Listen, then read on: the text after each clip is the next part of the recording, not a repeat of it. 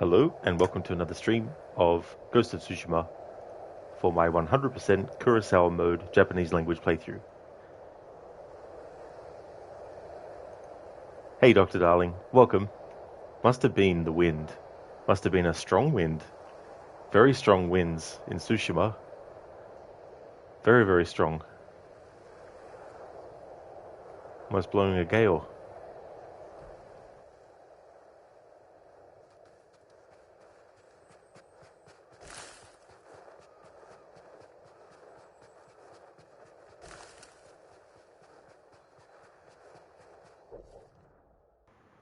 Okay, so I will be progressing the story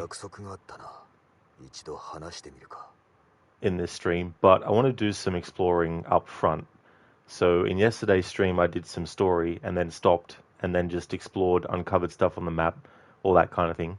But in this stream I want to start with doing that, and then as we get closer to a certain point of exploration, I'll then jump back into the story and progress things a little bit further. I want to at least get the ability to do assassinations.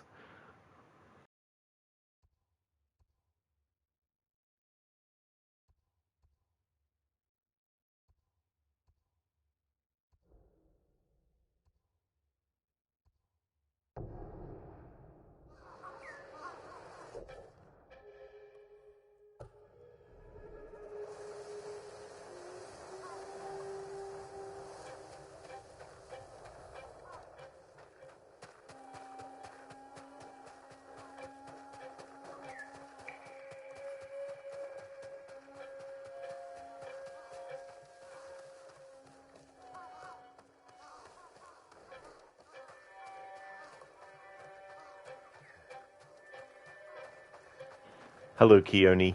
How's things?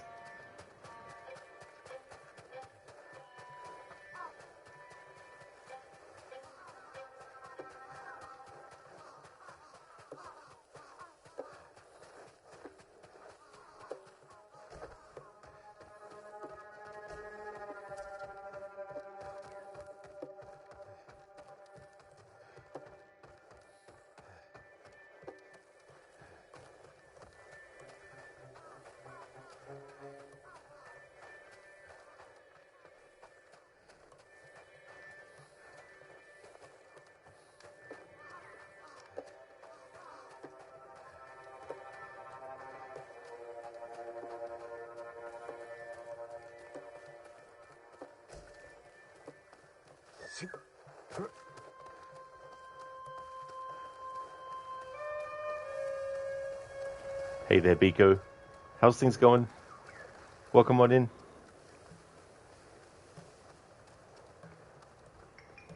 Yeah, Dr. Darling is always lurking. Yeah, there's a lot of people that leave lurks and stuff, which is really appreciated, of course.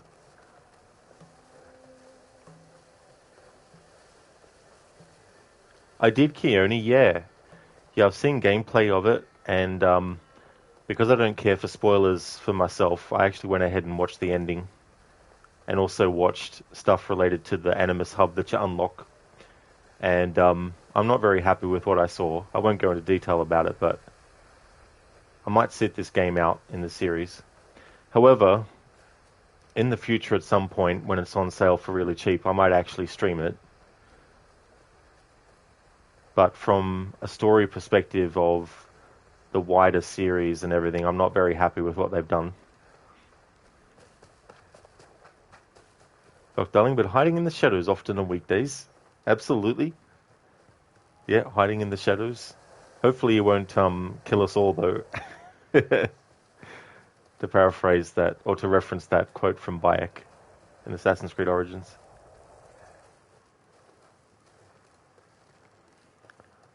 Biko, yeah, you're good, hopefully. Well, hopefully so. I hope that you end up having a great day. Hello, Inmita. Welcome, how's it going?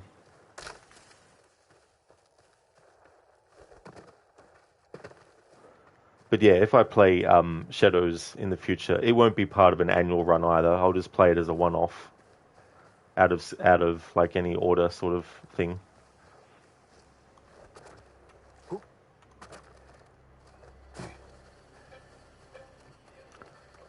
Not every game will be the same, hopefully, fingers crossed. But yeah, I just wasn't happy with what I saw actually happens. And it's not so much like what happens with characters, it's more so what they're establishing with what they've done moving forward that I'm not happy with.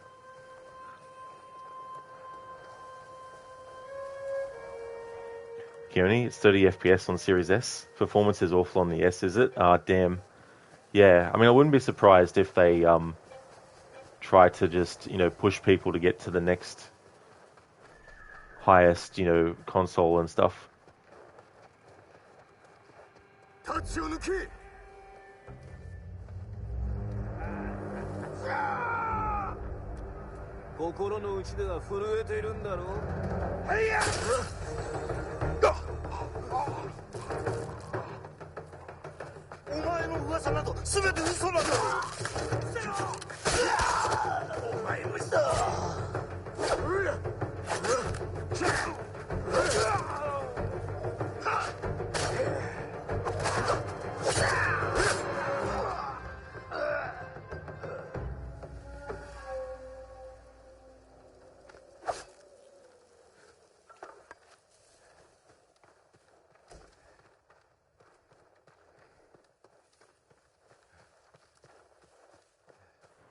Dr. Darling, thank you so very much for the 6 months, 27 days, and 20 hours of watch time, as well as the 2 years, 7 months, and 17 days of followage as well. Thank you very much for all of that. Hey there, Kirst. Did you know that Jin's Japanese voice actor is the same voice actor as Zoro from One Piece? I didn't. Yeah, I don't know too much about One Piece. I've heard about it, of course, but I don't really know too much about it. But that is cool, though. I am really enjoying the voice acting with the Japanese language. I like the English version as well, but I also like this version too. But it's cool when you recognize the voice of someone from one thing and then you're watching or you're playing something else and then you think, hang on, that person's voice is so familiar, and then you're like, it's that person. Dr. Darling, that's more 4 hours per day on average. You're expecting more? Oh, well, I mean, it's all appreciated anyway. Like, I myself don't have a sort of like an amount that I expect people to hit. Just thank you, at all for watching any. Keone, thank you so much for the 11 days and 7 hours of watch time. And Mita, thank you so very much for the 24 days and 16 hours of watch time, as well as the 8 months and 18 days and 11 hours of followage as well. Thank you very, very much. Glad to hear that you're doing well. That's great. I'm doing good. I didn't actually feel like streaming until a bit later my time, but I was watching some YouTube and checking out some videos of a game that I hadn't played for a very, very long time, which was A Way Out. I kind of forgot about that game, but I didn't realize it was by the same people who did the Brothers, A Tale of Two Sons game, which I streamed last year, the original version. There's actually a remaster for it out now. But I played the original version last year, and partly because A Plague Tale games, they were actually inspired partly by that game, but also by The Last of Us as well. But I thought Brothers, A Tale of Two Sons was a really good game, like with the left control stick and the left and right side of the controller is controlling one of the characters, and then the right control stick and the other side of the controller's buttons are actually controlling the second character, the other brother. So I thought that was really cool. Hey there, Maxi. Good day to you, dude. How's it going? Thank you so very much for the 3 months, 18 days, and 3 hours of watch time. Thank you, dude. I appreciate that too.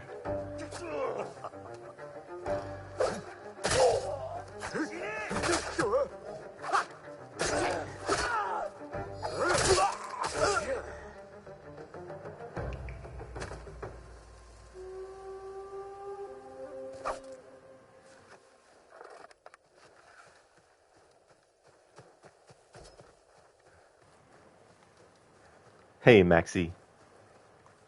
MAT, you understand. Good to hear you're doing good otherwise. Yeah, Thank you, dude. Yeah, there's just some days where you're like, oh, I just wanna chill and do other stuff before actually starting a stream. I won't be doing like a long ass stream. It won't be like a 7 hour stream today, but it'll definitely be more than 3 hours. I want to do a decent stream still, but want to do some side stuff and then jump back into the story. Haven't gotten to the point yet where we get the ability to assassinate, but definitely want to get that at least today. You're doing good, thanks, Maxi. Hope you're doing well. Excellent, dude. I'm glad to hear that. Especially on the weekend as well. It's always good to have a great weekend. As for me, I'm doing good. Had a chill day today. Very happy to do some more of this game. It's really, really good, this playthrough, to just really take my time as well. Especially taking in how things are in this Kurosawa mode.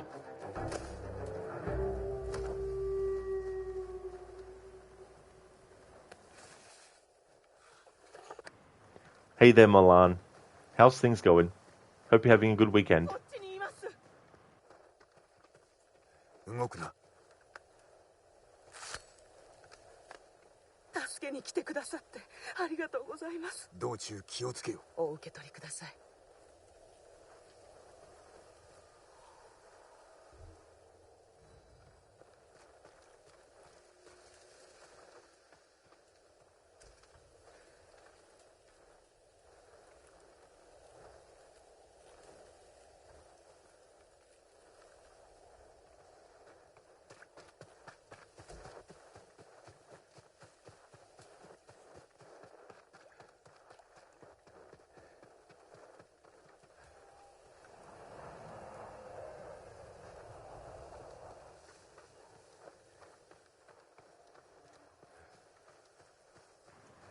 Maxi, heck yeah. You got tomorrow off as well, so you can just jam AC Shadows. Oh, nice, dude. That's good. That's good that you got another day off as well. I hope you're enjoying the game. How far in did you get? Did you get to any more of the main story, or you just been doing side stuff? In Mita, you played some Mass Effect 2 yesterday. Even though you don't like the new mechanics a lot, it's still cool. You don't like that you have to buy fuel all the time, but it also makes it more realistic. I was definitely the same too as well. When I first started Mass Effect 2, I thought to myself, why add the fuel as a thing? And then I got to a point where it didn't really feel like it mattered too much. Like, I think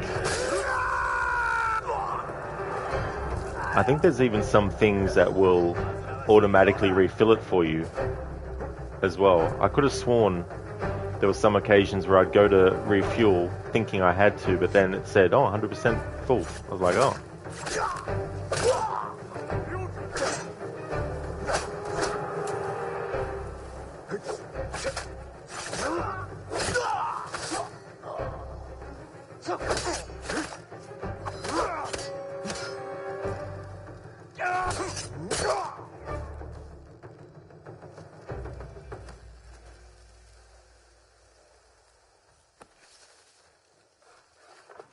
I'm just addicted to doing the whole, after a fight in this game, just have Jin wipe the blood off his sword. Or throw the blood off the sword. Sometimes he does that too. I like little touches like that, you know. It helps create a sort of like style for the character as well. I think more games should do that actually. Have some kind of like, not necessarily what you see in like Fortnite, you know, emotes or whatever they call them, but more like something that's very fitting for your main character to do after like a fight sequence or something.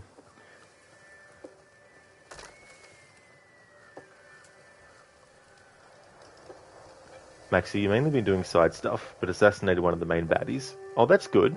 That's good you're making progress in the main story as well. I wonder how many hours worth of game it would actually be, like if you did everything. Because Valhalla was pretty massive. I wonder if it's less or as much as that.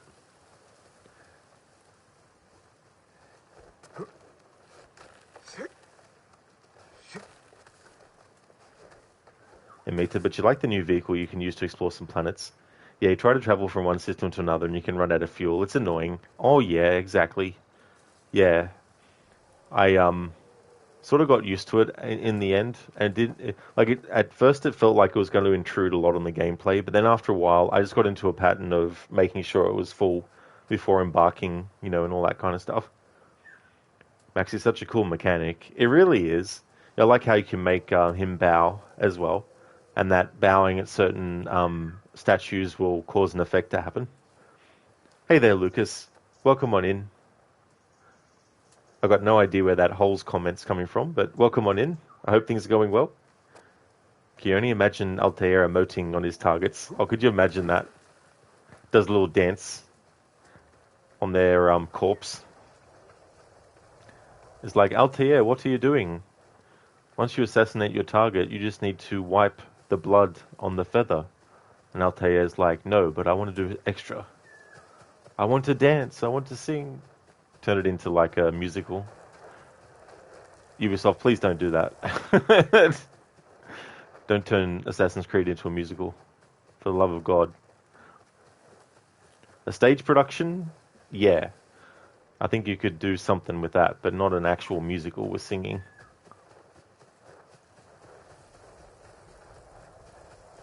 He's dead. Who's dead? We stabbed him in the head.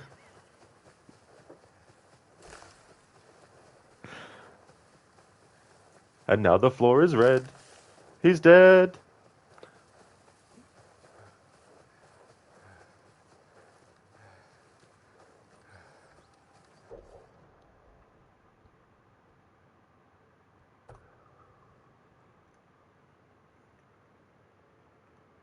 Milan, the weekend isn't so bad, but the week was not your week. You had a bit of solder shoot into your eye. Oh, shit, dude. From a solder bucket connection while doing a customer's boat. That hurt a bit, but no permanent damage. You washed it immediately with cold water. Later in the week, you dropped the weed hatch cover on your foot, badly bruising your big toe and second toe along with the side of your foot. No bones broken, so it's painful, but not stopping you. Damn, Milan. I hate when that kind of stuff happens. You get all these sort of things that accidents, and things. I'm just glad that, there wasn't any sort of like, permanent damage or anything broken as well. Like, that's really lucky too. Because in those situations, it could go either way as well. I really hope that, this coming week is going to be a lot better for you though. Maxi, so far you're actually enjoying it. It looks like a less grind than Valhalla and Odyssey. The map feels as big as Origins, which is a perfect size for you. But while you were doing the platinum for Valhalla, you was burned out. But Shadows feels different enough that you don't feel that burnout anymore. Well, that's definitely good too as well. Because with any game, when you get burnt out on it, it can also have effects later on where even the thought of replaying it again, you think, do I really even want to bother? you know. But that's definitely a good size map. I feel like Origins had the right size of map. The desert areas too, like you could argue that if you take the desert out of the map, then the map's really small. But I feel like having the desert there, even if it doesn't have like heaps and heaps of relevance and stuff, like there's still some things out there. But I think it just adds to the immersion of being in Egypt. You know what I mean? It's the same with Odyssey. Like there's a lot of water, but I feel like it helps make it feel like you're in a location that is surrounded by water a lot. Because lol, the sea shanties would be good though. That's true. Yeah, the sea shanties would be fine. In seriousness though, the flashback. Pardon me. Hang on. Just had to clear my throat. In Black Flag, the flashbacks to when Edward is talking to Caroline, like the way that they're done, I could see that kind of scene being done really well on stage with actors because it's very minimal. Like in those flashbacks, there's no music. It's just the audio of the dialogue and any sort of like sounds that might be happening at the time. It also adds a bit of an eeriness to it as well, but it also definitely makes it feel like it's something that's gone on in the past as well, and that there's some kind of like real importance to it as well, which there is, with what you see happen. It just shows you the beginnings of Edward, his selfishness, and all that kind of stuff. But yeah, I definitely wouldn't want Assassin's Creed to become a musical. Like, no thanks. And mate, you agree with that, Maxi? You're getting after getting platinum in AC Valhalla, you felt like you didn't want to play another AC game in a long time. Ah, that's the thing about that game. Like, the stuff about it that I really like is more story things related to the hidden ones, the Order of the Ancients, all that kind of stuff. But when it comes to all the extra side content that they've added, all the Isu stuff that they added on top of what was already enough in the base game, and the DLC, Wrath of the Druids and Siege of Paris, like I like those. I wouldn't put them up there with my favorite DLC for the series. Like I definitely put the Hidden Ones DLC and Curse of the Pharaohs above the Valhalla DLCs, but I still enjoyed the story of them. But I'm not really a big fan of the story arc in the main story with the Elderman who wants to escape. Well, he doesn't want to escape, sorry. He has a long lost love from his childhood that he wants to get back with. But he's married to this French woman, and the French woman actually wants to leave and go back to France. She's not happy in the marriage, and so she wants to actually leave. So the whole story arc is Eivor basically going and reuniting the Elderman with his long lost love, and then the other part is getting the Elderman's wife out of England. And the only thing about that story I think actually is good is the whole Rollo stuff. And ironically enough, he's actually the Viking that took part in the Siege of Paris, the actual Siege of Paris that the DLC was covering, yet he's not in it. And I'm like, that is where you cut that part out of the main story with him and you put him into that DLC instead. Or just have him be the focus of that main story arc in the main game. And then, as an extra thing with him, have Eivor be like, oh, Rollo, I didn't know that you were going to be here, or something to that effect, something like that. But the whole Elderman thing was just boring. Like, if there was a part that I wish was optional, it was that whole part. It was just really, really annoying. Well, it looks like Disney have dropped another bomb. Snow White is bombing so badly, it's so funny. Oh, is it? So it's a no show for Snow for Snow White. Yeah, I mean, I never was big on the Disney animated stuff. Like, sure, as a kid growing up, watching things like Peter Pan and also what's another one that I watched growing up? The Lion King and Aladdin. Like Aladdin, I probably liked the most, I would say. But I'm not really big on their stuff. Like when I was a kid too, like I had Disney books and all that kind of stuff, of course. But Looney Tunes was where it was, which is what I actually liked a lot more than the Disney stuff. Hey there, Apostle. Please no musical. You don't like musicals. I don't blame you. I don't blame you at all, Apostle. Admit you liked Valhalla more than Odyssey, but it is a very long game. It really is. And I feel like since Odyssey, they've really drawn out the pacing of the games and made it really drawn out to the point where, like, look, just get on with it. Like, they really needed to take a big knife to a lot of the dialogue and cut off superfluous stuff. And there's too many dialogue choices in Odyssey as well, where it's just like, just cut most of that out and just have it be scripted dialogue as well. But it's the same with Valhalla. There's moments in Valhalla where it's just like, it should have just been scripted dialogue. And made it 330 hours to get all the achievements in Valhalla. That is a lot. Lucas, moral of the game, blame the French lol. Apostle, you do like Les Miserables. You do like Les Miserables. Though, I butchered that name. That's the only musical you tolerate. Yeah, I mean, I saw that live action version of Aladdin, and the music in that was okay, but, yeah. Maxi, Aladdin is the best, but mainly because of Robin Williams. Oh yeah, dude, he was great as the genie.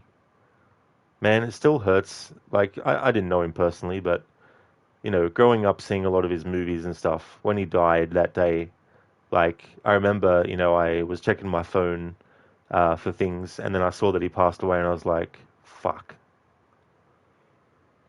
Lucas, you still love the Looney Tunes. I don't blame you. Yeah, they're quite funny. I prefer the older stuff because the older stuff is set during like the 40s, 50s, and 60s, maybe the 60s as well. And I like a lot of the slang terms that get used. Like, listen here, Buster. I ain't your friend, Mac. Bust you in the chops.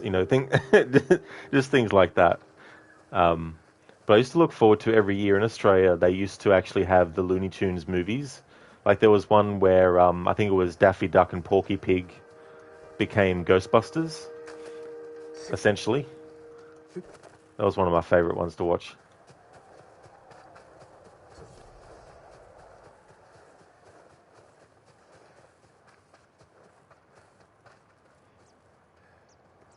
If you don't start doing things that make sense, you will be relegated to working for Disney. Disney is now the place where acting careers go to be dominated. Thank you, Milan, for redeeming that as an Arnie impression. Lucas, you remember when he died, and especially hearing that it was a suicide, you didn't believe it? Oh yeah, Lucas, It just goes to show too that there's a lot of stuff that goes on behind the scenes of people's lives that they may put on a brave face, and others might look at it and say, oh, they seem to be doing well for themselves, but that can all be sort of like just a coping mechanism that they might have. But then when they're, in their own time, not around people, that's when, these certain things can come about. So, and I imagine too, like if you're someone that is well known for being a comedian, that using comedy as a way to sort of see that you're getting through things.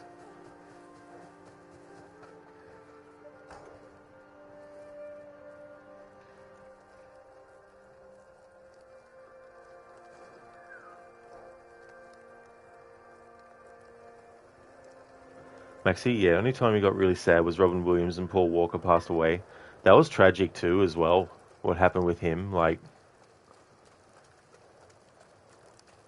and there's, so many people that, I mean, they wake up one day and they don't know what's going to happen. I mean, we all don't, but there's just some times where you look and you go, man, and people that can die when they're so young as well, and you think, damn, they didn't even get a chance to have, a long life, or the potential to have one,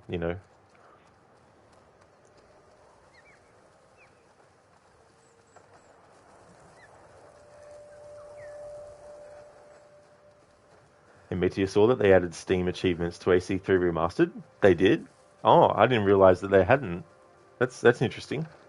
Especially for it to be recent as well. Biko, he was the funny guy, the nice, absolutely everything's fine guy, and then when he died, everyone knew never judge a human by their cover. Exactly, Biko, that's the thing. And it can be very easy to just fall into that frame of mind where you look at someone and you think, oh yeah, they seem okay today, they're smiling, but there's no actual 100% indication of what's going on, internally at the time you're seeing them smile. In the moment they're smiling about something, they might be thinking to themselves, I've got to go home to myself and, have to face the bad thoughts and all that kind of stuff. They might have those thoughts going on while other things are happening, and they might look happy and stuff.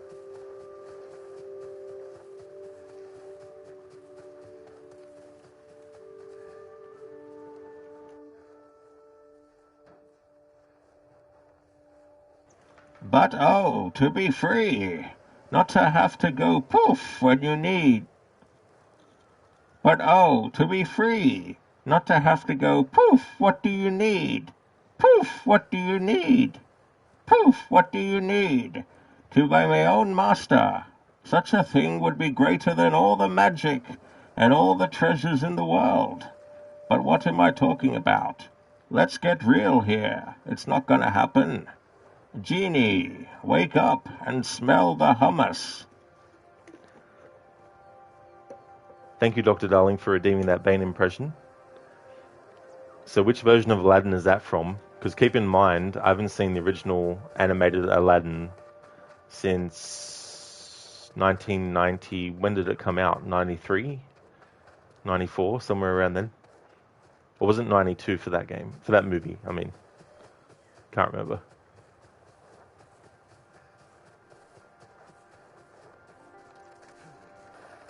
Lucas, you know a lot of really famous comedians suffer from depression. Yeah, that's the thing too. You know, like they might put on a happy face or they might seem fine, but there's a lot of stuff going on underneath that is the opposite of that.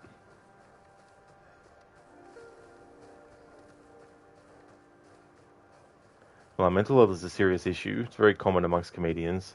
Yeah.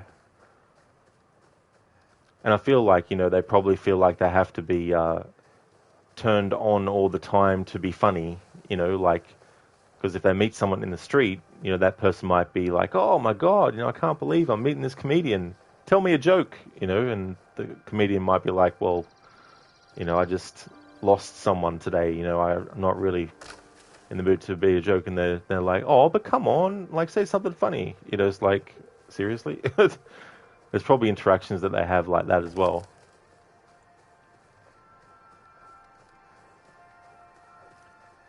It is, Maxi. It is pretty cool that he named his daughter Zelda. Yeah, that was quite cool. As a fan of Legend of Zelda myself, it was cool to find out that he was a fan of that. And he named his daughter after Zelda.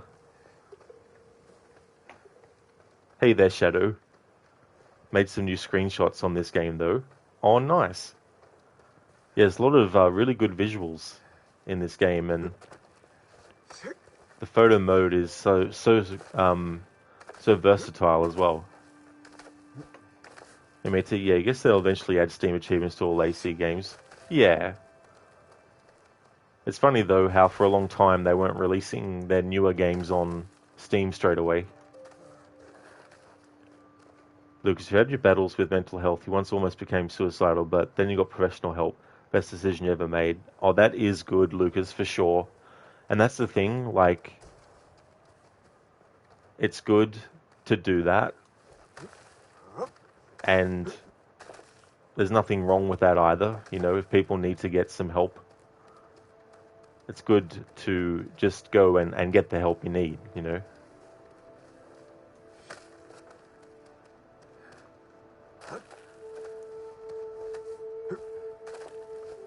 Shadow, I mean, a long evening of pure Ghost of Tsushima content for you. Oh, very nice.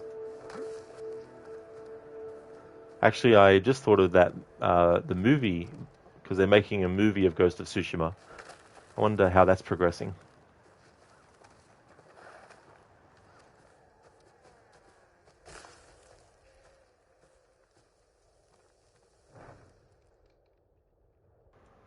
The only escape. There is nothing left for me here. My family is dead, my home is burnt, my hope is lost. To any who read this, keep Genzo of Komatsu Forge in your prayers. Farewell.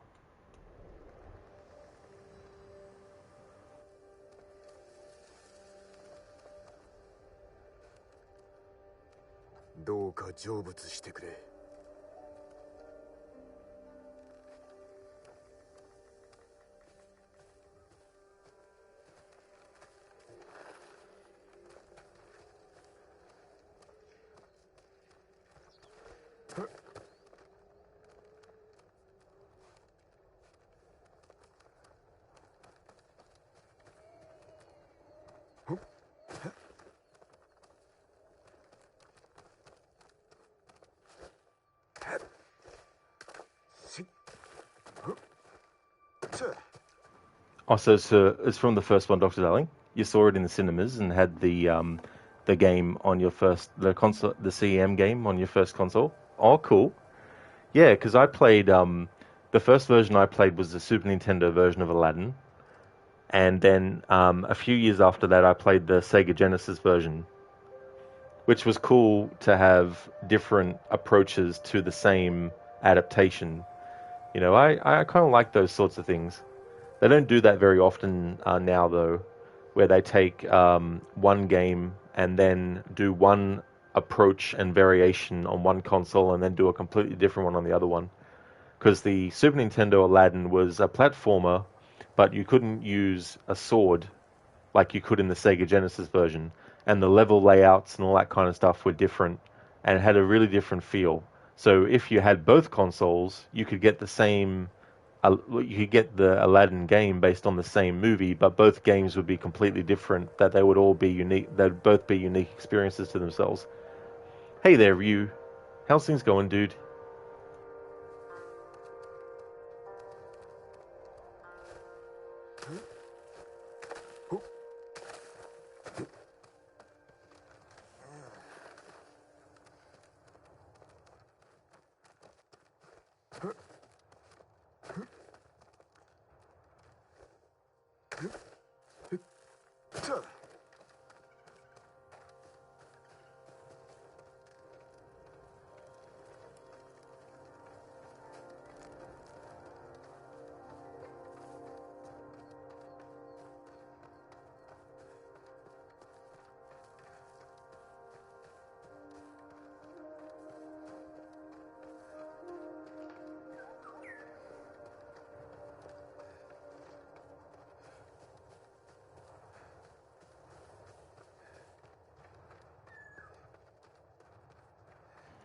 Ryu, you're going well. Love how you're going full Kurosawa mode here.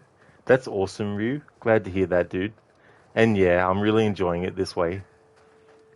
After my first playthrough and really liking the game, I thought, well, for my second playthrough, I'd really like to do a really in-depth playthrough. So I thought, why not also make it a Kurosawa Mode Japanese Language playthrough as well as doing 100%.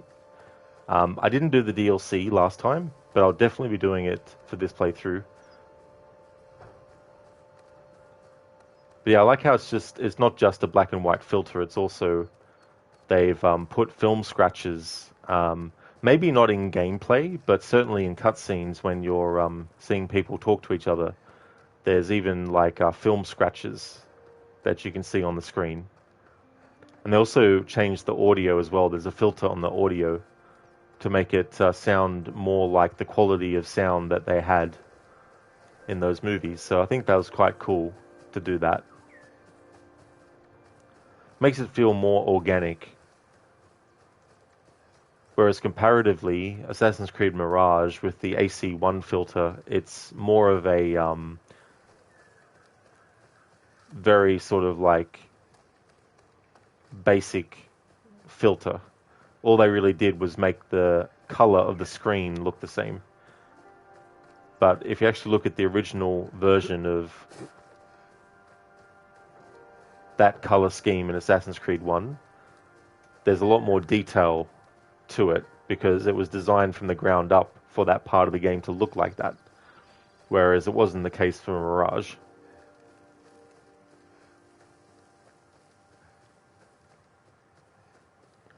Well, on Japanese language and a nice black and white mode, it's arguably better like this. I can definitely see the argument that it could be better, and also the other argument that it's better in color as well. I wouldn't play it like this every single time, but I could definitely see myself playing this game in the future and maybe having a channel point redeem where once it gets redeemed, this mode gets activated for a certain amount of time.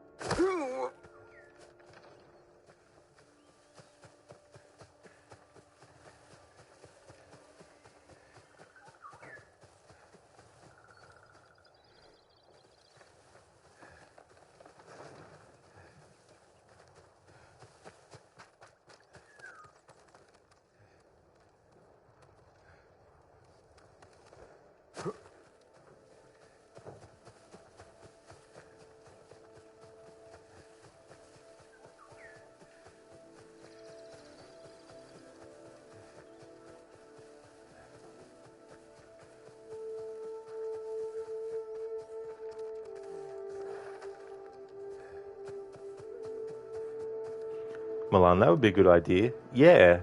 Yeah, Crocodiles, when he did a playthrough of this, not the last playthrough he did, but a previous one to that, he played the with the channel point redeemed for Kurosawa Mode.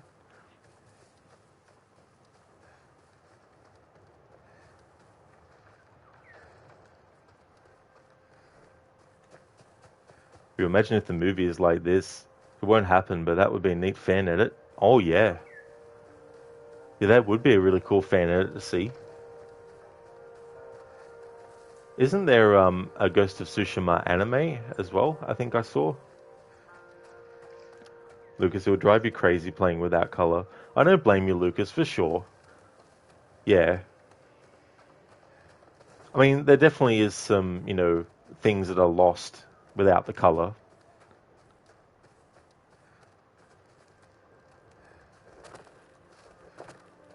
Here we go. Finally found the pathing I need to take.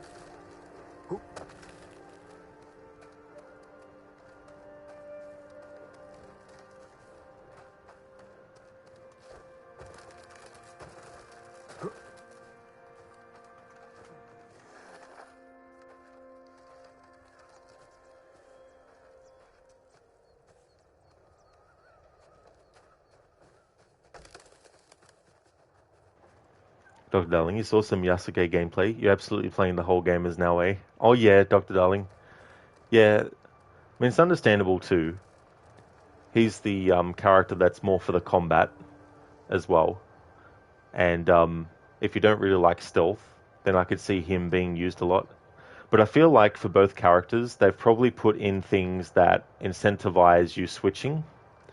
Like they say that you can play as one or the other, but I'm sure there's some moments where they actively make it where the game is like, we know you've just chosen this character, but maybe you should try the other character right now to get past this part that you might be having trouble with.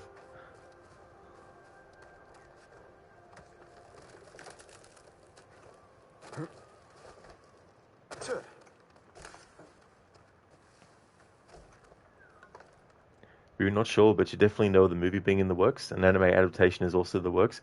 Yeah, I think Chad Stahelski, who does the John Wick movies, I think he was attached to direct it. But he's attached to a lot of stuff I noticed. Like he's attached to the movie of this, I think, but also attached to the Highlander reboot movie.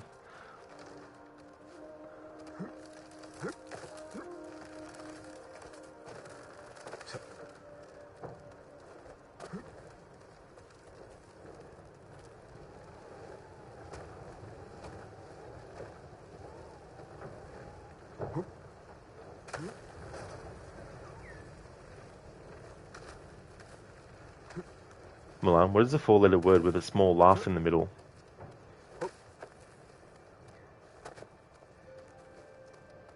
Not too sure. Nothing's coming to mind. At this point, he should have been attached to the Mortal Kombat reboot or the sequel coming this year. Either him or James Wan. Yeah. Yeah, because I feel like there's definitely a lot of elements in Mortal Kombat that... Because I've seen the first two John Wick movies. I haven't seen all of them, but... I think he's got an interesting visual style and flair, so... I could see that being useful for, other things, especially like Mortal Kombat and stuff.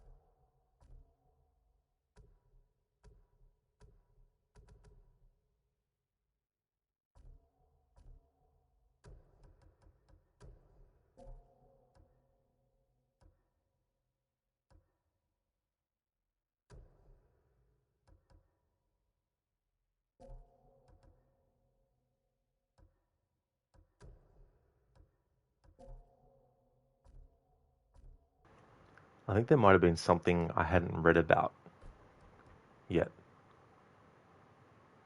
Oh no, I've read that one. And that, and Hot Springs, and Shinto Shrines, Vanity Gear, Pillars of Honor. Actually, I might not have read about this. Pillars of Honor. These pillars were erected all over the island by Tsushima's first Jito. They honor the samurai who gave their lives to bring peace and order to Tsushima. Collect sword kits from these pillars to customize the appearance of your blades.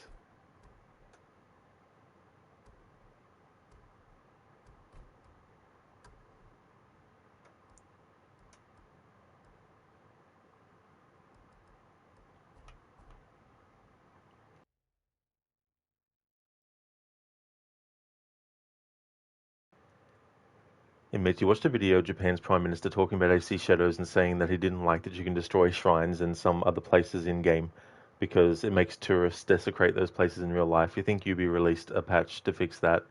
Yeah, I saw that they released a patch for that as well.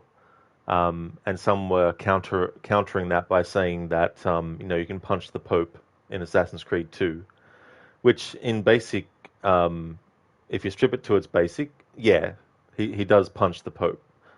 But he's also punching a pope who is actually the head of the Templar Order who used his power and position as pope to further the Templar cause. So, punching a pope who is innocent and hasn't done any wrong would be one thing. But Rodrigo Borgia definitely isn't innocent, that's for sure.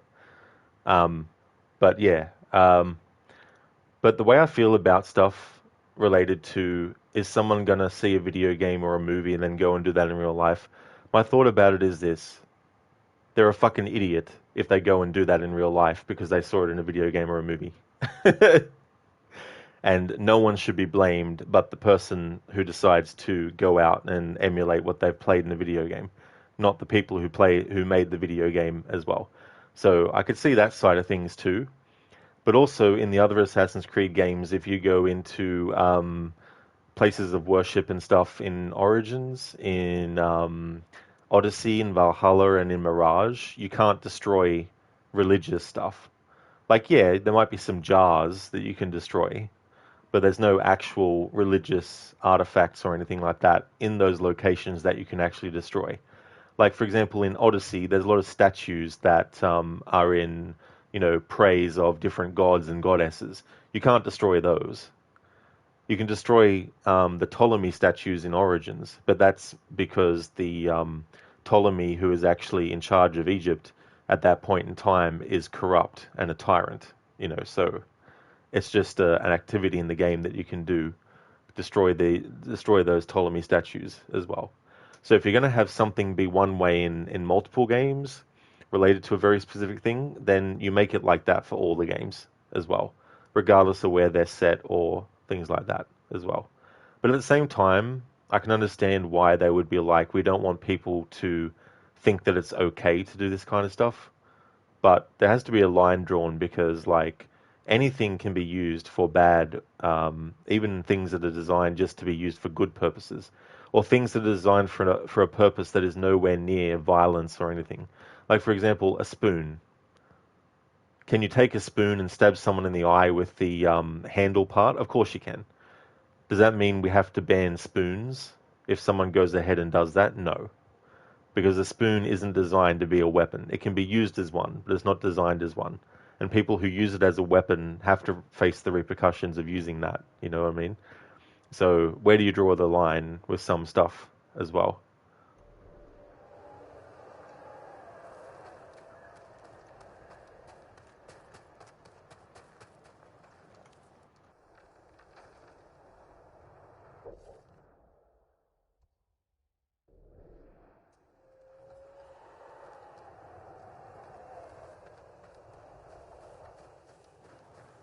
Ryu plus the insane amount of world building that John Wick has.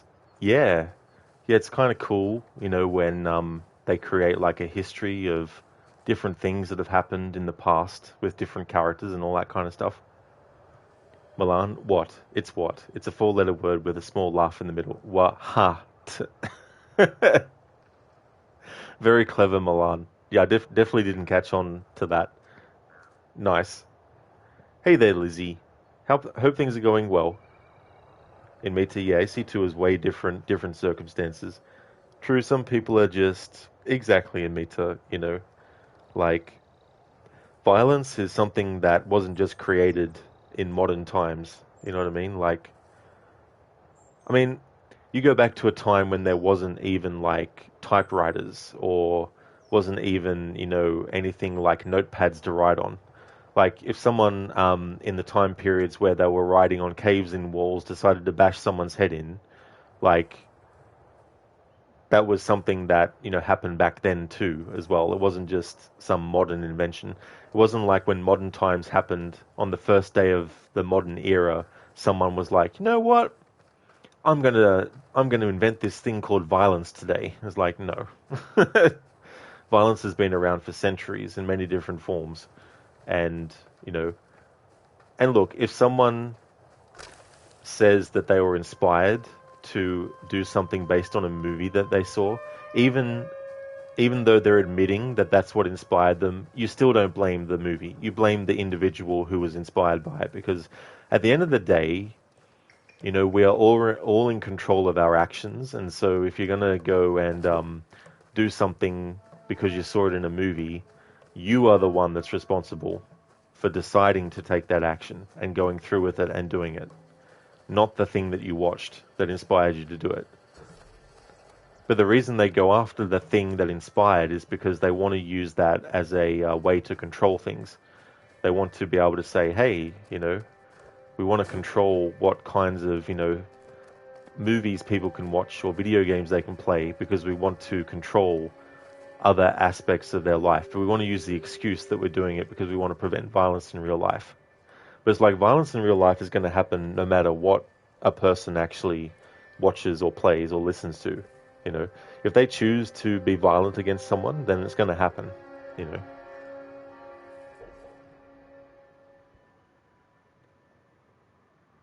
Milan, Highlander is a movie that doesn't need a reboot. The original is a classic, and modern screenwriters can't seem to write good scripts, and modern directors love making bad films that they hide behind over-the-top CGI visual effects. Yeah, that is true as well. I think the blessing and the curse with Highlander is that it's such a great concept. Immortals who eventually get called to go to a location in the world and fight each other to be the last surviving immortal, so they can get what they call the prize. There's a lot of mystique and mystery behind that.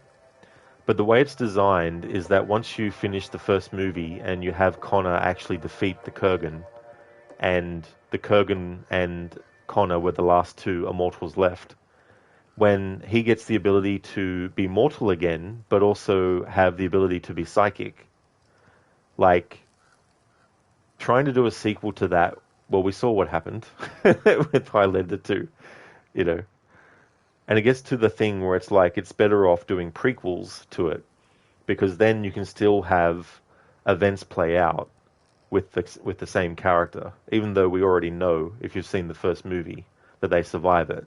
You can still make interesting things happen as well. But yeah, Highlander 2 was like, how about we make it that the Immortals were actually aliens from another planet, and they just lost their memory of where they came from. And yeah, it was like facepalm. They tried to make it that they were from the future in one version of the movie as well, which doesn't really fix the problem. It still makes it a really stupid idea as well. But one of the things with that second movie, though, is that the investors wanted Sean Connery to be in the movie. That was their that was something that they said, basically, we won't finance your movie unless you get Sean Connery to sign on to be in it. Well, the problem with that is his character gets killed in Highlander 1. So that's when they came up with the stupid thing that when Connor and Ramirez were on their original home planet, there was some bond that was created by the two of them through magic, and that if he ever needed help, Connor only had to call for Ramirez. So they use that as a way to explain why Ramirez can come back from the dead in the sequel. Because of the bond that they had, Connor can bring him back to life, And then they're like, well, we have a problem, because at the end of the first movie, when Connor wins the prize, he actually becomes mortal again. And so the sequel is like, how about we have him as a really old man, But how about we have it that someone from the planet, who's played by Michael Ironside, Katana, the villain, how about we make it that the villain wants to go to Earth and kill Connor McLeod because he's mortal. And it's like, yeah, that's a great plan. Kill the guy who was immortal, who's now mortal. But then the movie is like, how about we make it that when Connor gets quote unquote killed again, he goes back to what age he was in the first movie, and then we just act like, things are different. So it was really contrived what they came up with for the second movie as well. But I feel like if they're going to reboot Highlander, then the sensible thing to do would be set things up for a prequel story, so that then you can do a prequel as a follow-up. And then that way you can see a part of the character's life that we didn't get to see in the first movie.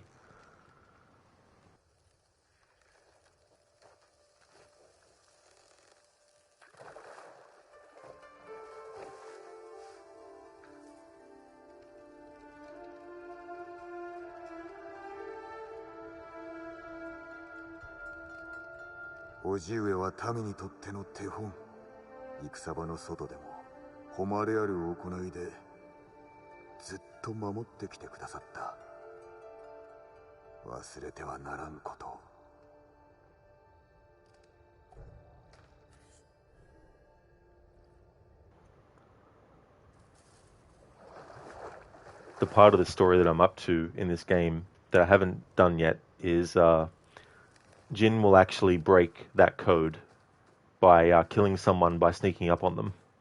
So I wanted to choose that as the one that we chose, so it actually fits what I'll be doing in the story in this stream at some point. Not yet though. I want to do more side stuff still.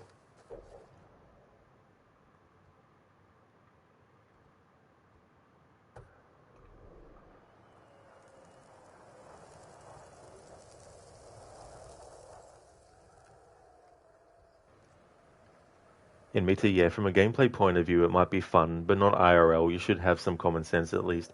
Exactly, Amita. Like, I love the GTA games. Am I going to go out and steal a car? Of course not. Because I know that even if I succeeded, not that I would want to, but even if I succeeded, sooner or later, it would be discovered, and what's the point, Lizzie, you're good. You're just tired. This weekend is kicking your ass right now.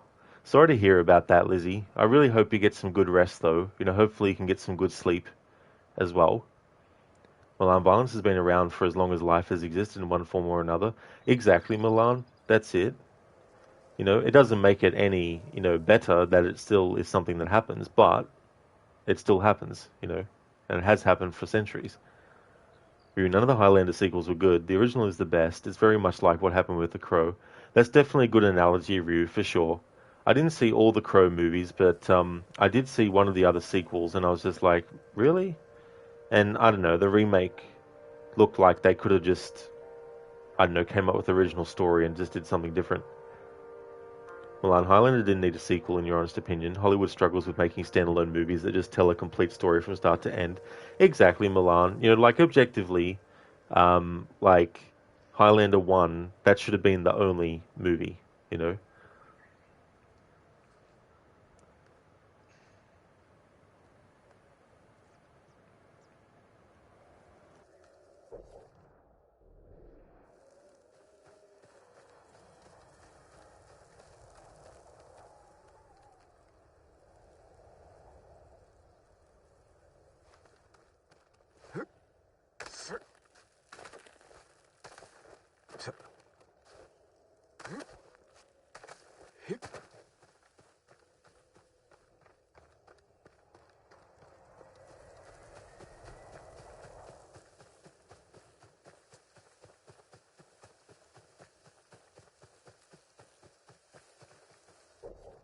There's something in the options that I want to actually turn off temporarily just to test it. I've been having trouble lately with my right control stick on my controller. And I thought I would put the stick drift compensation on. But I think it might not actually be solving the problem that I've been having and has created an extra one. Because when I actually move my control stick to the right, it seems to take a longer time for the camera to move that way than it does when I move it to the left. So I'm just going to turn this off for a little bit and just see if that actually does anything or if it becomes more tolerable or something. Oops, I didn't mean to do that.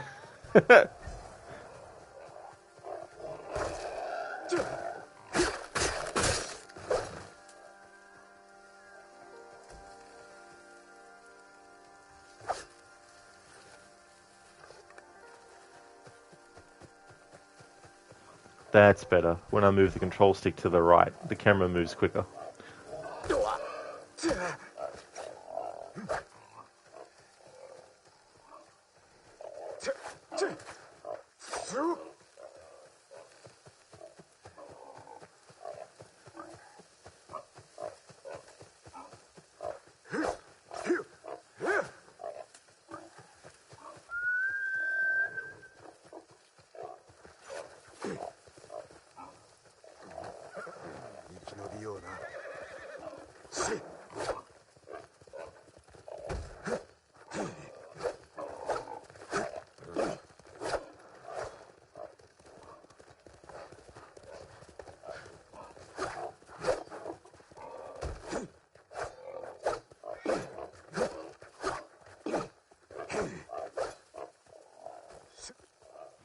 There's something weird with the programming of the boars. After a while, they have iframes, it seems like.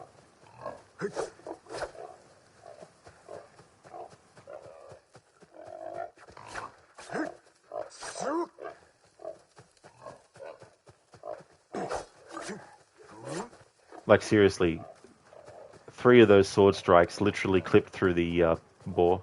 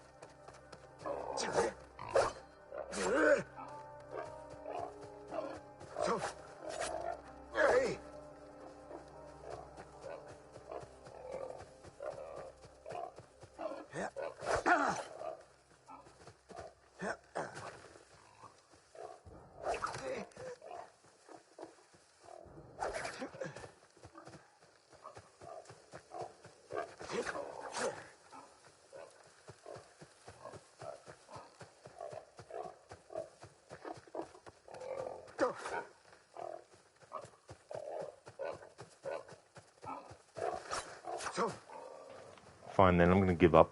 It's just wasting too much time. But yeah, they do something with the boars where if you don't kill them in the first few strikes, they become invincible. And then sometimes you might get a hit on them, but that's only because you might have got them to corner themselves in a certain spot.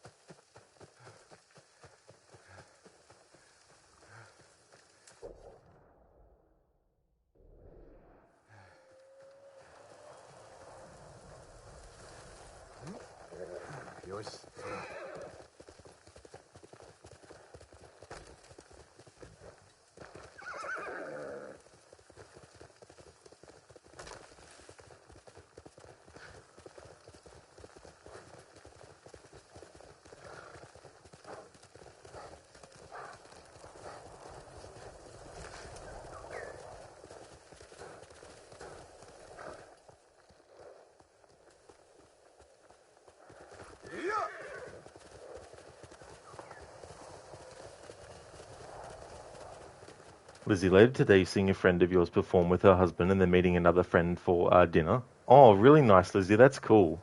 That's good. I hope you enjoy yourself. Dr. Darling, worse than Connor chasing pigs. Air assassinated. Yeah, but the problem with that is by the time you jump in the air, it's already got away from you. But yeah, that pig herding mission in AC3 is funny. Not there.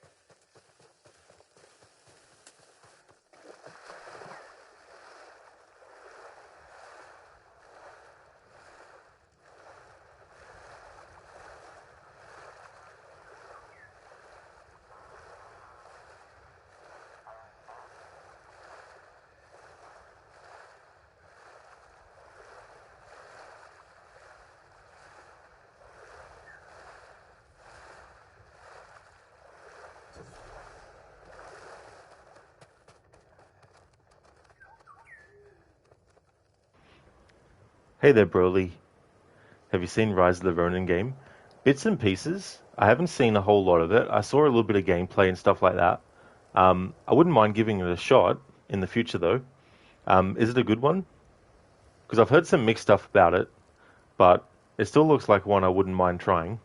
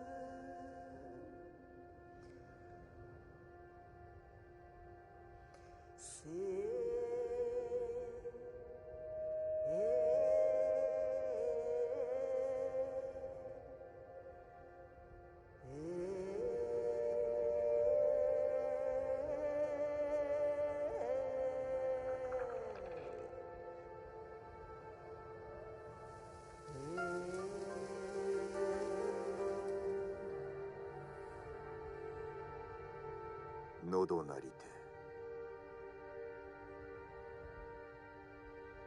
切らせる闇も日は三時一本の木もただ追い登れ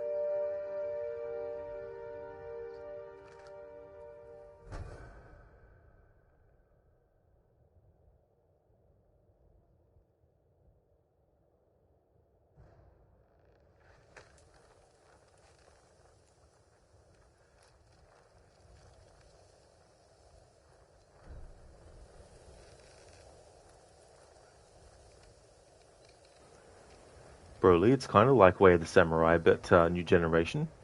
Not sure I played Way of the Samurai. The only other samurai game that I've played aside from this before is the Onimusha series. I really like those games a lot. Very, very happy that they're finally doing another sequel after all these years. I hope it's a good one. Well, what an ironic title for a game considering the rise of the Ronin was the fall of the samurai. Yeah, I wonder if they would do a sequel to that game and call it Fall of the Samurai. Oops, missed a space. Oh, that's all good. That's all good, Milan. Hey, Shilla, it's going really good, thanks, dude. I started my stream a bit later today, but I felt like doing other things before starting the stream, so here we are. About an hour and 17 minutes in, but doing really, really well. How's things going with you? Oliver, thank you so very much for the 4 months in a row. That is amazing. Thank you very, very much for that, Oliver. Nice use of the emotes there too. Thank you very much. Yeehaw, Cowboy of Tsushima. The crossover between Red Dead Redemption 2. Nice. Oh, it's your birthday today, Lizzie. That is excellent. Happy birthday to you. I really hope that you enjoy your day. I hope you have a great one. And also hope that you enjoy the time with your friends later on as well. A great way to cap off a really good birthday too. So, wishing you all the best today. I hope that you have a great one. Chilly, you're good. You're having a chill Sunday? Oh, very nice, dude. That's good. Absolutely. It's always good to have those when you can.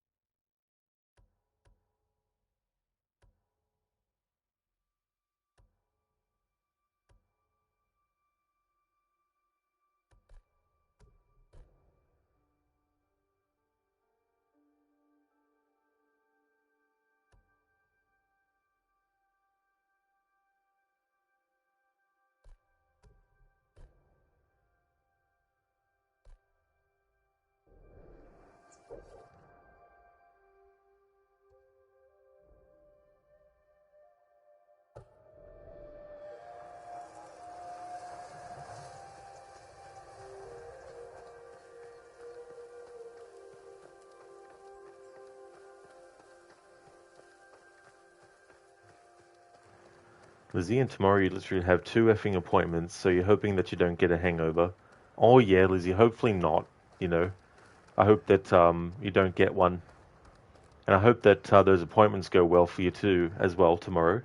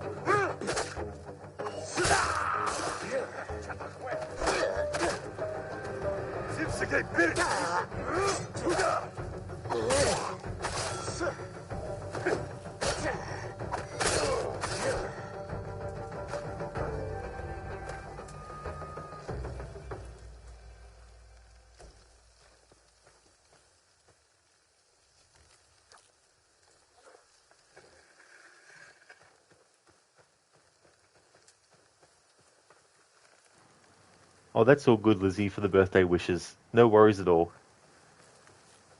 Oliver just finished watching the F1 race. Aussie Man won the race too. Oh, he did? So he wins the qualifier and then he wins the race itself.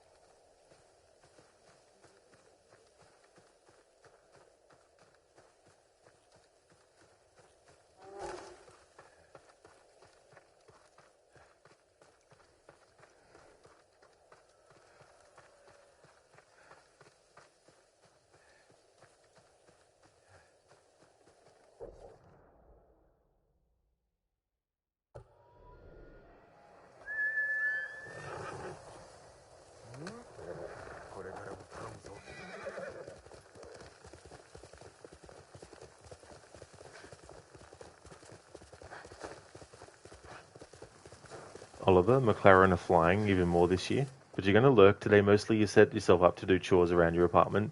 Totally fair, Oliver, for sure. I hope that that all goes well. Thank you so much for popping in and also for leaving the lurk as well. I do appreciate that a lot too. Thanks again as well for the 4 months in a row.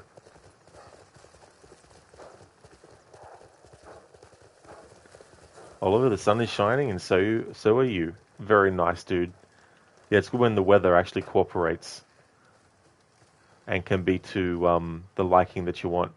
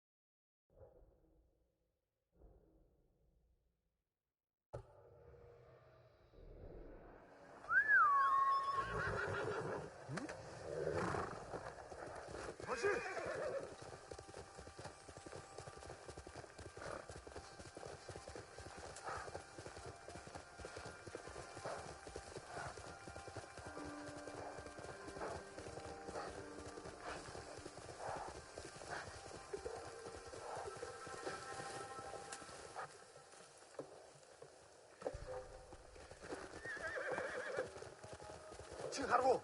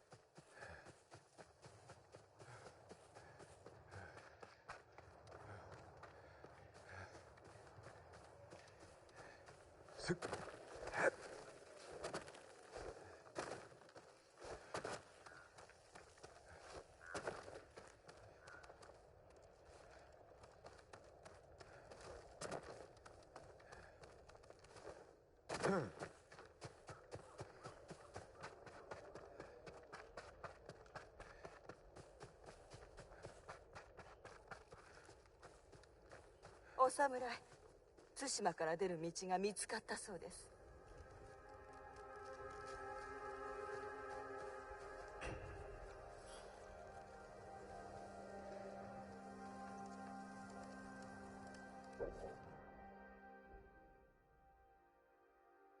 ユナは弟を見つけたのだろうか。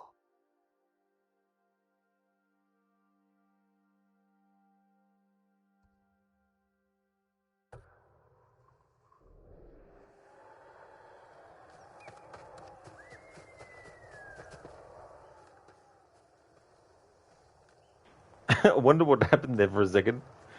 It looked like they were sprinting off to get away, and I'm like, what?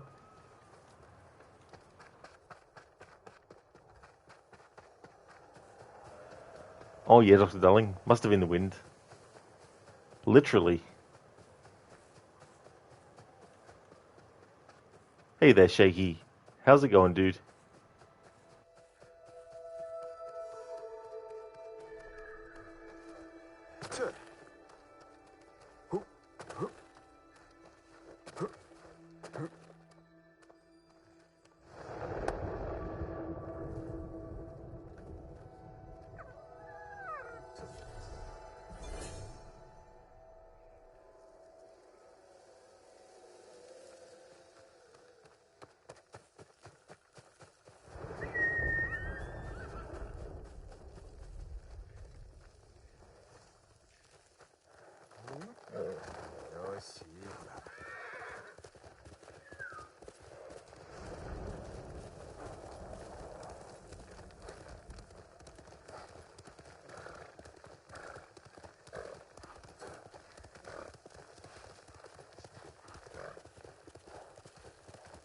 多くの民が暮らしていた村。あの時はよく抜け出せたと思う。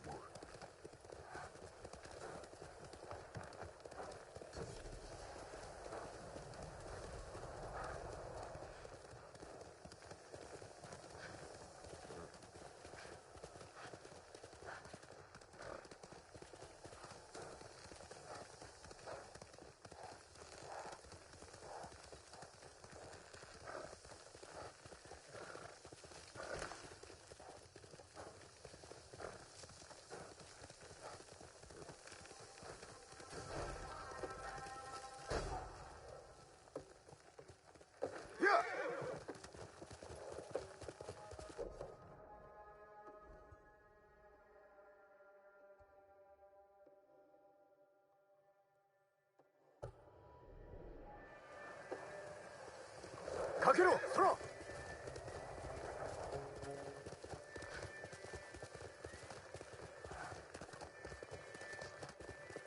내게 못 있어. 약속해.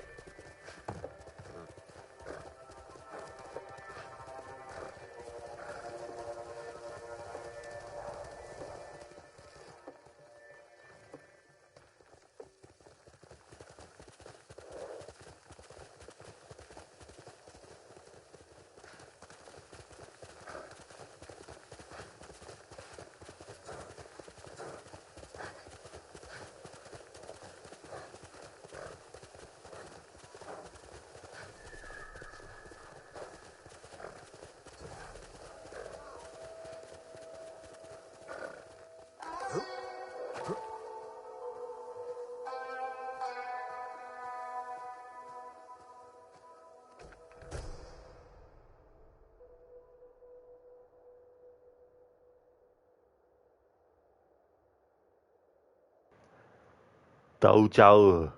Get to the dojo. It's the Kurosawa. Hey there, Senny. Welcome on in, dude. Dojo.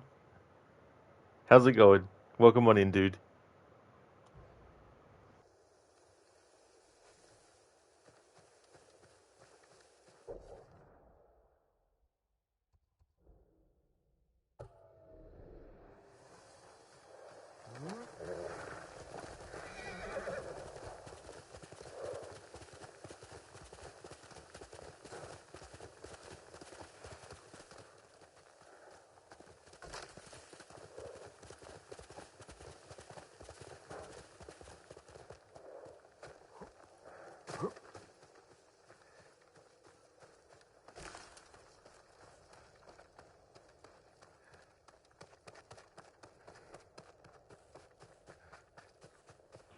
Hey there, Levy. Hello to you as well. How's things going?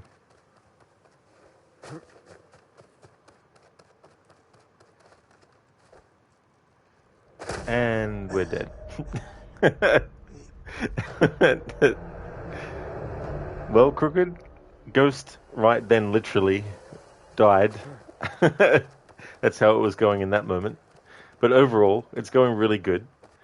I'm going to be doing more story in this stream. I haven't actually done any more story, but we're up to the point where we're going to be reuniting with Yuna, and Jin is going to actually go against the code of the samurai for the first time. So that's pretty much where we're up to in the story.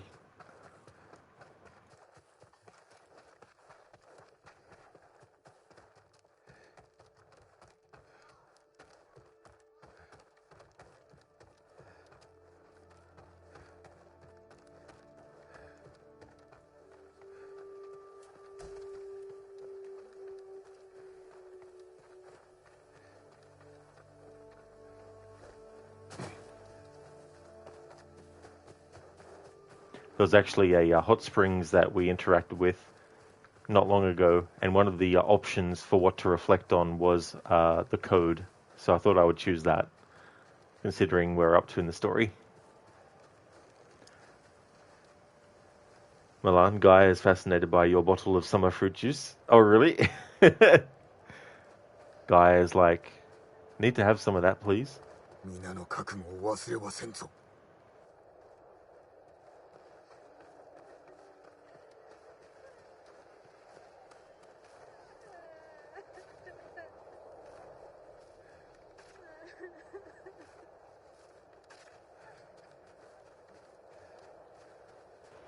Titular story? What is this madness? There is side content to do. It definitely can be like that sometimes.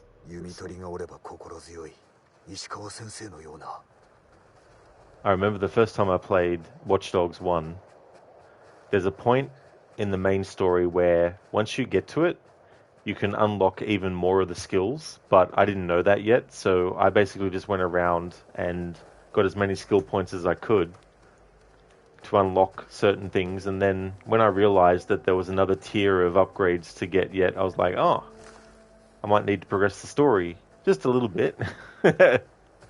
So I then did that mission, which then opens up the ability to unlock even more stuff.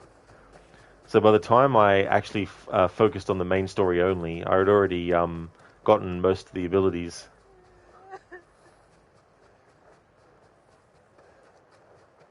Crooked, nice. Honor is nothing. The ghost is everything. Nothing is honor.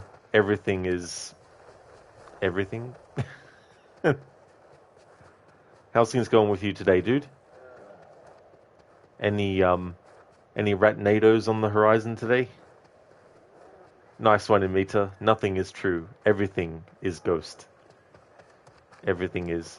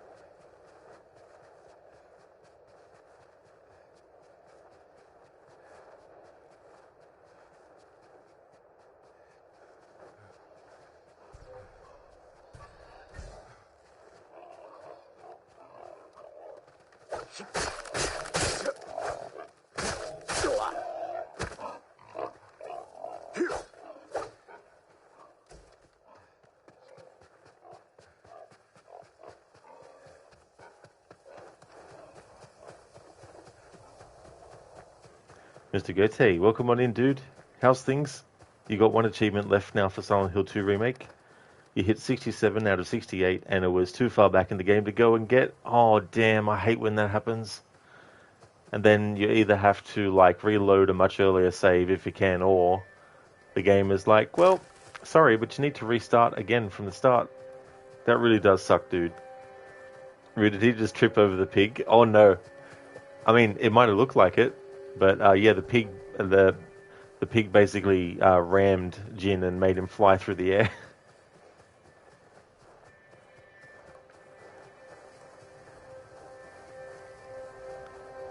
Dr. Darling, round 2, fight. Dum bum bum bum ba-dum ba-dum ba-dum ba-dum bum ba-dum ba-dum. Komodo Lighthouse, that's what this is. Mr. Gote got all the other collectibles and trophies and endings on point. 8 endings can be accessed in that one save. Holy shit. That is good, though. Saves having to do multiple playthroughs necessarily to get every single thing. It's good to be able to get as many as you can in one save.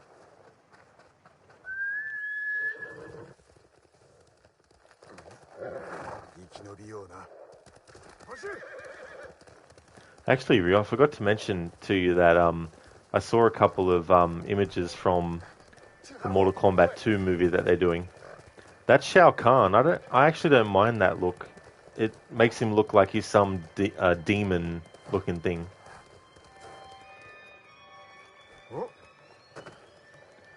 Ryujin is voiced by the same guy who voices Kuai Liang in Mortal Kombat 1. Oh, nice. That's cool. I think he also streams on Twitch as well. Mr. Gote did look sus when you got 3 ending achievements popped up. I'll say it would have been like, hang on, what?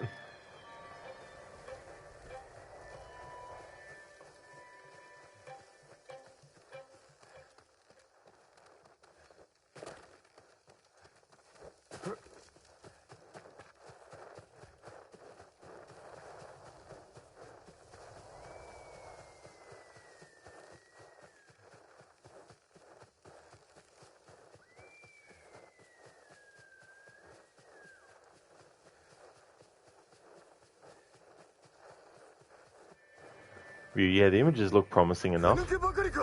Yeah. Just need the execution in the movie, sorry, to actually be good.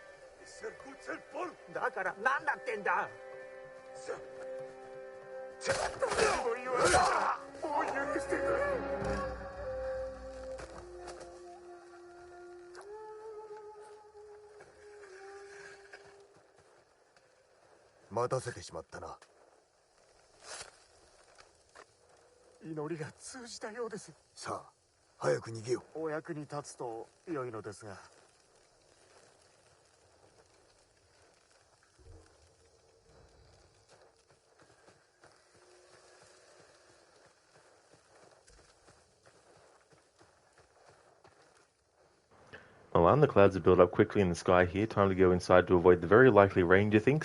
Definitely understandable for sure. Yeah, that's the thing too. When you can see that something is going to come about, it's definitely best to, at least start to make plans.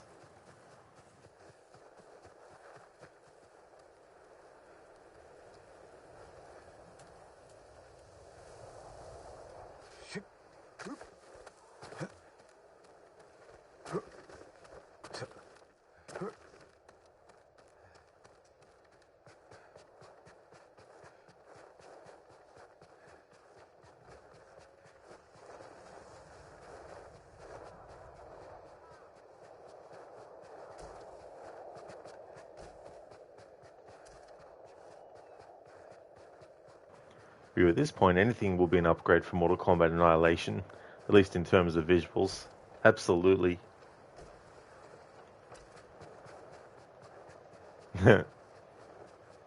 No, you will die.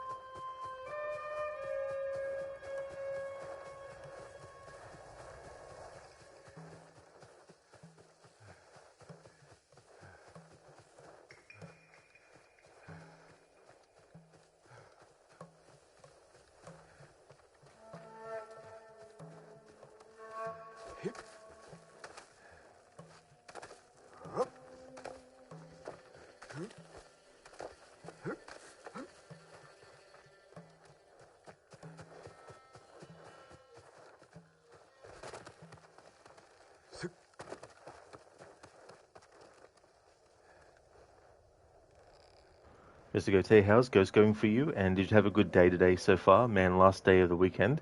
Oh, it's going really good, dude. I enjoy this mode as well. It's good to play this at least once so far in this mode. I was saying earlier that I wouldn't play it in this mode every single playthrough, but I have been enjoying it. And my last day of the weekend's been going great too, as well.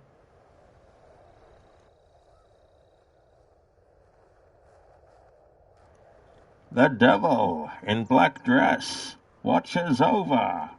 My guardian angel walks away. Life is short, and love is always over in the morning. Black wings, come carry me far away. Thanks, Milan, for redeeming that. What's that from?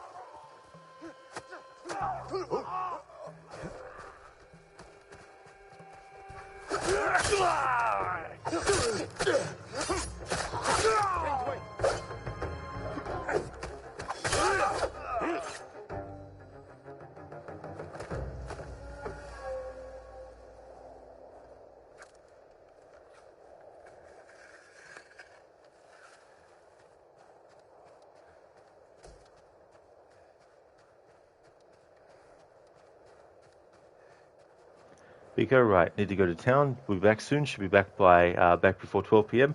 No trouble at all, Biko. Hope that all goes well. I hope that things go good. Milan, that's an excerpt from a Sisters of Mercy song called Temple of Love. Ah, don't think I've heard of it, but I may have, but didn't know who was actually singing it.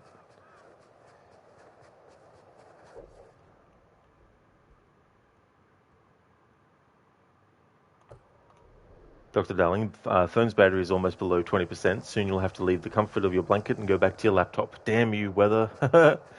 Yeah, that's annoying when the weather doesn't want to cooperate when you're trying to do certain things or to get things done.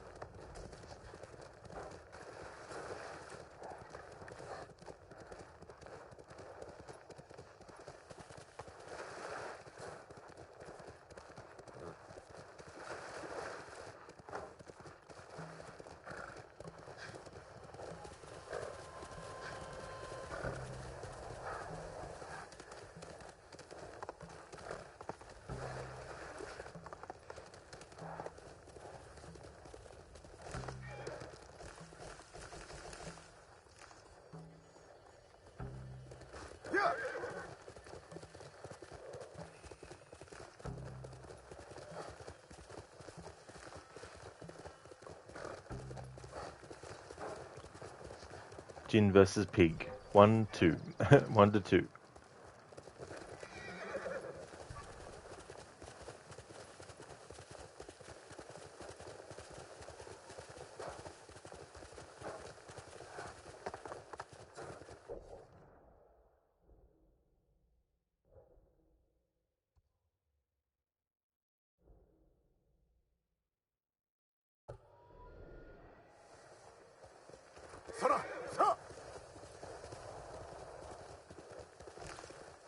Soon I'm going to jump back into the story.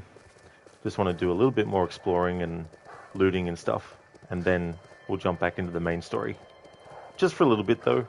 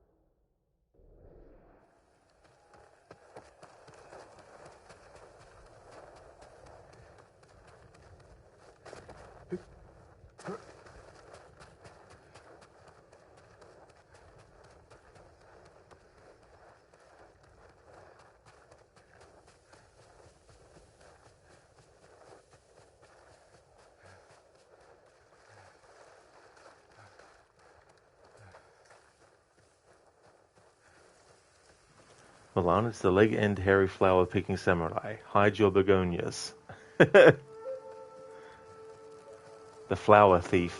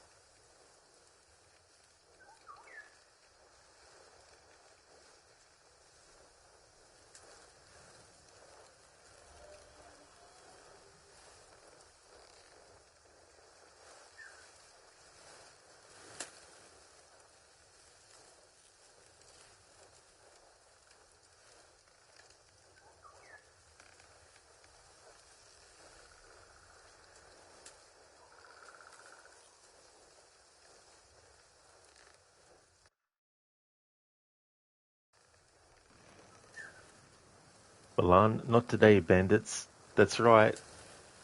They thought they were going to get away, but nope. That's true, yeah.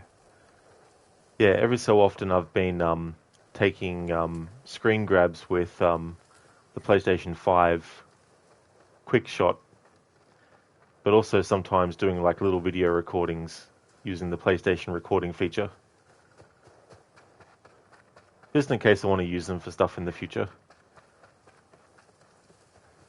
But yeah, photo mode in this game is awesome too, because you can keep the animation of things in the environment moving, and you can also alter whether or not they're moving fast or slow too as well.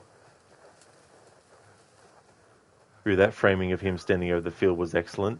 Yeah, there's just some moments too where like something will catch my eye in the environment, and I'll want to make the character just stand still in front of something.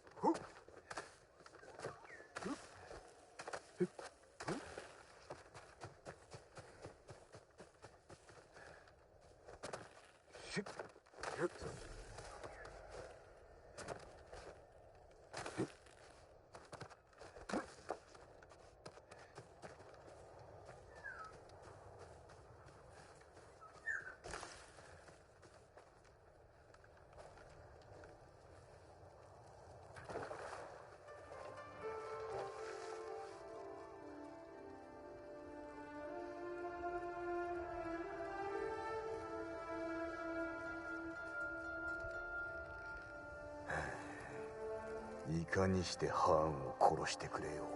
溺れ死なすか。いや、生きながら燃やし、足立殿の恨みを晴らす。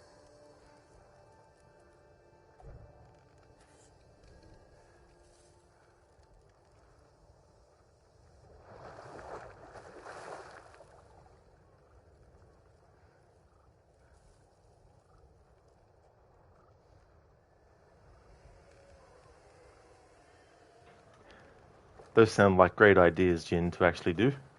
That sounds something like I would do in a video game against an enemy that really pissed me off.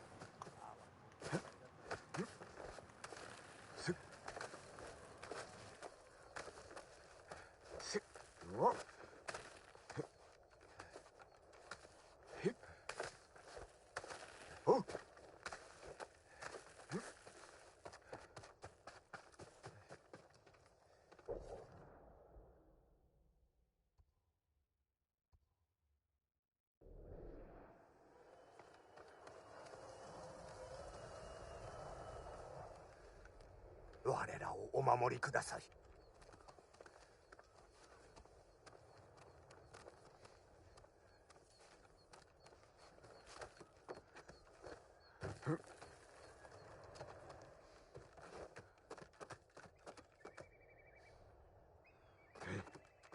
根負けさせる気だろうな。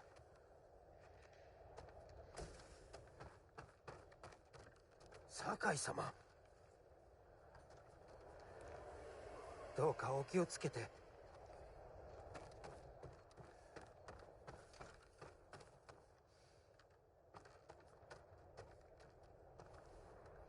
先日くるくると回る鳥の群れを見つけて不意に行ってみたんです。それは美しい場所で、時が過ぎるのを忘れるほど眺めておりました。そうしたひとときは救いになるな。我らのような武士も戦の前には景色を楽しみ和歌を読むことがある。和歌には戦に向けて心身を整える効果があるとか、本当でしょうか。いかにも。だが武士でなくとも和歌は読めるぞ。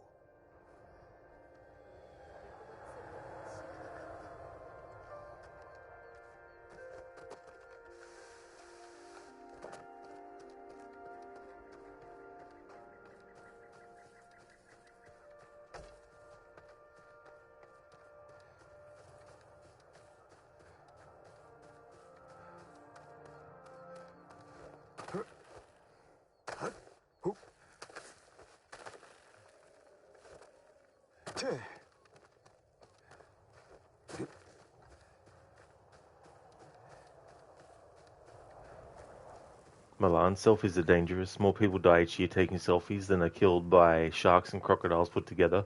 Ironically, some of the people who die taking selfies were probably taking a selfie with a shark or a crocodile. Yeah, that's it. The there's a kind of like tunnel vision, I guess, that happens for some people too, where they're not thinking too much about what's actually around them at the time. Like they may be thinking there's a really cool sign that they want to get a selfie in front of, but they might not be aware that there's someone that is struggling to carry something that if they don't watch out, they might turn around and knock into them, and then something, you know, breakable might fall, and who knows what the person's carrying, all that kind of stuff. It's like when people are walking somewhere and they're looking down at their phone the whole time, and they wonder why they bump into people, but then they get angry at the person when they were the one that wasn't even looking where they were going.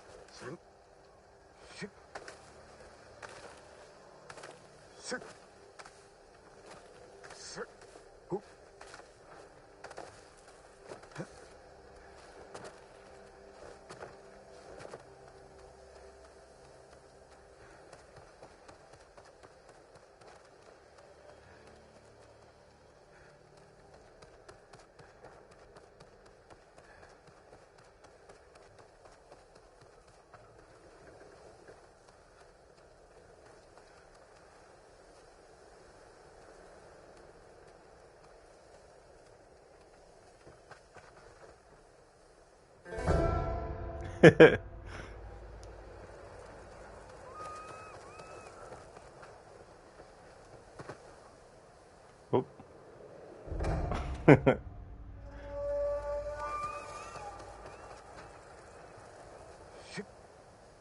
There we go.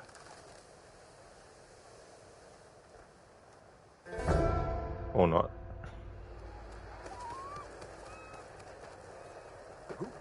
Nope.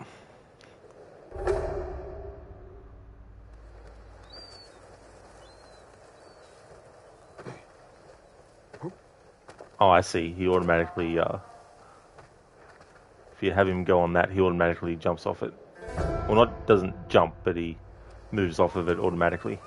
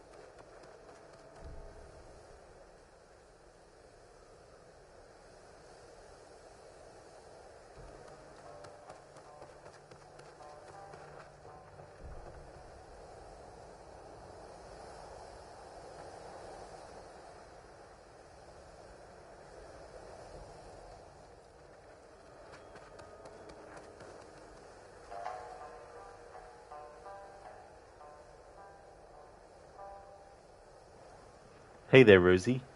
Kind of feel like playing Ghost of Tsushima right now must be how to not play Shadows in the most active way possible. Well, I don't know. I mean, not everyone in the world is a fan of Assassin's Creed, so they might not be playing Assassin's Creed right now, or Shadows right now, and might be playing other games that are also set in Japan. Dr. Darling, leap of fail time. What you were foreshadowing. Dr. Darling, a giant frog. Take it easy, I'm just needling you.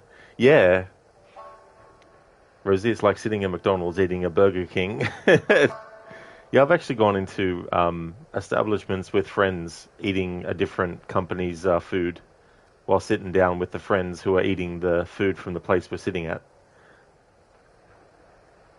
Dr. Darling, Neo has the giant frog boss. Never actually played that game before. That's funny. Milan, apparently last year 3 people walked backwards off the White Cliffs of Dover last year while trying to take selfies.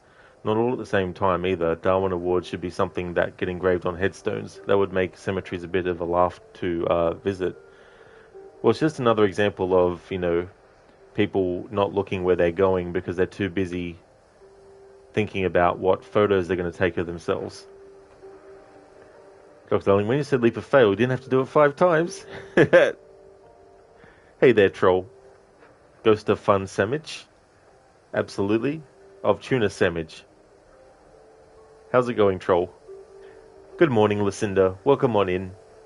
It's going well. Just doing some side stuff. But I'll be jumping into the story soon, because I won't be doing like a really long stream. I actually started about 7:30 PM my time. But I definitely want to move the story forward, though. Just doing some more exploring and stuff. But yeah, it's going good. How about yourself? Mr. Gote has redeemed Ghost of Fail Leap. Nice one. Yeah, I carried over the Leap of Fail into Red Dead Redemption 2.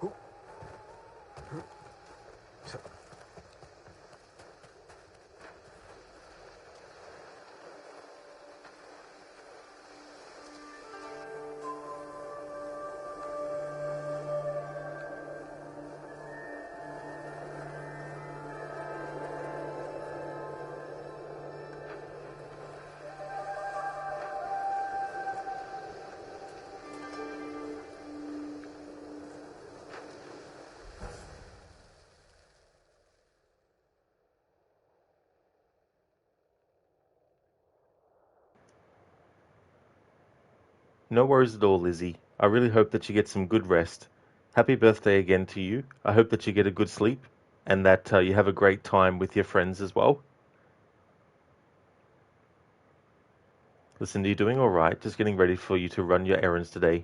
You're looking forward to watching Necro play RE7 today. He's kind of just getting started in the main house. Oh, nice. That's good. It's his first playthrough, is it, of RE7? That's awesome. Rosie, give him a hand if necessary. Accept this gift of moon. Listen, you're doing all right. Just getting... Whoops, I already read that. Whenever you would go to bow in this game, you'd somehow always hit the directional button to turn around, so it always looked like you were putting your butt towards the shrine or statue. I see now what your comment, Rosie, about accept this gift of moon is. I got it now. I get it. It's after Lucinda's comment. Yeah.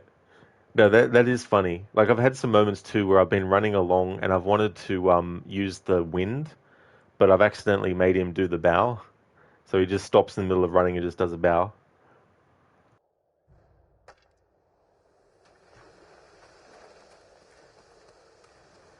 If you find some people that have been killed by Mongols and make him do a bow, he'll actually have some dialogue about what's actually happened. I want to go back this way because there's some stuff to loot instead of taking the shortcut to get down from the shrine.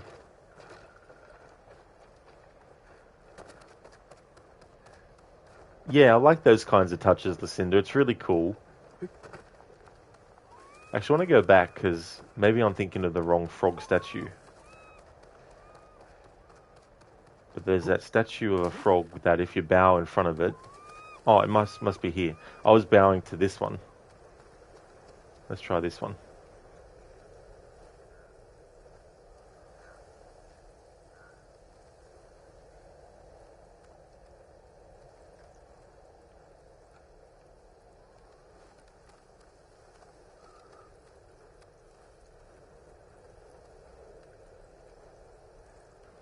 Oh no, was it the flute? Maybe it was the flute.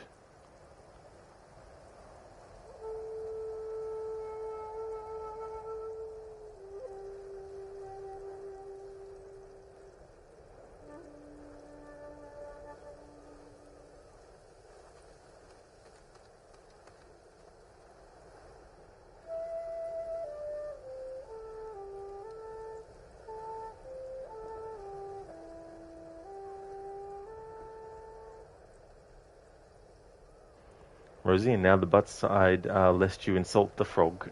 Yeah, the frog might not appreciate that.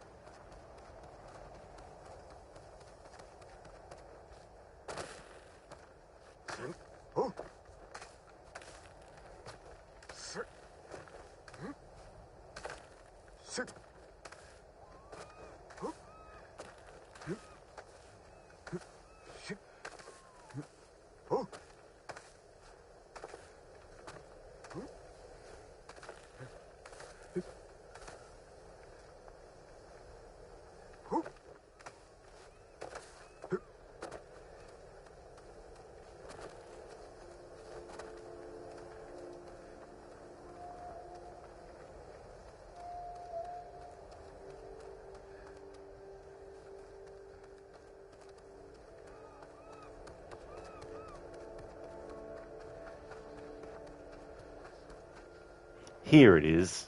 It has the sign of bowing near it. This is the one.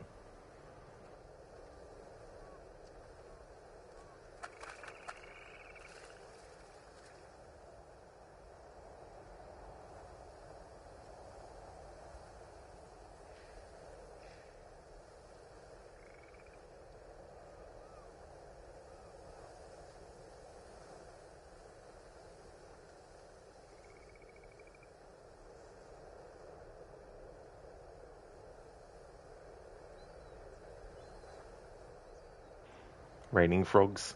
Listen to cute. It's a nice idea to have stuff like that as well. Be like, what happens if you bow in front of this frog statue? It's like it comes to life and then it jumps on you and wraps its tongue around your neck and then keeps squeezing until you die. Listen, do you think you saw one at a fishing camp where if you bow next to the end of the dock, a bunch of fish would jump around? Oh, cool. That's a good way to catch fish. Well, the frog wouldn't mind. Frogs catch flies with their tongue, and we all know where flies to hang out and where the stuff they like to hang around comes from. Oh, yeah. That's definitely a fair point.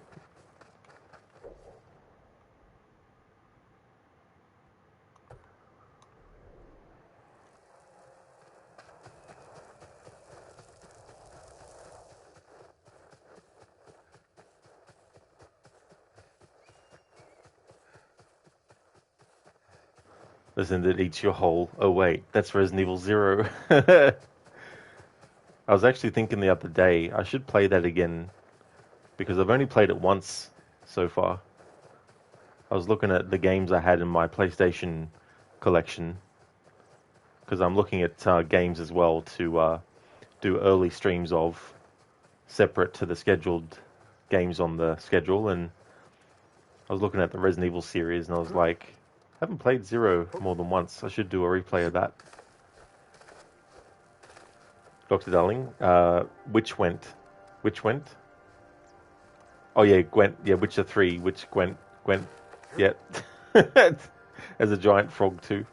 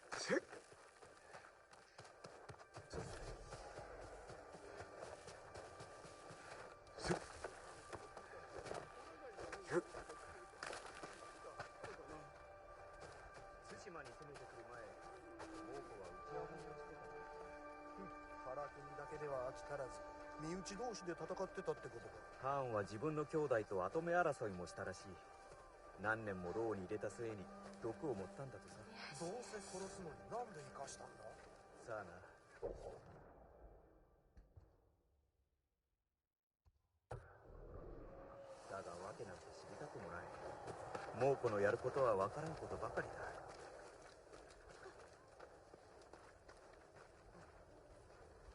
旅の安全を祈っております。稲荷の神が守ってくださる。俺が生まれた日、母上が蛍を追う狐を見たそうだ。狐はお稲荷様のお使いと言われてますからね。見かけたら追いかけるのが吉でしょう。そうしよう。では。八百万の神があなたをお守りくださいます。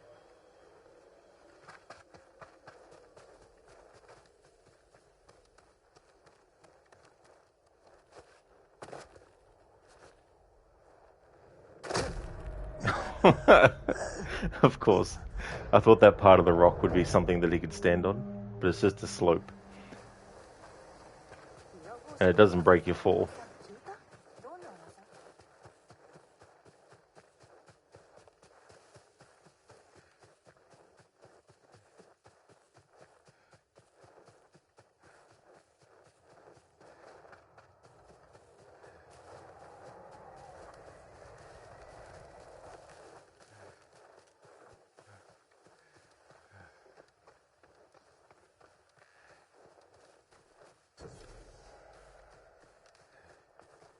Alright, so I'm not ready to do missions with Sensei Ishikawa.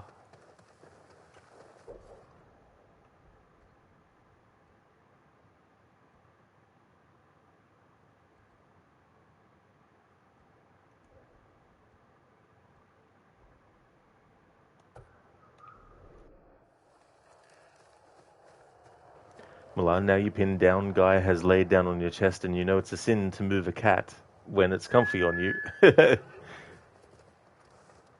You would also anger the cat gods as well.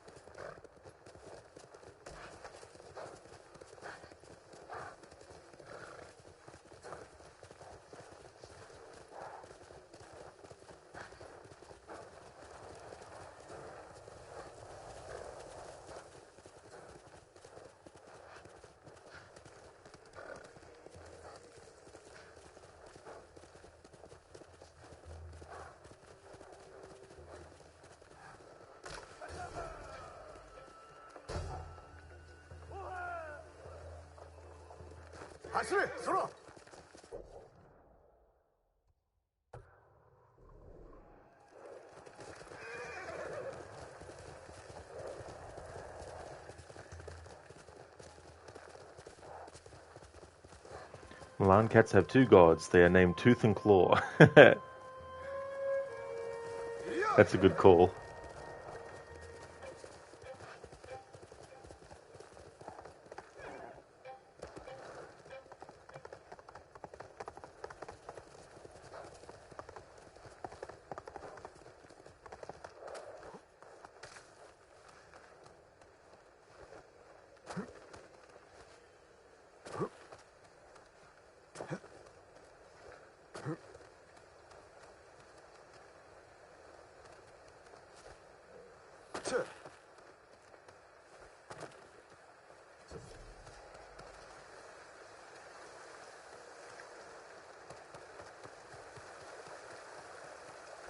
日吉の湯だ。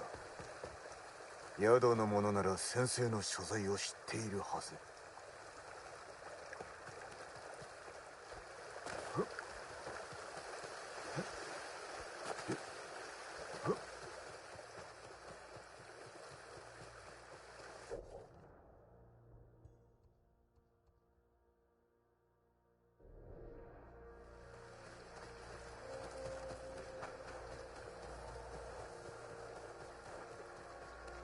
Hello, Ogorki. How's your day going today?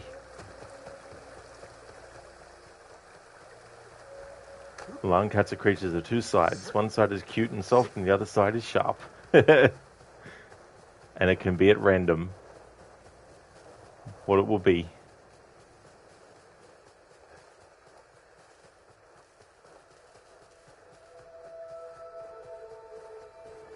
Great to hear that, Ogorki. That's good that you're going well.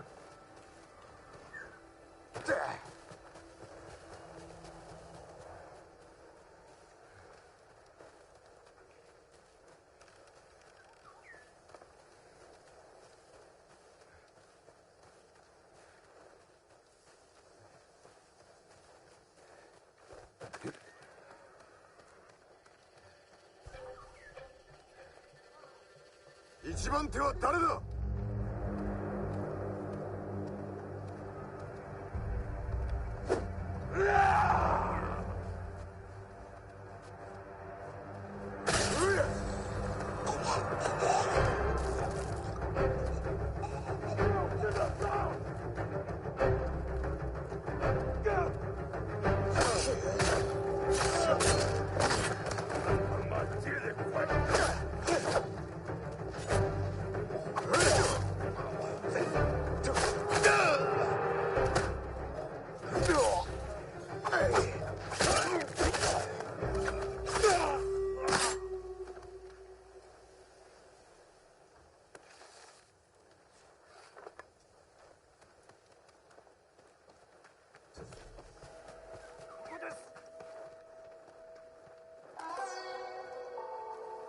動くな。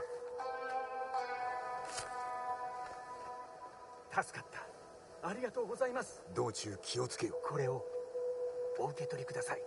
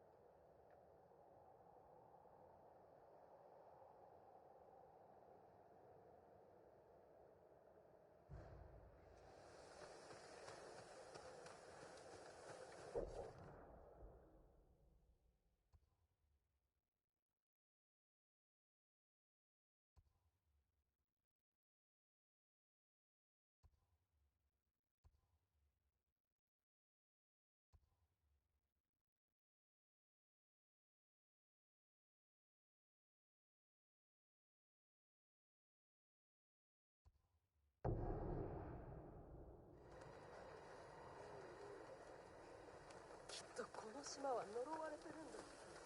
何が望みだ。酒井様。無事であったか。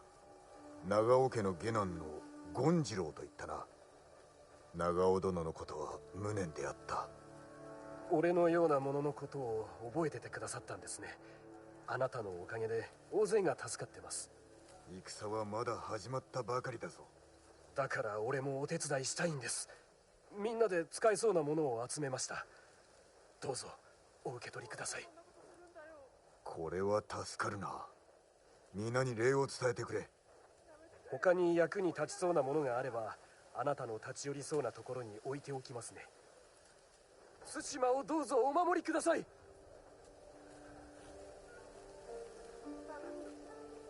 が待ってるんだよ。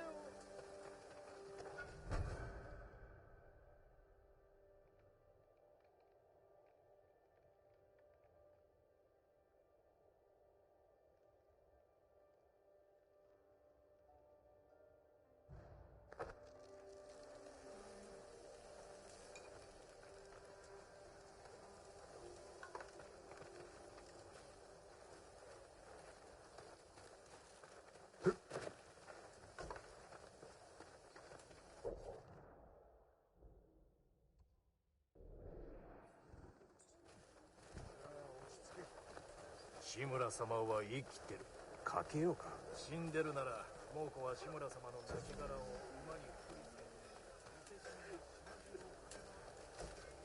最後の一人も諦めぬものもし太刀のお手入れをいたしませんか。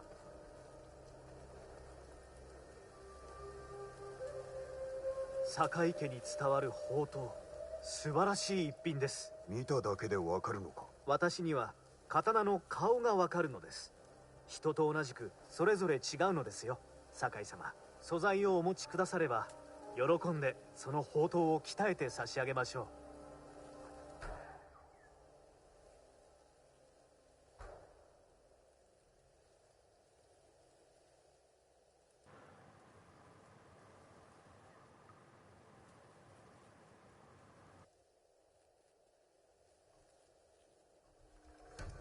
鋭さと切れ味が増しました。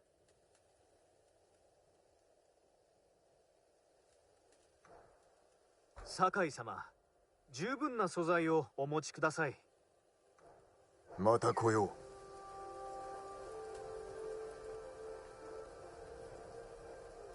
力を入れると痛むと。またいつでもお越しください。行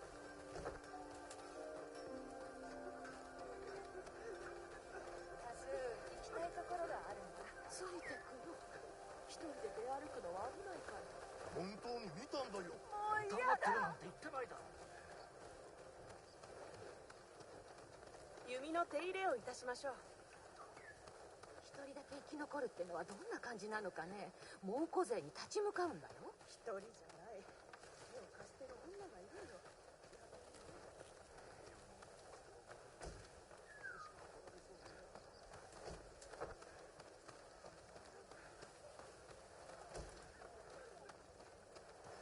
酒井様、ご無事で。狐の数が前より増えた。お言いつけ通り、街道を避けてここまで参りました。お主も無事でよかった。息子も怪我はないな。父よりも立派な子です。あなた様に助けていただいたこと忘れません。達者で暮らせ。さらばだ。木のまま逃げてきた連中ですが、あなた様の助けになりたいと言ってます。ほらな、言ったろう。望みはあるんだよ。お前、あざもから来たのか。道は隠れている。誰か助けて。ってから抜け出した。あっちもひどいだろ。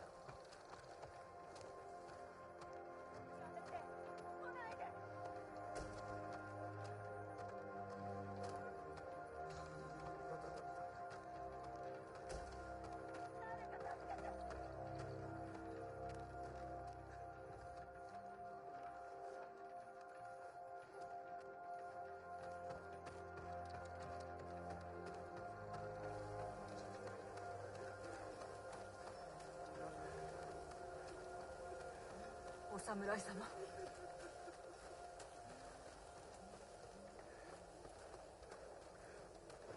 Hello, Octavius. Greetings to you as well. Hope you're having a good weekend.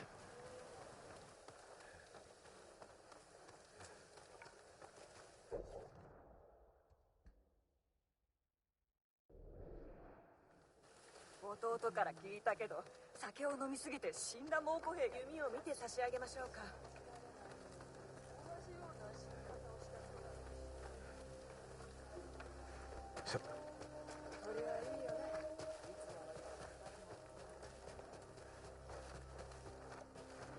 Oh, nice, Octavius. That's good. That's awesome. As for me, things are going well. Gonna be jumping back into the story a little bit.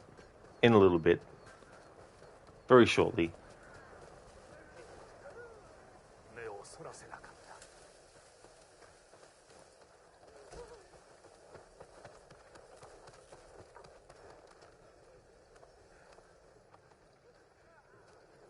この近くに役立つものはないか。残念ながらですが、神社をお参りすれば手を差し伸べてくれるはず。鳥居を見つけて社まで進めば何かいただけるかも。神の加護を受けた護符があるというな。ぜひ手に入れたいものだ。志村様のご無事を願って絶えず祈りを捧げております。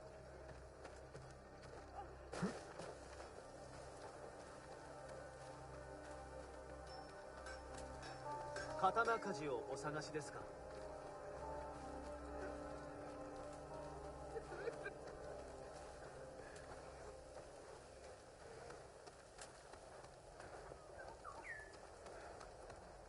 うちの鎧はもうこの武器にも負けません。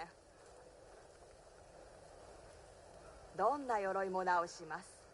八幡様も羨む仕上がりですよ。戦で壊れた鎧がある。おや、これはかなり傷んでますね。痛みの少ない鎧をお持ちくだされば腕前をお見せします。Octavius, never played this game, but you hear it's extremely good. Oh, it is a really good one. I played it for the first time last year, And this time around, I wanted to do a playthrough with Kurosawa Mode. So as you can see, it makes the color scheme black and white, but it also adds film grain and also film scratches on it as well to pay tribute to the filmmaker Akira Kurosawa, who a lot of his early work was movies like The Seven Samurai and Yojimbo and The Hidden Fortress. So they wanted to pay tribute to that filmmaker, so they actually got permission from his estate, because he passed away a while ago now. They got permission from his estate and family to actually call this mode Kurosawa Mode. So they got the official blessing of his family to go forth with it. So I thought I'd do that playthrough for this second time around. And it changes the spoken language to Japanese automatically. And I'm doing 100% as well on top.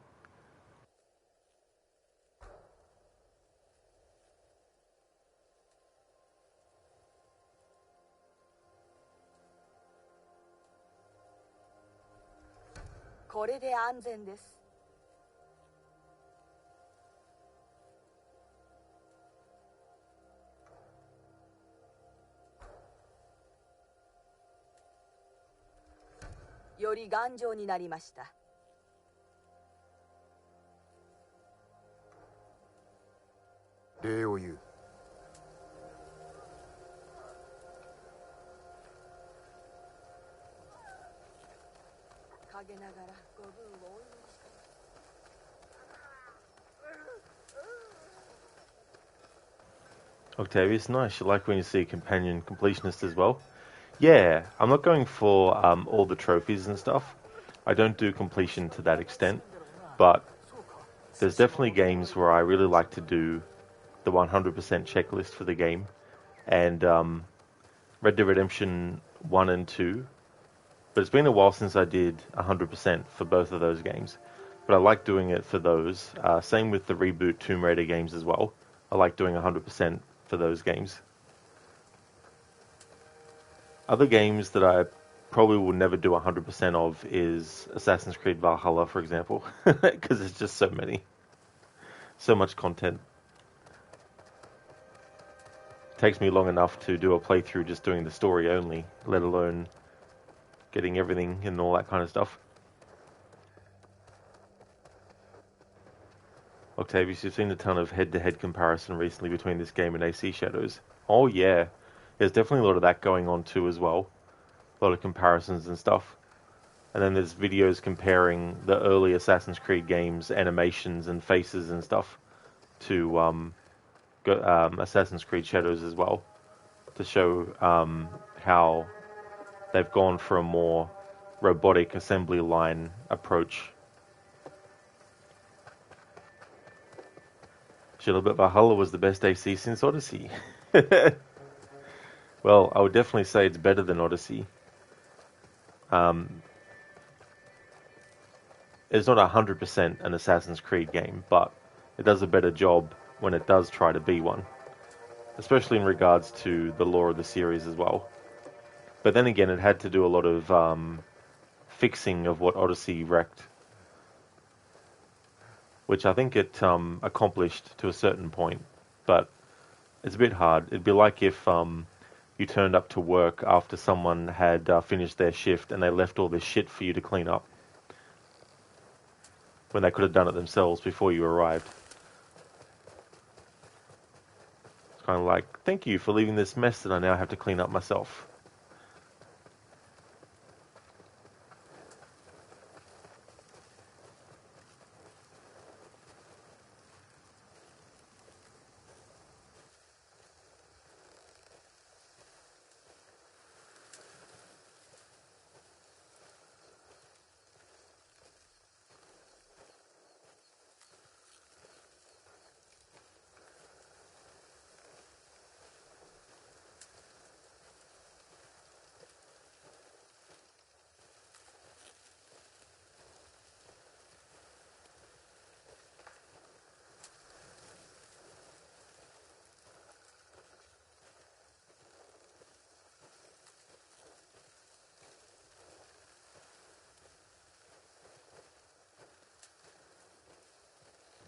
Octavius, why is it black and white? That's part of the Kurosawa Mode effect, to pay tribute to his movies that were in black and white. So you'll also notice sometimes too, you'll see film scratches that have been added as well. It's more noticeable when you have not as much stuff on the screen, more so when you're actually talking to characters and stuff like that. But they also change the sound as well. There's a certain filter they put on the sound or the audio to make it sort of match the type of sound that was used, or the quality of it, I guess, that was used back then.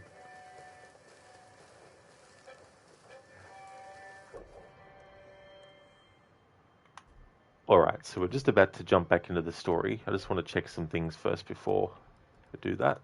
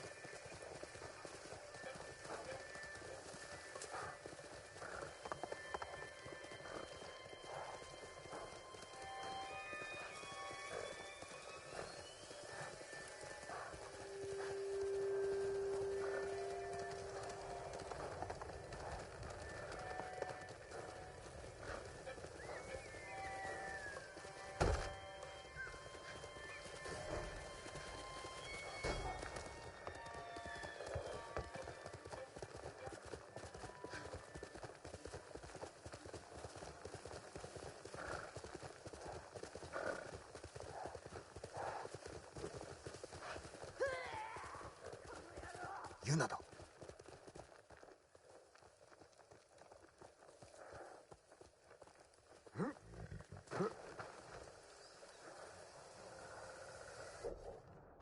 Octavius, you will say it again, you're bleeding to complete 100% Valhalla with these stupid master skill missions. The worst part after that is to fish all types of fishes with rope and you're done. That'd be so annoying and frustrating. And the amount of time it would probably take to get that done. I felt like too, trying to find a place in the game that had very specific fish that you wanted to get was ridiculous too. I think didn't they have to patch it or something to increase the probability that you would get a different variety of fish or something. I can't remember now what it was, but it definitely sounds really tedious.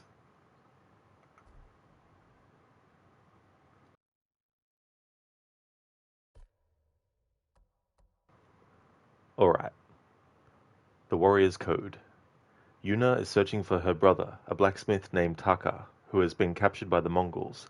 She's checking on a lead near Kechi Fishing Village. I should join her before she runs into trouble. Dr. Darling, Valhalla takes exactly 467.3 hours to 100%. Ouch.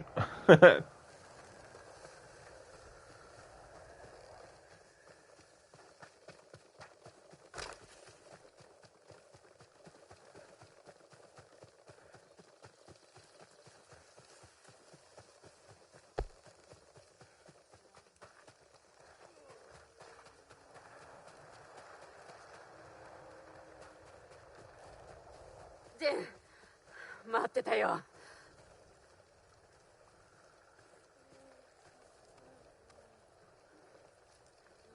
一人で倒したのか。来るなら早く来て。危うく死ぬところだったよ。猛虎が捕虜を連れて川上に向かったらしい。鍛冶屋を見たって人もいる。弟か。もしかしたらね。金田の入り江の近くに野営があるって聞いた。場所ならわかる。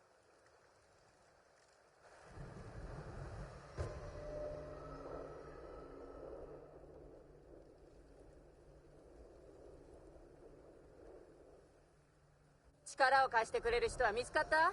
いや、まだ探しておる。じきに誰か見つかるさ。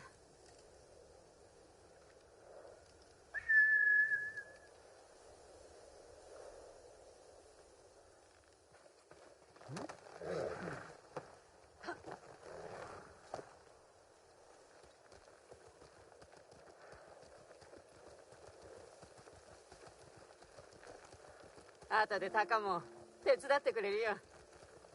ああ、もうすぐあの子に会えるんだね。お主はいい姉だ。そんなことない。弟は何というかな。あんたにも兄弟はいるの？俺の身内は叔父上だけだ。助けた後はどうするの？休みたい。叔父上がいらっしゃれば島は救われるからな。そればっかりだね。勝てるはずのない戦を制してきたお方だぞ。お主は弟を助けた後どうする？実は考えてる暇はなかった。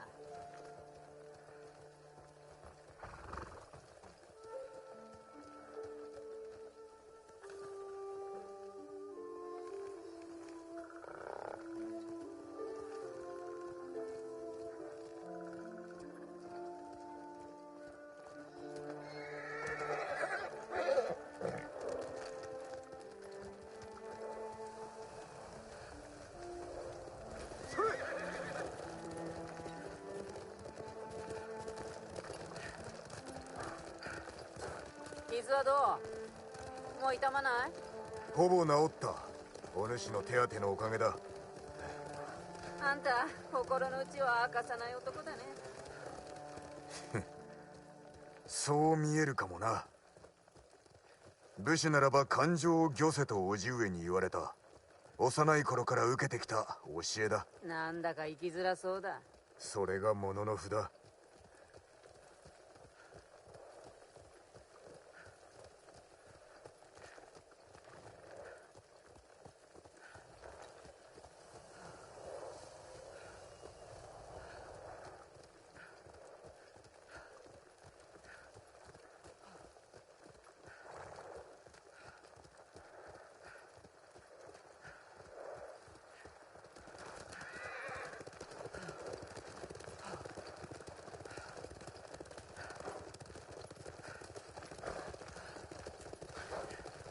この先に川を見渡せる場所がある。そこからなら野営がよく見えそうだ。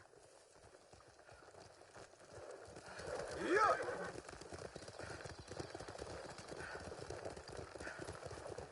あれが野営？入れそうにないな。数日でしつらえたものならばどこかに隙間がある。探すぞ。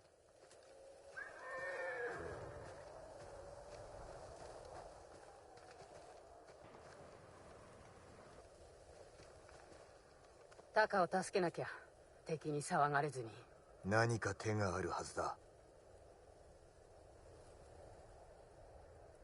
奥の守りは固そうだ。あの岩は登れそうだ。足場が緩いと崩れる。気づかれるよ。正面の壁は出来上がっておらぬな。隙間があるかも。正面の壁に隙間がありゃ中に忍び込める。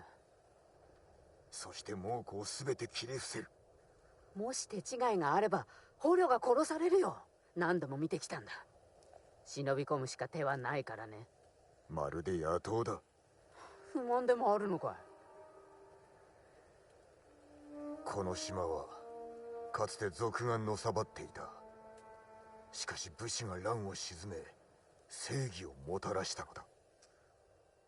我らは誉れと共に生き、誉れのために身を捨てる。かつて我が父も平和のために命を捨てた。私だって同じだよ。だけど今はやらなくっちゃ。叔父上の教えに背くわけにはいかん。今は目をつぶって家族を助けたいんだ。あんただってそうじゃないの？近くに寄ってみよう。様子を探りたい。それじゃあ暗くなるまで待とう。行くぞ。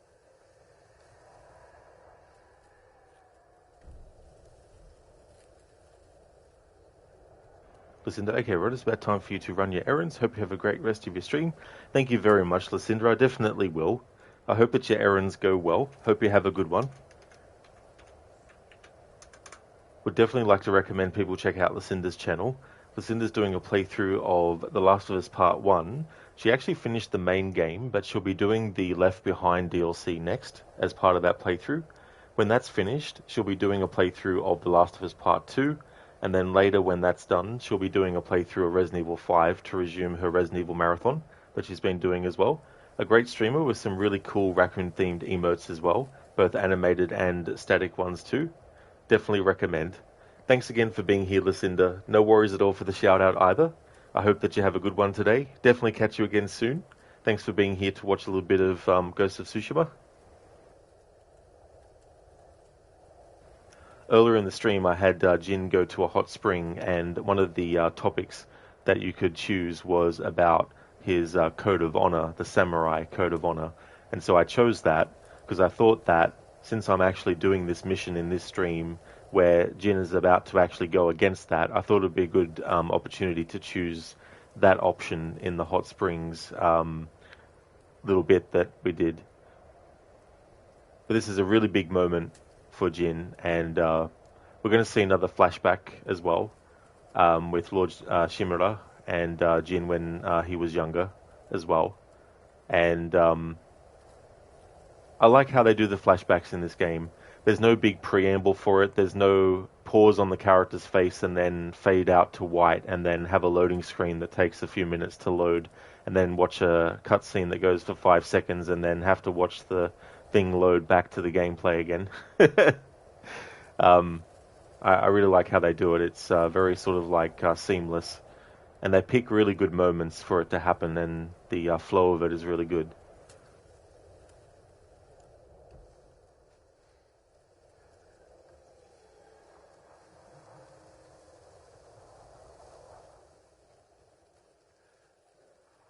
Takawa, 苦労してるんだ。猛虎が来る前から。守ってやったのだな。兄弟だからね。タカは盗みを嫌ったけど、飢えて死ぬよりはマシだろう。やるしかなかった。俺も武士になるほかなかった。だが教えに背くのはやはり。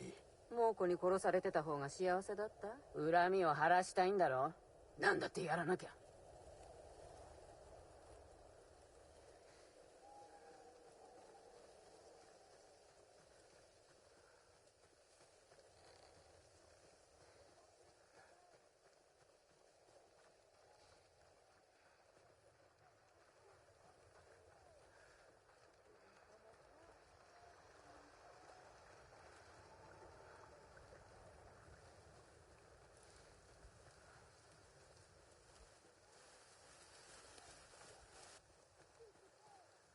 通るぞ。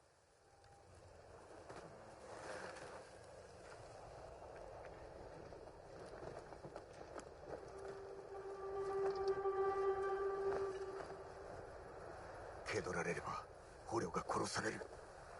じゃあ音を立てずに喉をかっ切るしかないね。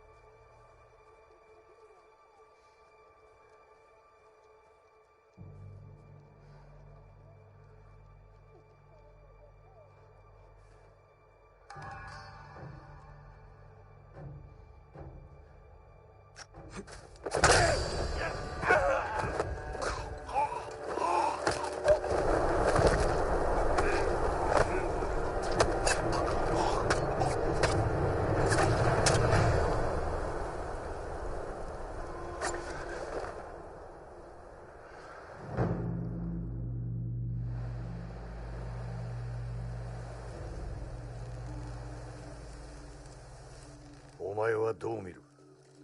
足を怪我しています。矢が当たりましたね。手負いの熊は死に物狂いだ。ぬかるでないぞ。わかりました。後を追うぞ。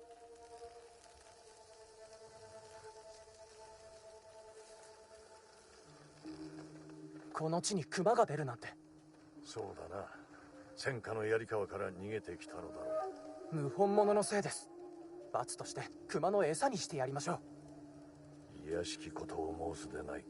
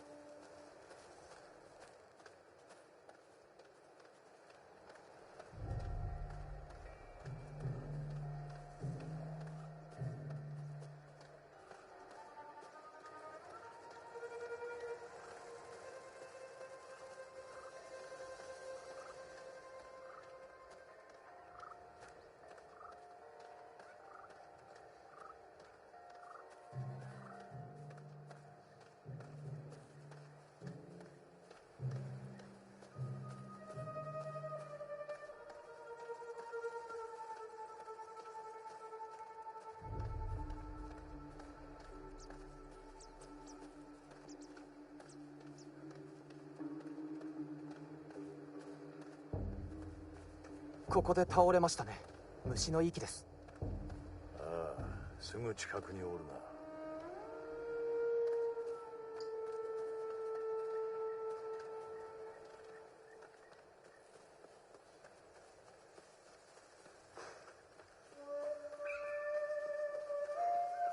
気を抜くなよ。分かってます。とどめは私に刺させてください。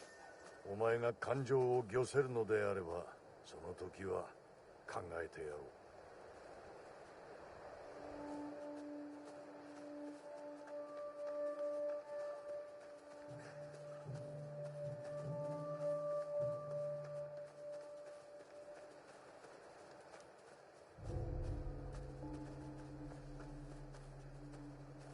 いました。夜な、生きておるやもしれん。この焼き傷では死なぬはず。見てください。この傷の跡は矢ではありません。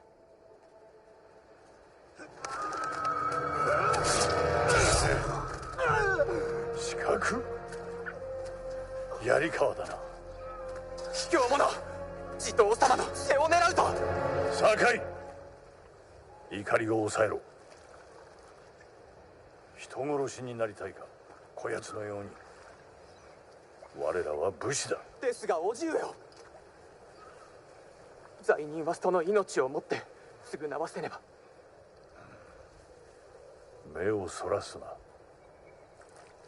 怒りや恐れで人を殺めてはならん。誉れを胸に切れ。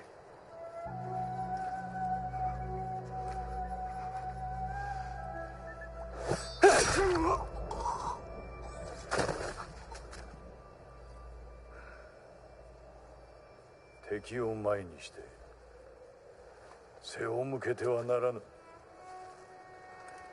命を奪う時も相手を見据えろ。情けと覚悟を持て。それが侍の姿だ。虚に乗ずるは臆病の印。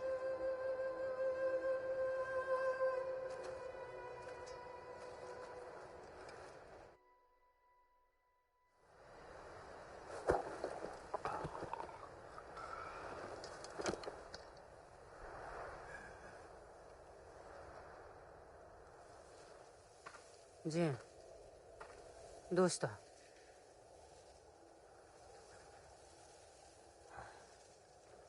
タカを探そ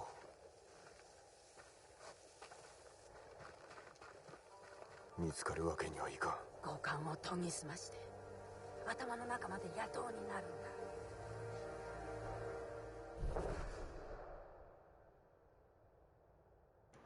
Well, and who flashed at Jin to make him flash back at them? The backing flash of the flashing back. TM.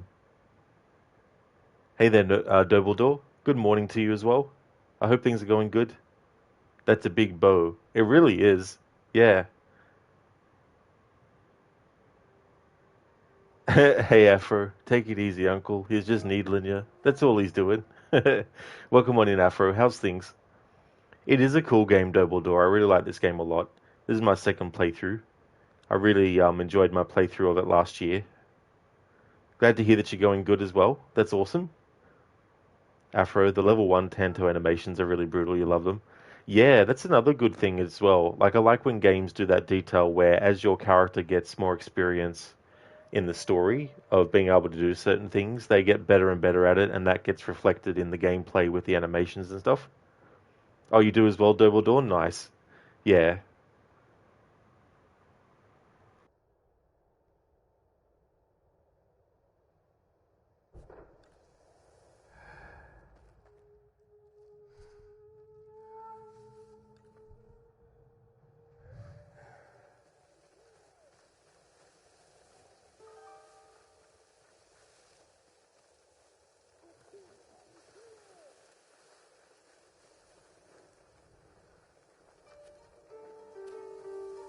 Legium Harsinta.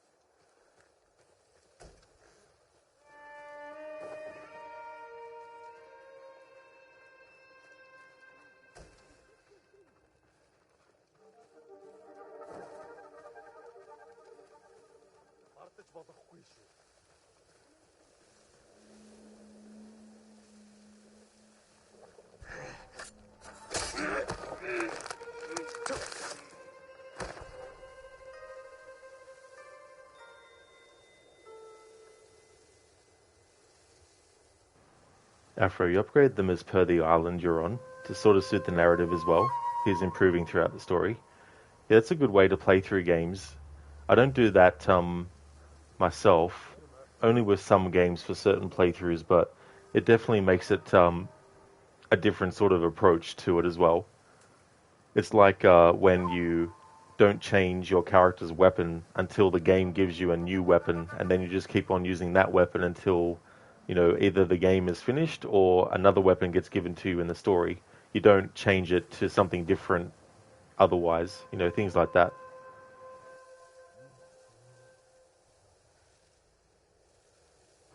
I look you in the eye and respectfully take your life. I'm not angry, but you should never have said Sylvester Stallone's movies were better than mine. What a rivalry that was. Thanks for redeeming that as an Arnie impression, Milan. ユナ、あれは違う。タカじゃない。そうか。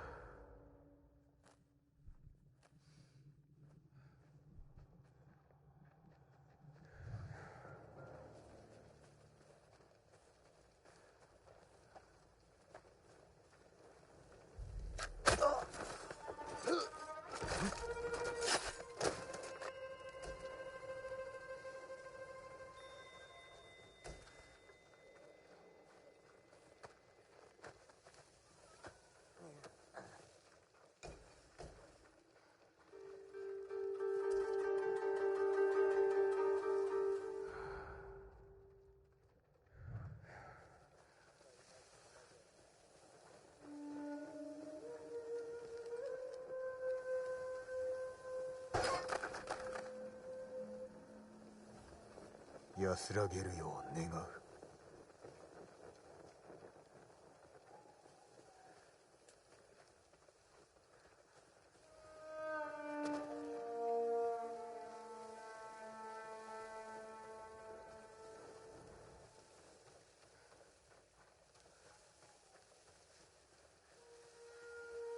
あった、檻だ。タカか。見に行こう。違う、タカじゃない。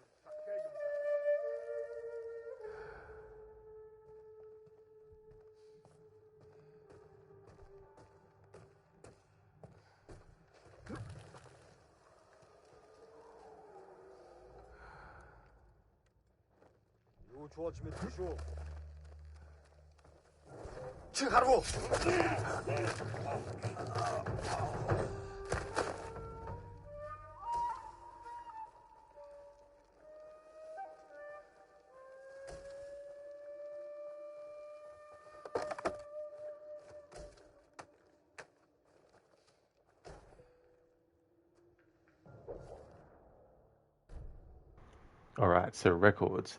Personal accounts, poems, and messages written by the people of Tsushima, documenting life during the Mongol invasion. Found all over the island, in towns, settlements, shrines, Mongol camps, and many other places. Conversations with the Khan 1.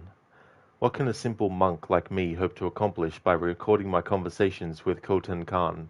My aim is to document his words and deeds in order to counter the natural suspicions of the people of Tsushima, foster mutual understanding, and thereby prevent more bloodshed. The Khan has been most receptive to these talks, and surprisingly frank on a range of matters, though I am a mere translator and Japanese to boot. His ambition is boundless, as any shogun's, and he has a keen sense of history and his place in it. At the same time, he is eager to learn more about our culture and history. Such an intriguing man.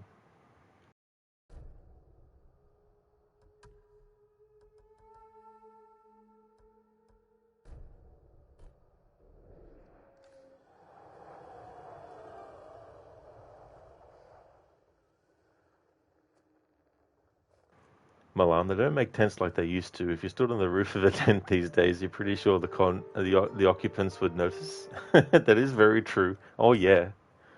You'd be like, what the fuck's on the roof of the tent here?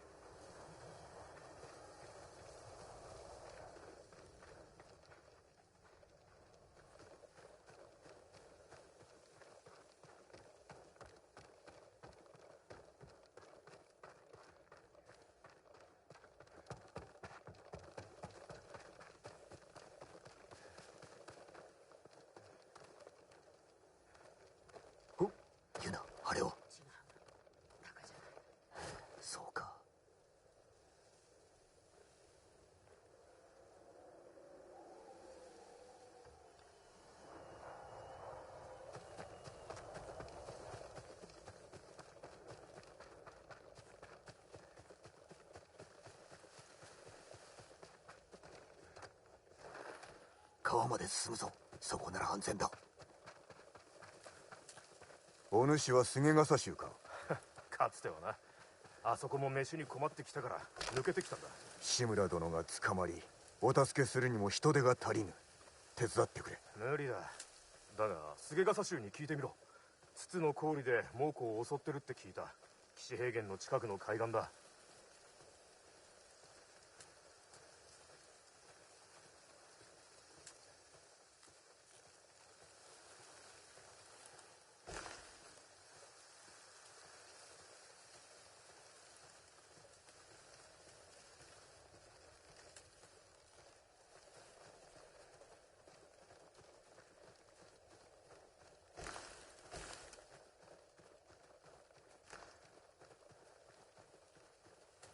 っち。弟を探してるタカという刀鍛冶。覚えはない。だが多くが他へ移された。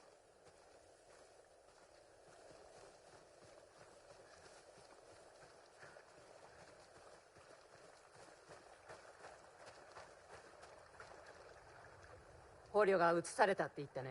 どこだ？アザモウラがどうとかって。そういえば鍛冶屋の男を見た。若くてヒゲの生えた槍川の出だったはずだ。嘘じゃないだろうね。鍛冶屋が見つかるといいな。タカがアザモウラで生きてる。壁で囲まれた村か。策もなく乗り込めば返り討ちに遭うだろ友人が手を貸してくれるかもしれない。う。よかろう。まずはタカを救い、それから叔父上だ。ジン、タカならどんな道具だってすぐに作ってくれる。でもその後二人で島を出たい。猛虎のことならば案ずるな。叔父上が止めてくださる。とどまり故郷のため戦え。故郷は私とタカがいるところさ。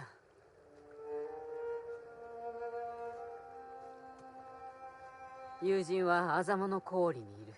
ツツとの境だ。そこで落ち合おう。楽じゃなかっただろう。教えに背くこと。なすべきをなしたまで。そっか。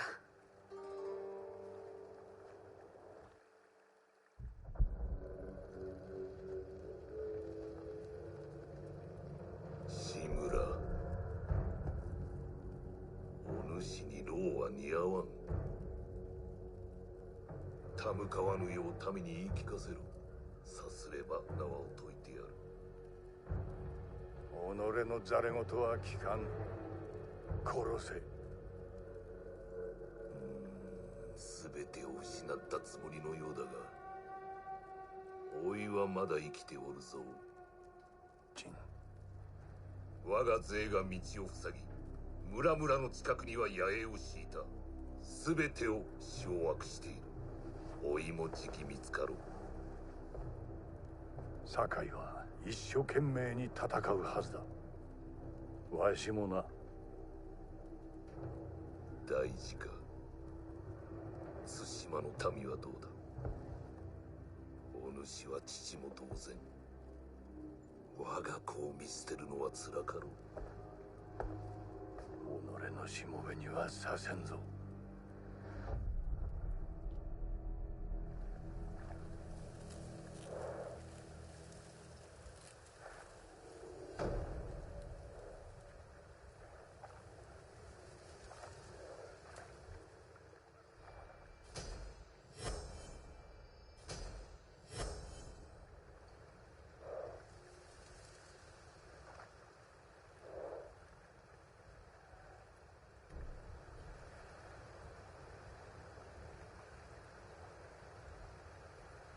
Hey there, Zayas. This is a good one. Some of the design gets a little too cookie-cutter Assassin's Creed, but overall one of the top 5 PS4 games probably. You beat this one, the hardest difficulty, which was basically easy mode compared to your Sekiro playthrough. The Japanese voice actor for the uncle in this game is the Japanese voice actor for the boy Solid Snake. Oh, nice. Yeah, there's not many games that I've actually changed the spoken language to that of the region it's set in. Before this playthrough, the only other games I changed the language to of the location was Assassin's Creed 2 and Brotherhood with the Italian language, Assassin's Creed Unity with the French language, and Assassin's Creed Mirage with the Arabic language. So it's good to do another game with the language that's actually of the region that the game is set in with this game. But GG's on beating this on the hardest difficulty. Hey there, Cody. Good morning, dude. How's your morning going? Milan, midday approaches fast. You will see you soon. Be well, folks. It's time to cook.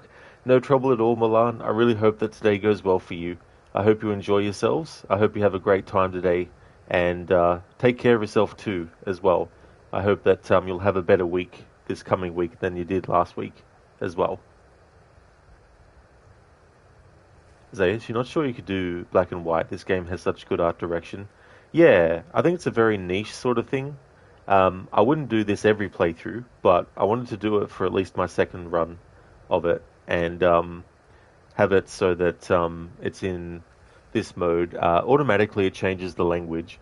I didn't realize that. So when I first started the playthrough, I actually went into the options myself and changed the language to Japanese. But then, when Kurosawa Mode was activated, it had already, it said that it was changing it anyway. So I was like, oh, okay.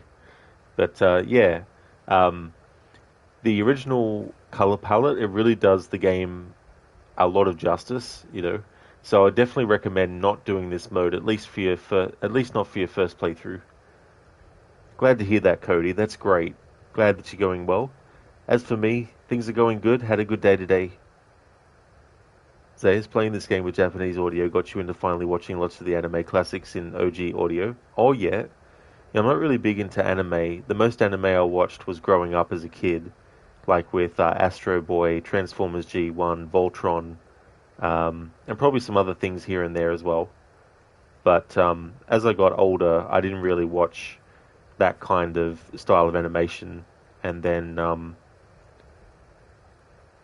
I think I might have only seen maybe 2 different ones since then. But that was years ago now. Cheers, Cody. Thanks, dude.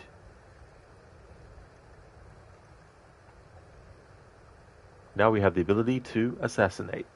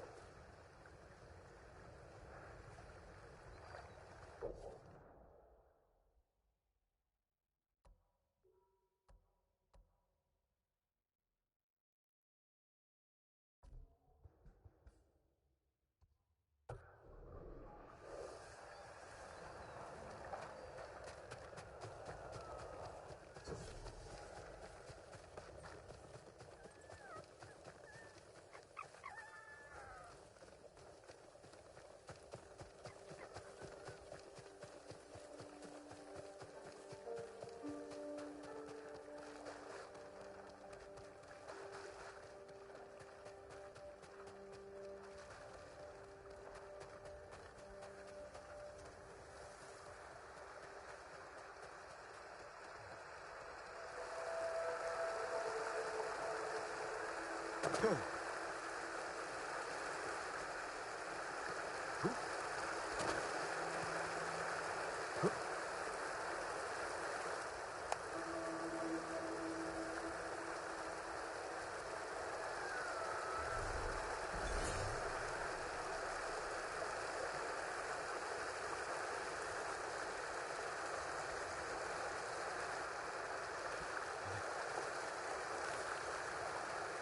石川先生が生きておいでなら手を貸してくださる。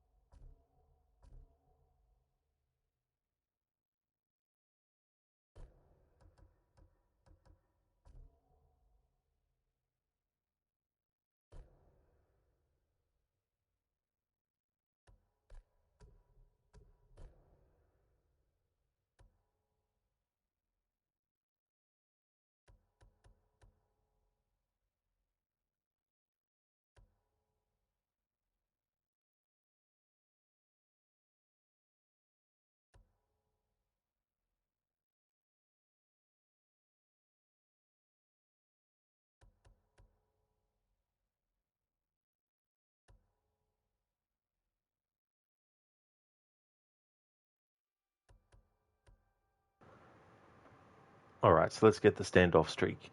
After a successful standoff, one enemy will rush in and open themselves to a killing blow.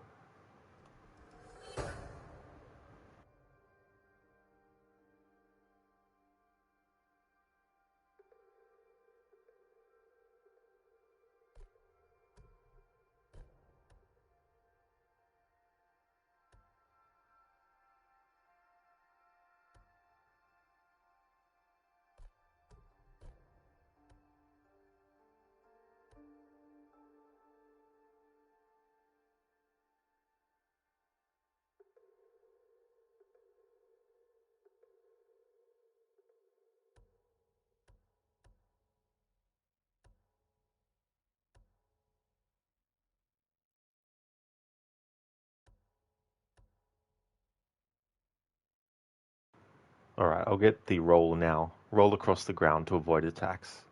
Also extinguishes burning.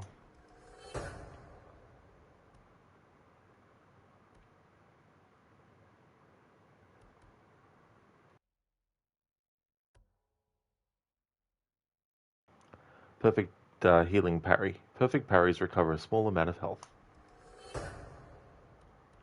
That can come in handy. Unyielding sword parry. Parry an unblockable attack from Mongol swords.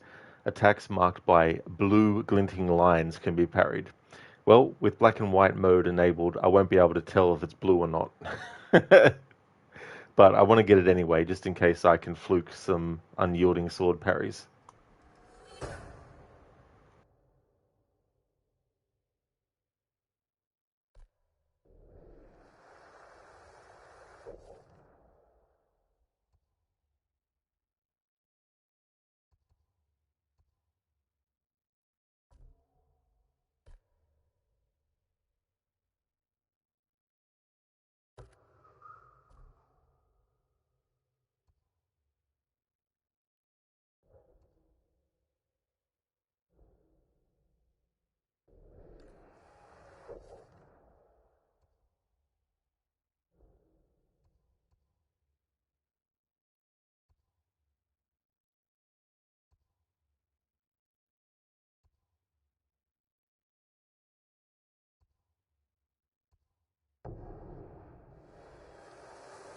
Troll, nothing is blue, everything is permitted.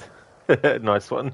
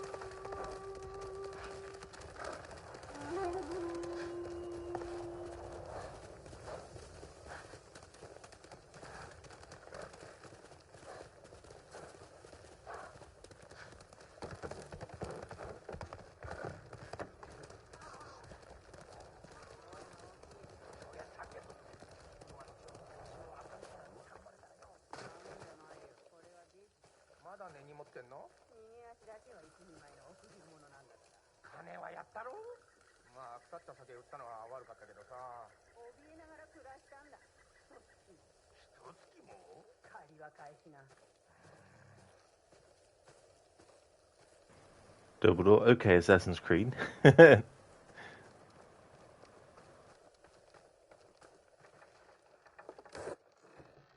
タカが待ってんだよ。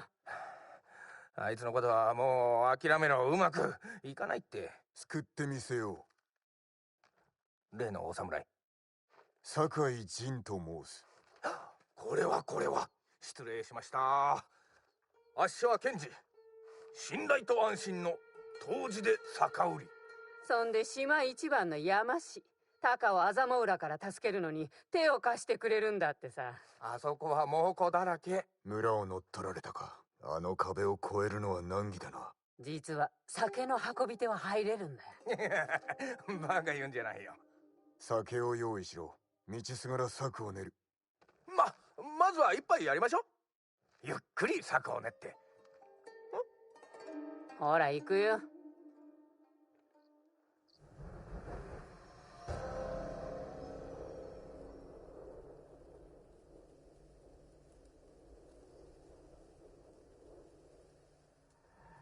村村に近づいたら荷車に隠れてください。荷を改めぬのか。ご心配なく、何度も何度も届けてますからね。足の酒が口にあったようで、もっとよこせってもうるさいのなんの。敵と商いをしておるのか。死にたくなければ酒よこせって脅されてまして。That seems fair.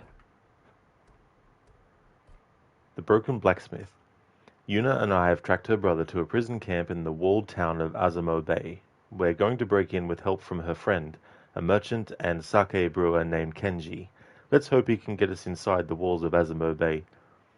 And Mita, where is Kenji? I really like his character a lot.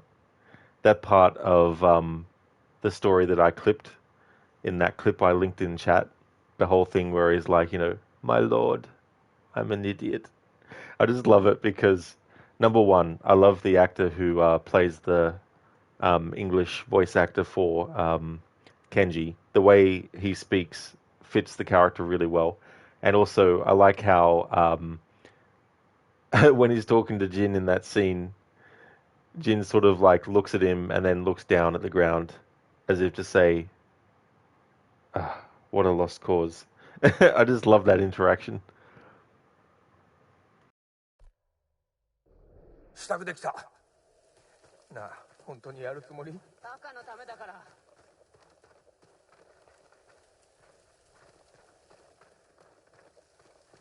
アザモ浦はどのようなありさまだ。歯向かった奴は殺され、生き残った奴は捕虜にされるか、下人にされるか。タカを見てないんだね。ああ。でも火事場で働いている奴がいるって聞いた。きっとタカだ。二人は知り合って長いのか。アホな子供の頃からさ。酒を作り始めたばっかの時にこいつが初のお客。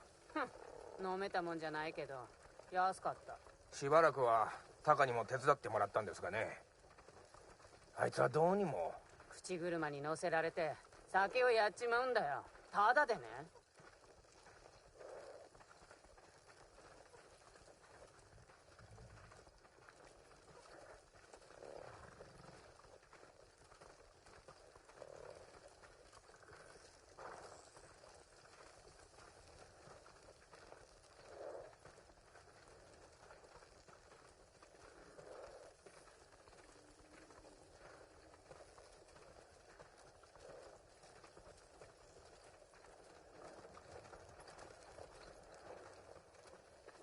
猛虎だ。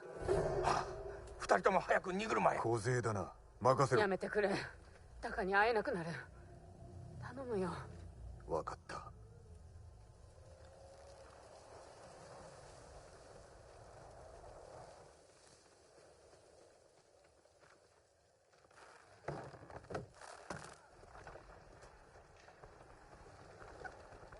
構えて。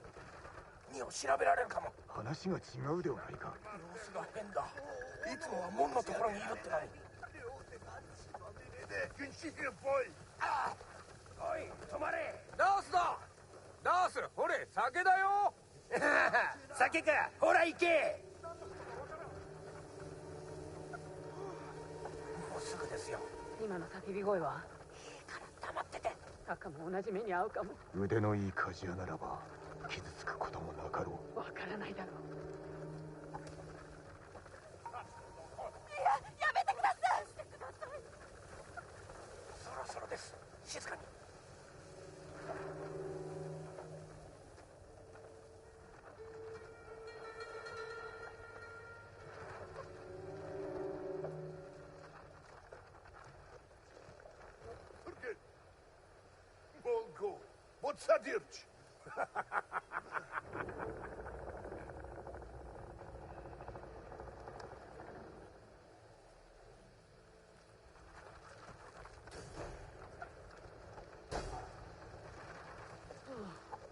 まさかうまくいくなんて。ああ、ひどい。きっと誰かが兵を怒らせたんですが、村の半分が焼かれてる。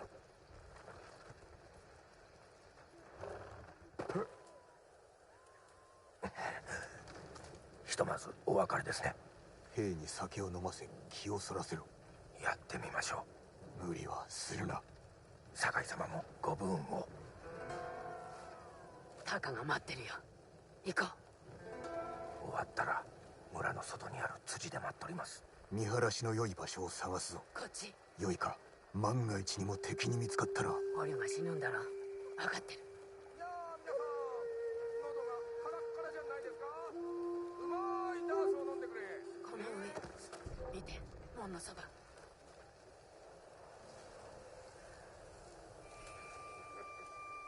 あれが一人の頭か。クズめ。あやつ捕虜を品定めしておる。タカのところに行くかも。追うぞ。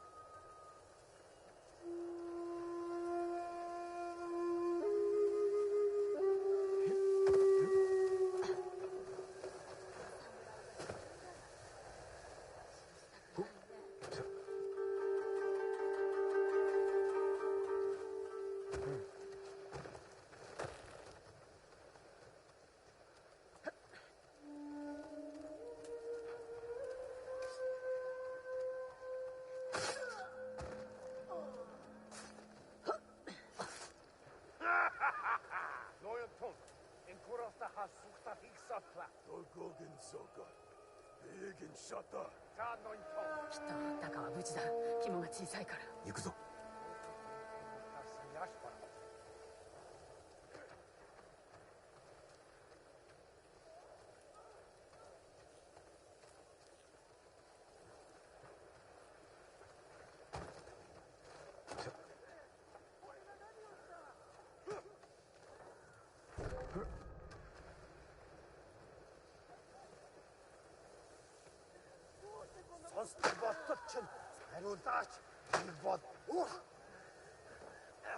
誰が下品になどなるか。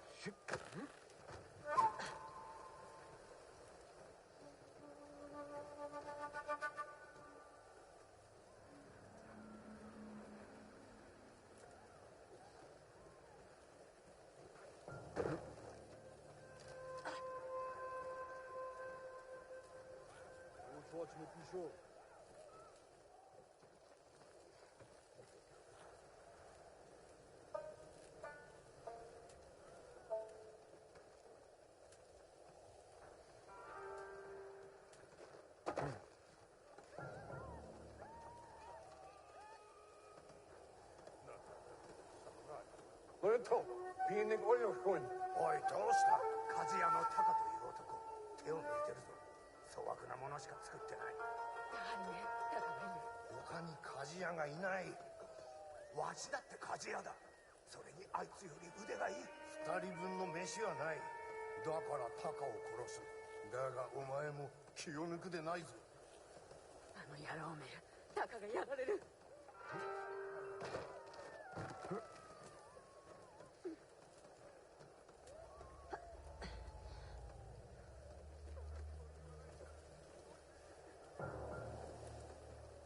兵が大勢おるな。人売りを見失う。先にタカを見つけないと。ユナ、離れるな。抜け道を探す。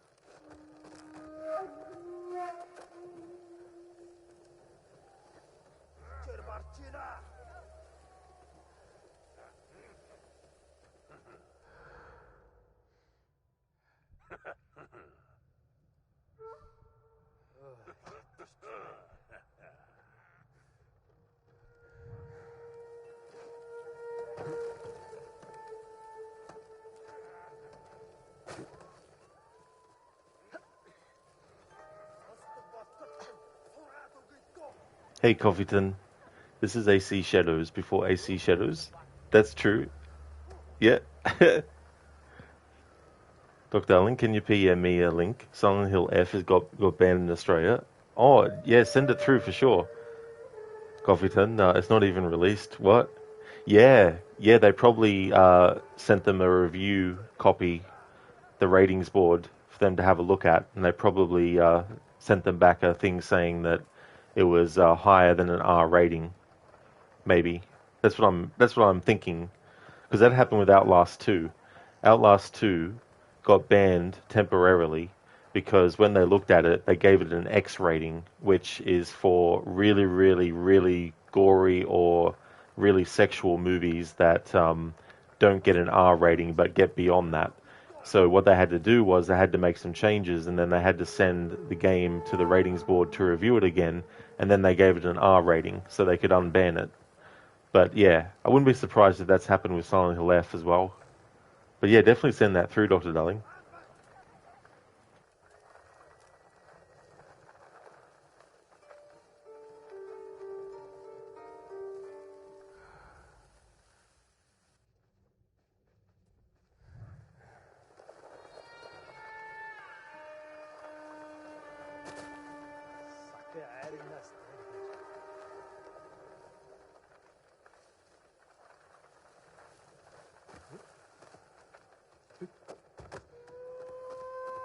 I can't believe that worked.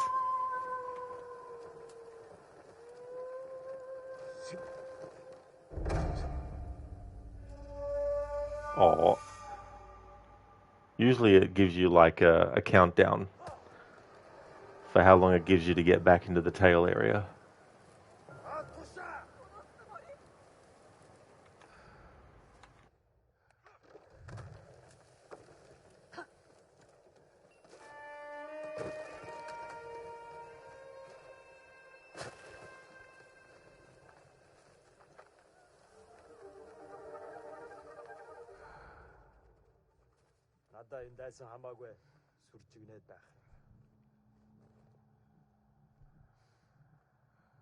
Thanks for sending that through.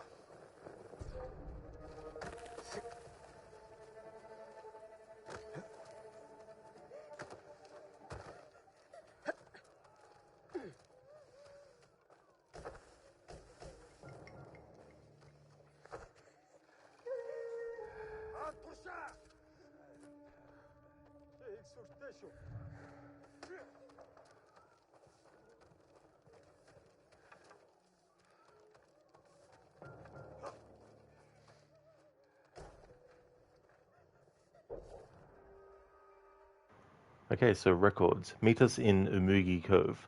Brother, I asked Taro to run day and night to you with this message. Leave while you can. Komoda town is ash. The walls of Azamu Bay will not keep these invaders out. They are not pirates or bandits from the bad old days. They are worse. They have massive weapons that cause fire to rain from the sky. We cannot hope to oppose them. Flee north to the foothills.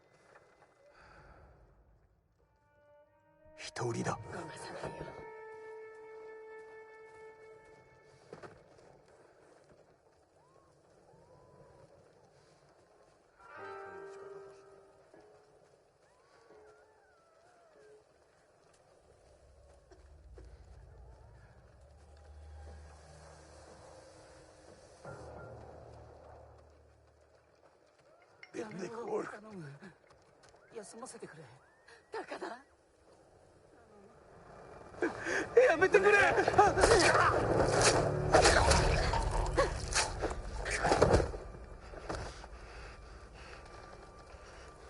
姉さん。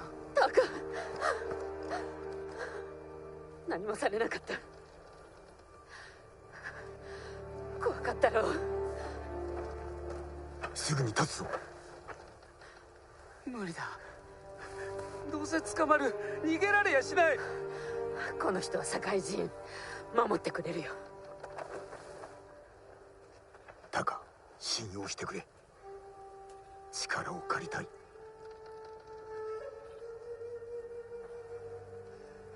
励んでみます。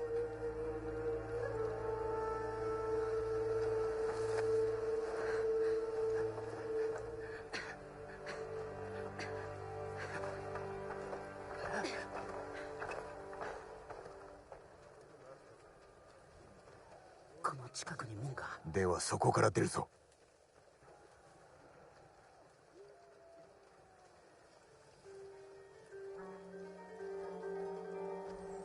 ムクロが見つかった。殺される。隠れましょう。いや、進むぞ。あそこ登れそうだ。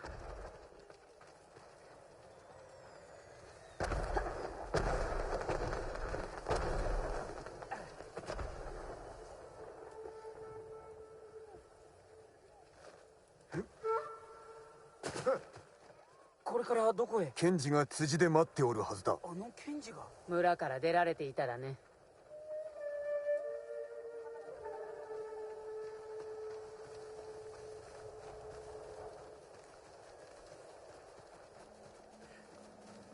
That's right, Dumbledore. Yeah, Yuna. A lot of great characters in this game.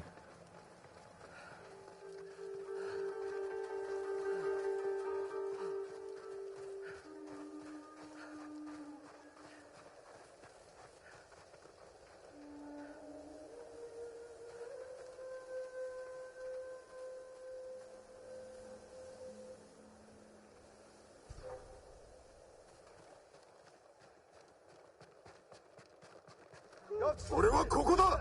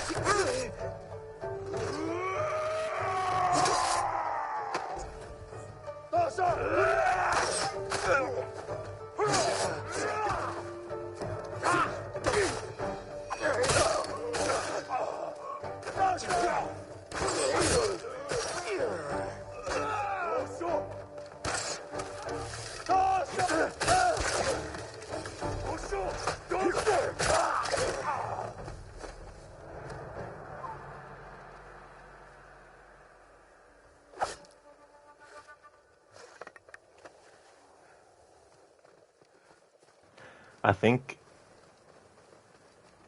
I managed to do an unyielding parry for one of the enemy strikes, but the other ones, it didn't work.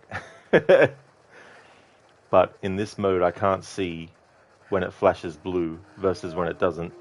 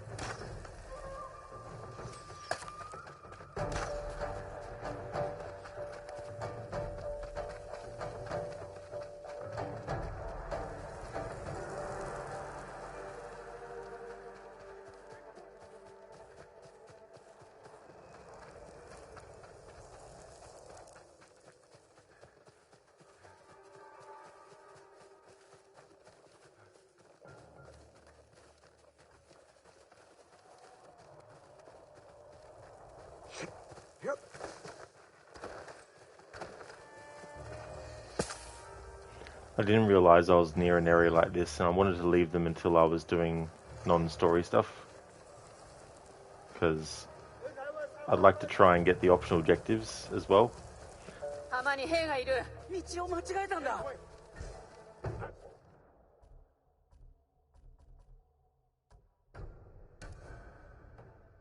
これからどこへ？ケンジが辻で待っておるはずだ。あのケンジが？村から出られていたらね。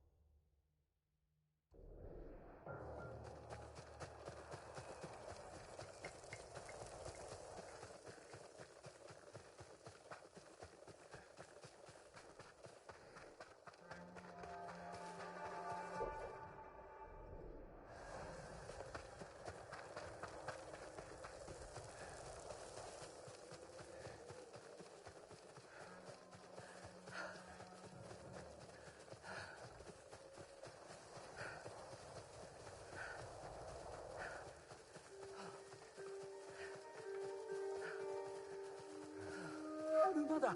こっちに来ますよ。草むらに入り身を隠せ。ケンジだよ。タカ、やったな。つけられたか？いいえ、でももう家には戻れませんね。あちこち猛虎だらけです。さあ行くよ。あざも裏から少しでも離れよお前はいい子だな。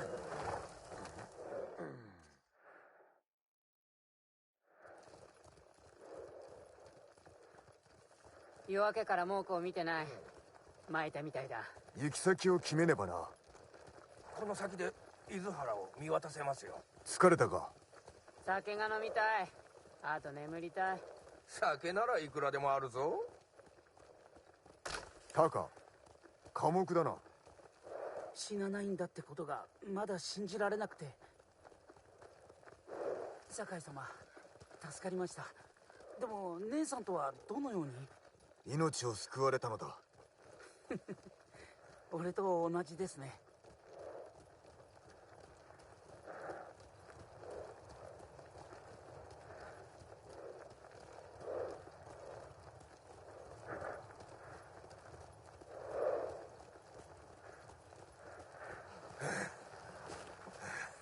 もう体がガクガクだ。小松は山の向こうだよ。火事場がある。ええ、島で一番の。あの火事場を使えば城の壁を越える道具を作れるかもね。タカ、どうだい？もちろん。ご恩に報いるためなら喜んで。ありがたい。タカ、ケンジ、少し休め。すぐに立つぞ。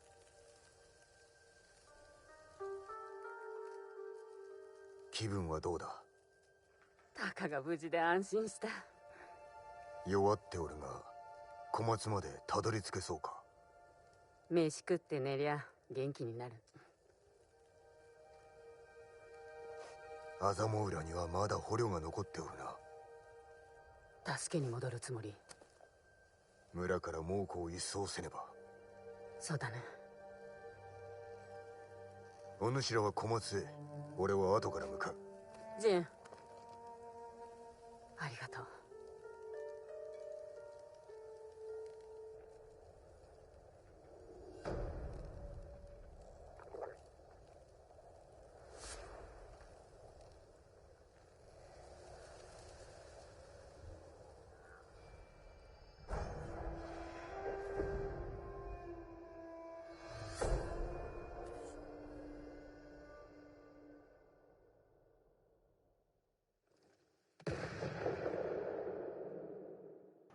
Black powder bomb. Throw an explosive that damages and staggers nearby enemies.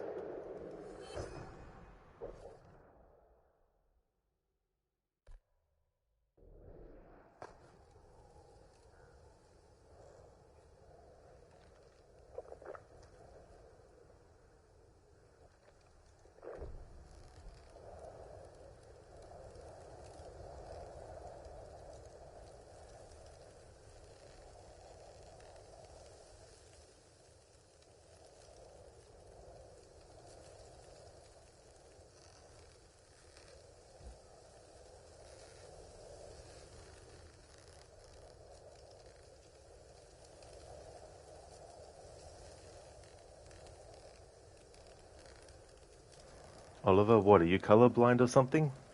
No? Walker man, welcome on in. No, this is my second. My last one was last year. Well, my first one was last year, I should say.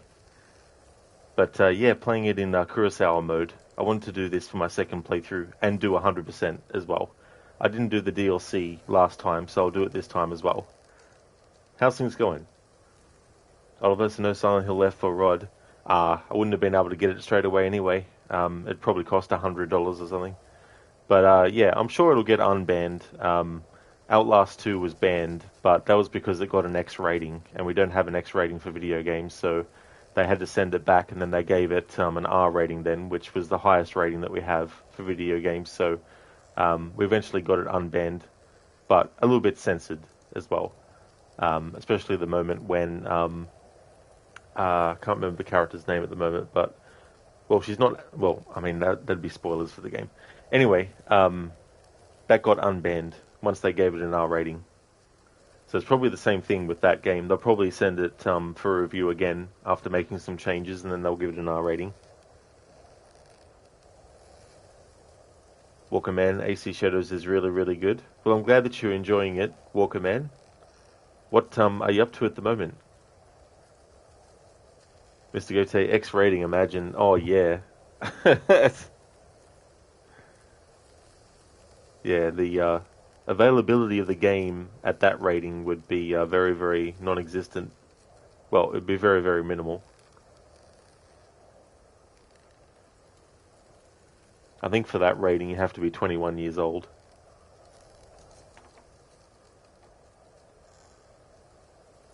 Octavius, forget it. That's all good. I don't actually have an uptime. I don't think I do have one. Oh, I do. There we go. There is one that works.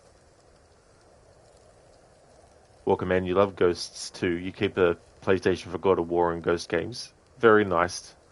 Yeah, the Ghost of War, the God of War games. I only ever played the first two, so I need to play the other ones. Mr. Gote just boots up the game and hear the hub music play. Australia goes, nope, ban, goodbye, can't play it.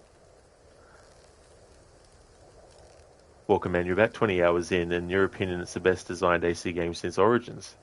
Well, that's a decent amount of time into it as well. 20 hours, that's a good amount of time.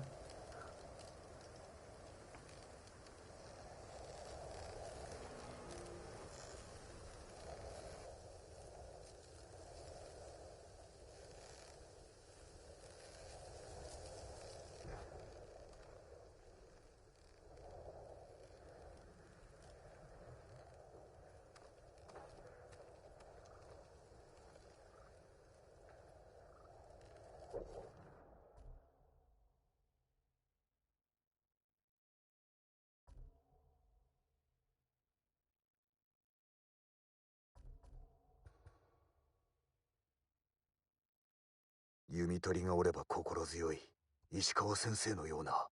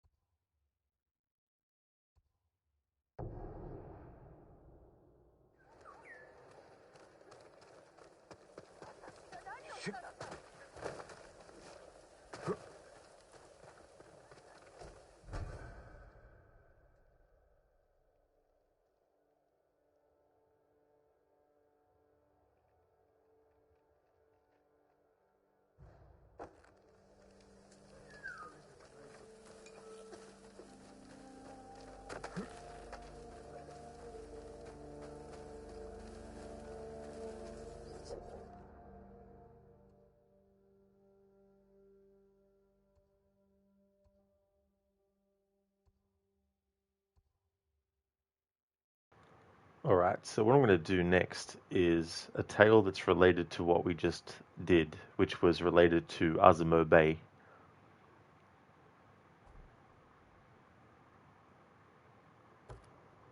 Unfinished business. I was able to free Taka from Azamo Bay, but others are still enslaved. I cannot rest until I find a way to help them.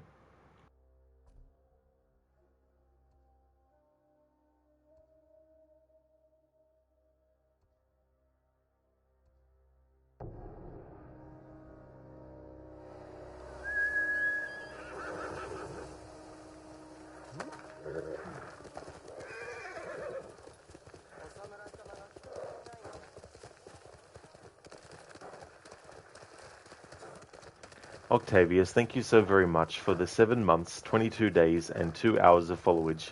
That's awesome. Thank you, thank you.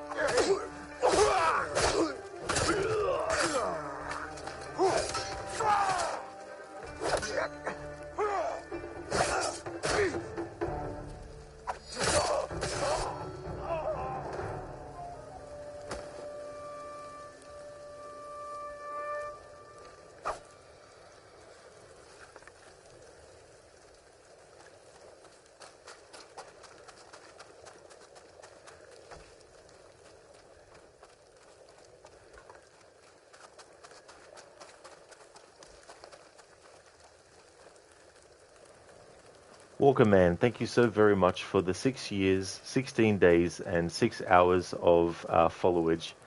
That's amazing. The time flies so damn fast. Like, holy shit. Thank you very, very much. Octavius, I wish you would find me earlier, but you know, it's all luck. That's definitely true. Yeah, there's also streamers that I wish I discovered earlier. Discovered by that I mean, you know, come across them myself, not discover them as if I'm the only person that came across their stream ever, and I'm like, I discovered you, like a talent scout discovers someone, you know. It's not like that. But there's definitely been some streamers where I'm like, it would have been cool to actually know that they were a streamer before a certain point. Welcome, man. Oh dear Lord, it's been 6 years now. Your time has gone by. It does fly by quick. It's just crazy too as well. because I started streaming in 2016. So next year it'll be my 10th year streaming.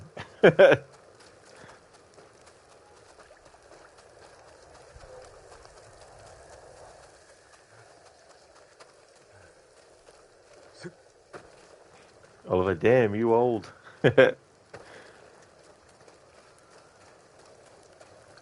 Troll time is a social construct.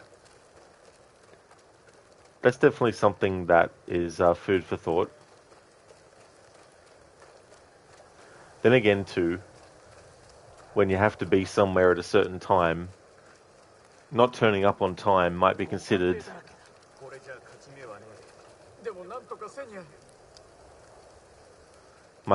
a bad thing, depending. And if you said to them, "Oh, time's a social construct," they'd be like, "It doesn't matter." But that's in that context. But I mean, the thing is too, you get things that get set in stone, where it's like, this point in time is like 5 minutes. Humanity could have decided that 5 minutes time was considered to be an hour, but it was decided that 5 minutes of time would be 5 lots of 60-second increments.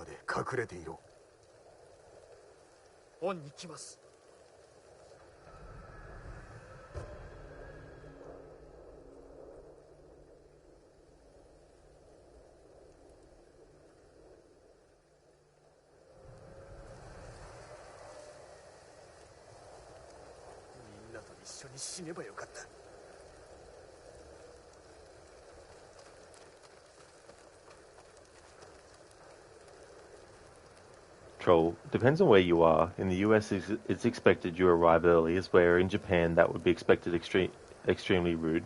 On the other hand, arriving too early can be considered rude too. In the US, it's expected you arrive late. Ah, yeah. Well, that's the other thing too. Like, there's some unspoken rules where it's like, sometimes you need to turn up on the dot. Other times you need to turn up slightly late. Sometimes you need to turn up slightly early as well. Actually, I remember there was this talk about the mafia and how, like, if you had to meet somewhere at a certain time, you didn't turn up 10 minutes before. You didn't turn up a minute before. You didn't turn up on the actual dot, but you turned up like an hour or two before. Because that way, if something goes down, then you're there for the person, Dr. Darling, time is a circle. Or, it's not a circle, it's a spiral. Orange peel. Right, yep.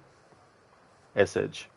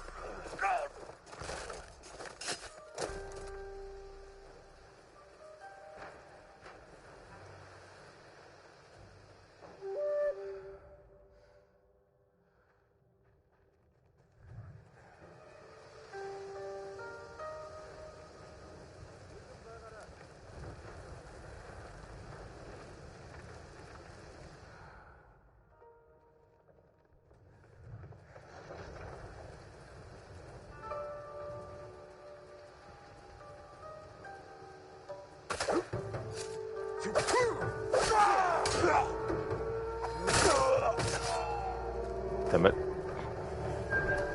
I wanted to angle the camera so that when I did the assassination, the flame was in the background, but I didn't count on the prompt disappearing with the camera on that angle.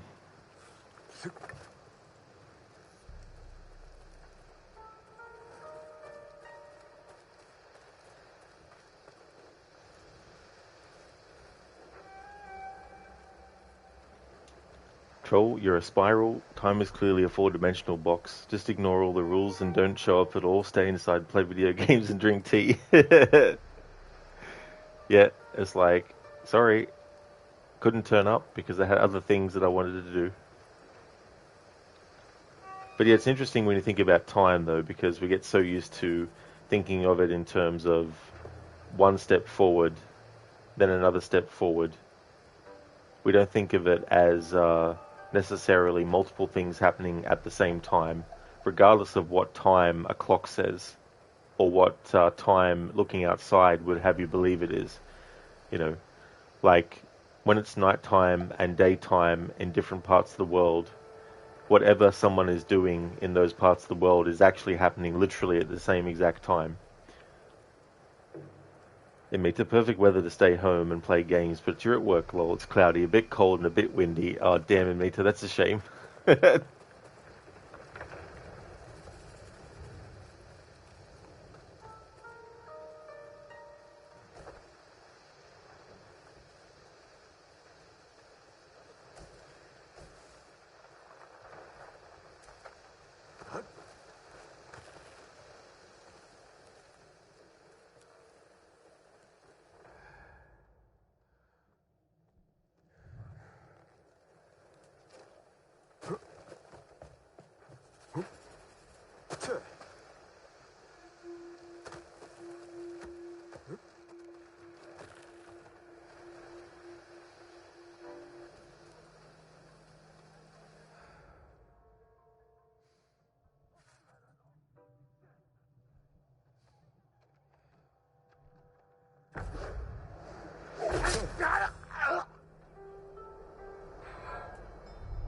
ジン、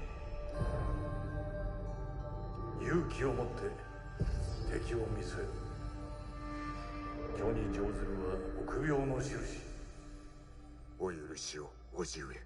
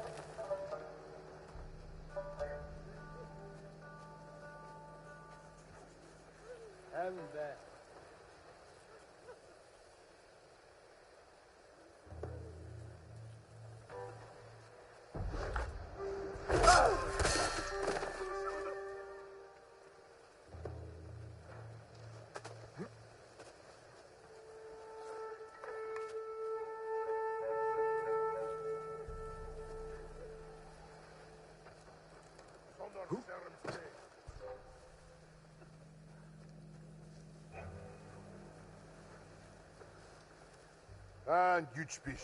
Timba ha. Perdiu. Ha?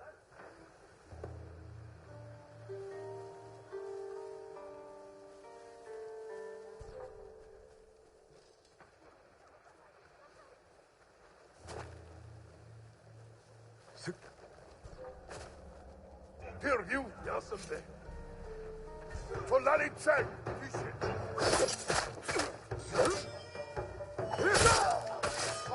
Tamam.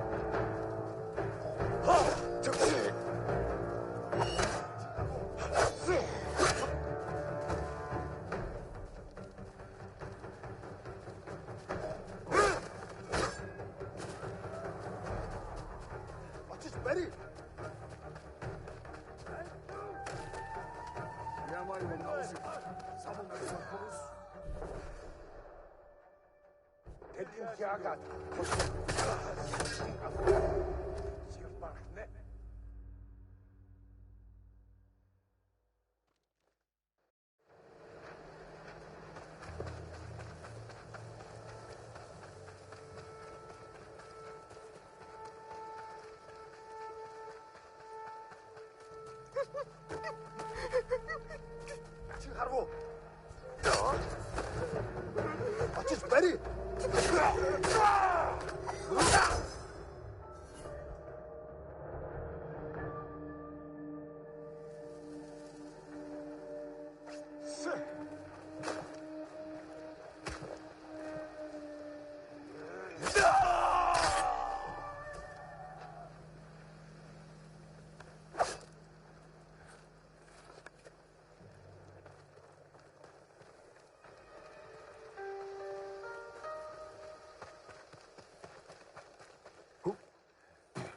Perdiu.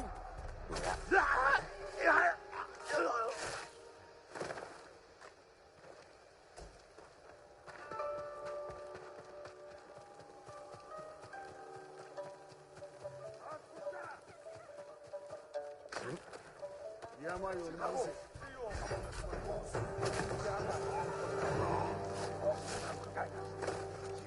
Ne? Hayat şu. Artık batık bu iş. Sen artık bazla.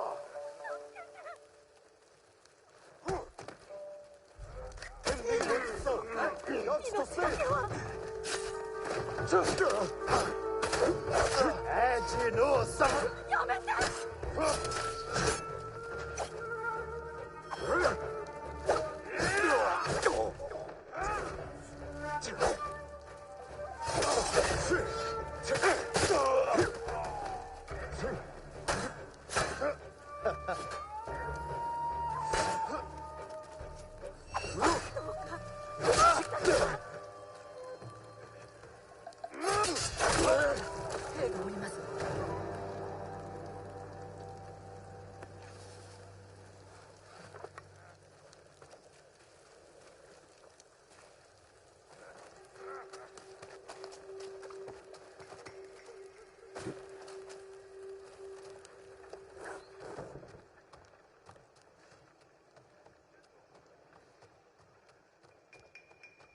浜から逃げ出した馬を見たけど、たてがみが燃えてて泣き叫んでた。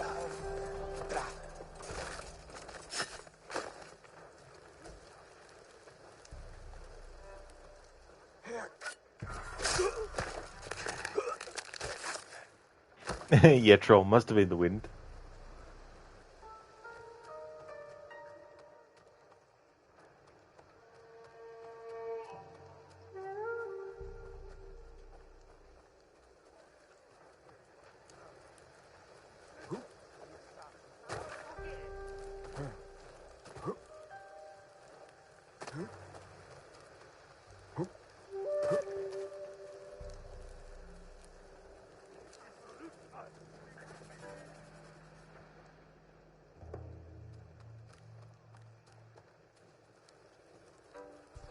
Hem nigga mutlusun. Yasın be. Hindman. Harak we wine. ハチの鍛え方を教えろ。断れば首を切り落とす。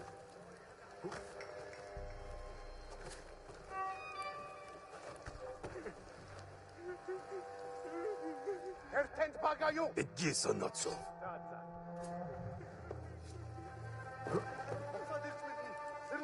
Era molto chato.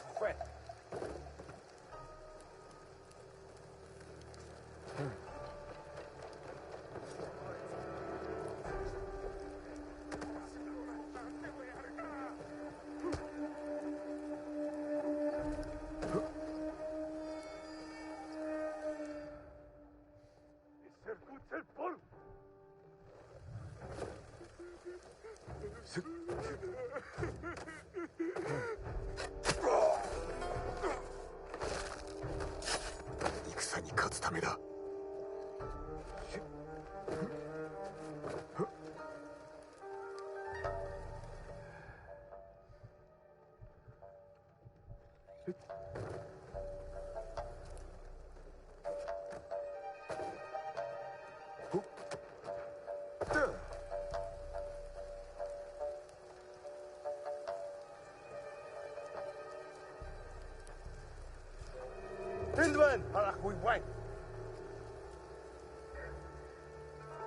Ямар ч болмоор байгаа.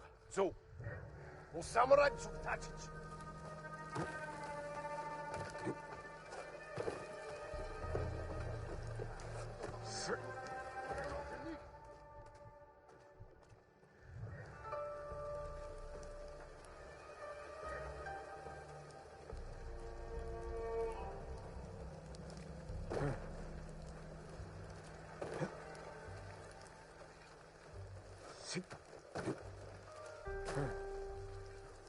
Indwen!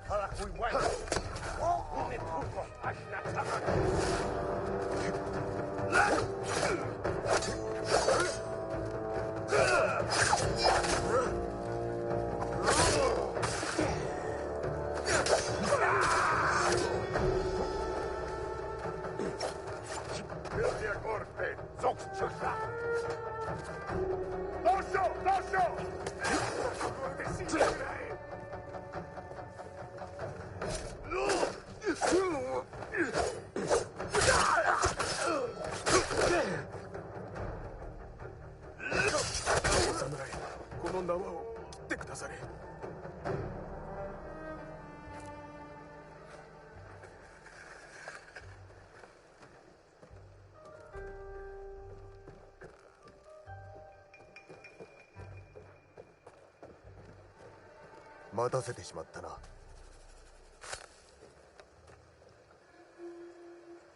もう安全だ。タカという鍛冶屋のようにわしも殺されるかと思いました。タカは村から逃げた。安心しろ。しばらく身を隠せ。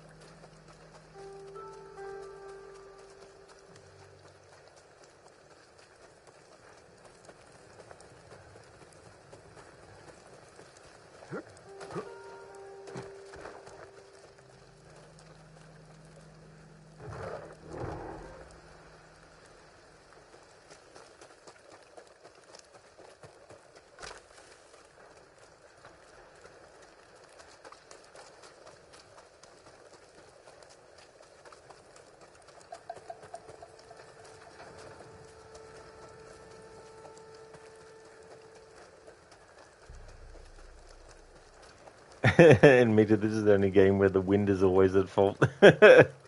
Oh yeah.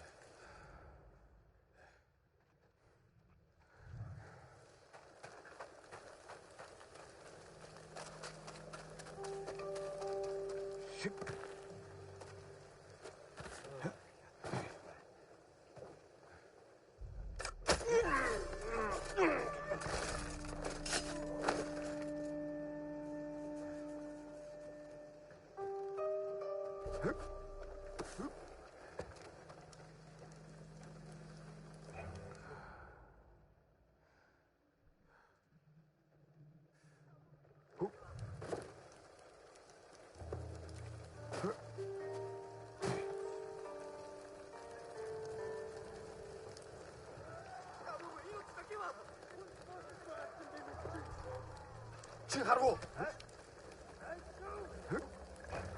어떤 짓다.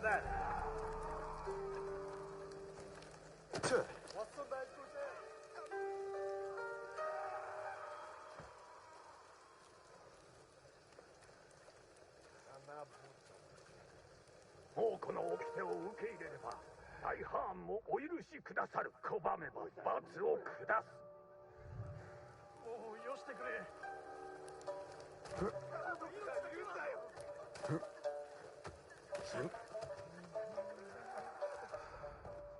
운세한 너 듣고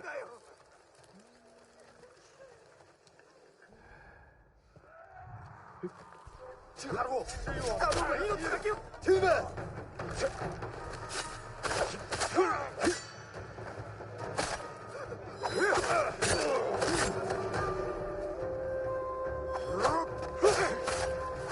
何とぞまずは猛虎。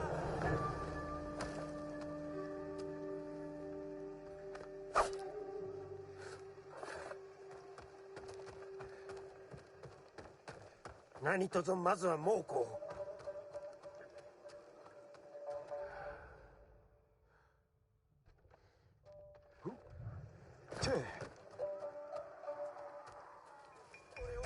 ありがとうございます。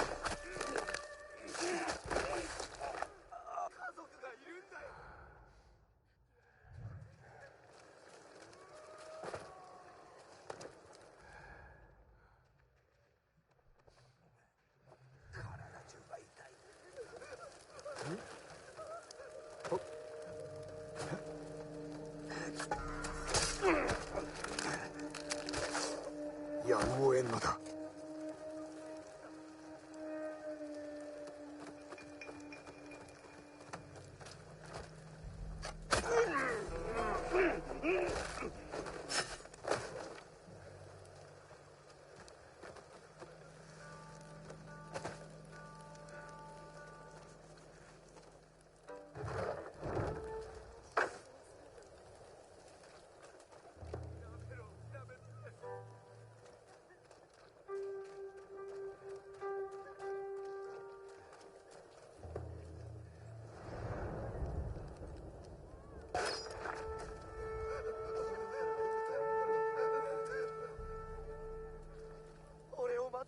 罪の報いを与えねば。ほ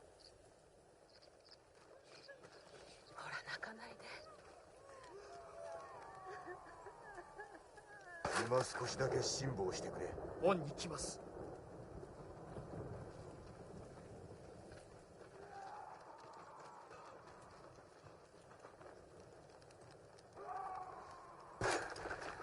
ここで死ぬかと思いました。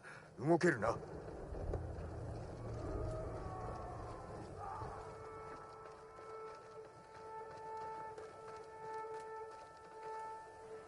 Oliver, no, it's Amita's fault. Amita, me, no way. Could be like the whole rabbit season, duck season thing, except saying, it's your fault. No, it's your fault. No, your fault. Cody, this reminds you of a very good remake of Tenchu for the PS1 and 2, but loads better in every way. Yeah, that was actually a game series I only ever played one of, and that was the very first one. Never actually finished it either. I can't remember how far I got in it, but I think I got to a certain level and I just gave up. I was just like, I'll play other games, and then never went back to it. But I really like the stealth in this game.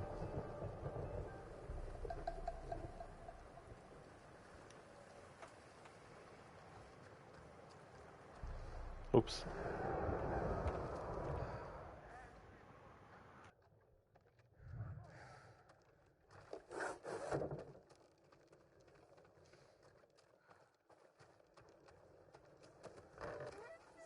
Set them bad.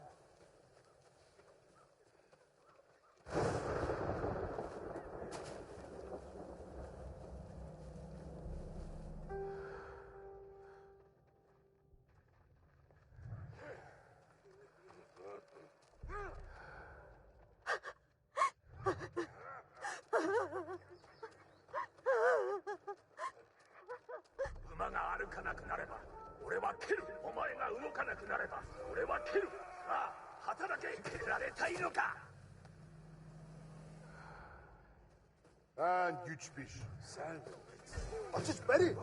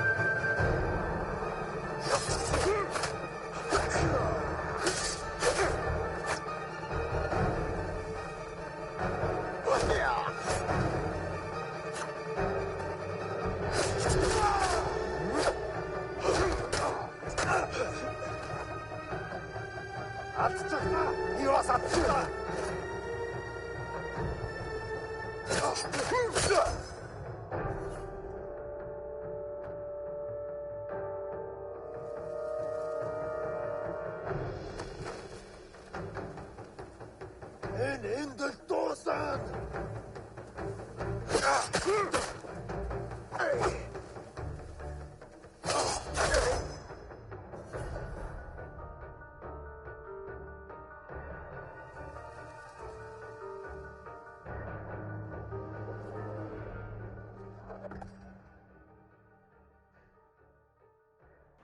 Water stance is highly effective against shields.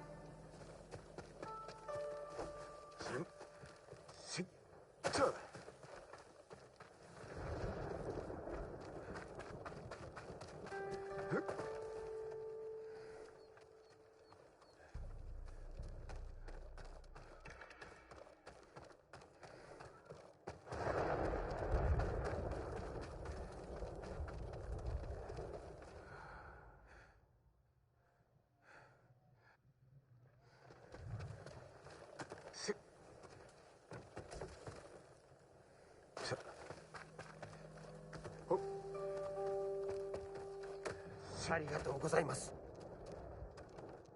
動くな。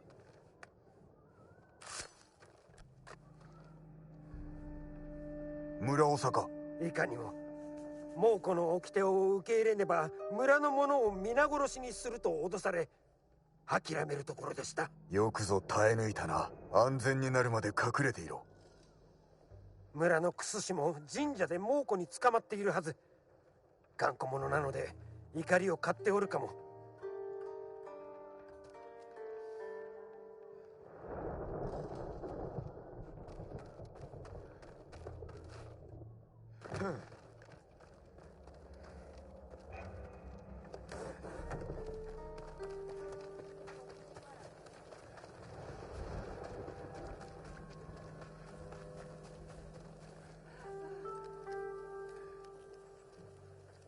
お侍様。安心するな。行け。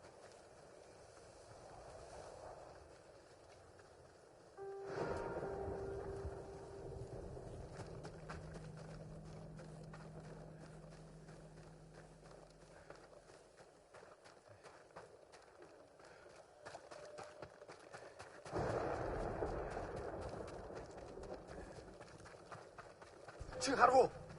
え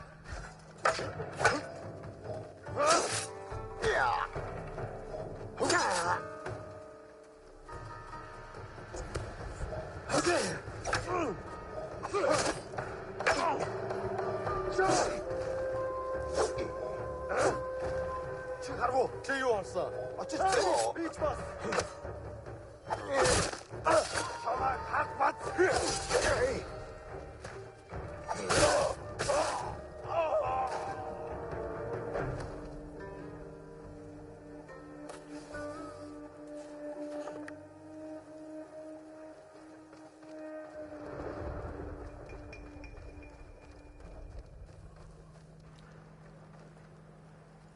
Oliver, it's always his fault. He's a psycho after all. Amita, I don't know what you're talking about. You're an angel.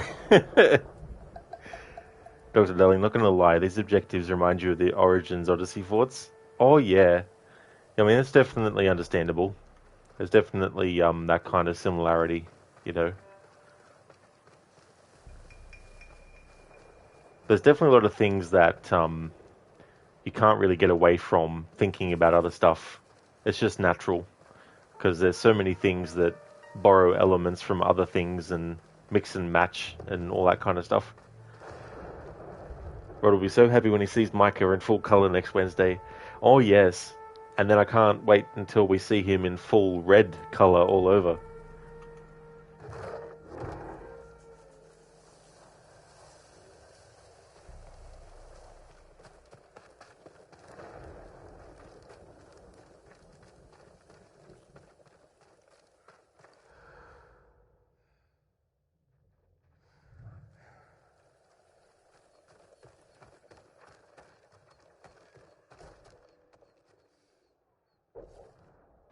Records. Skills for trade.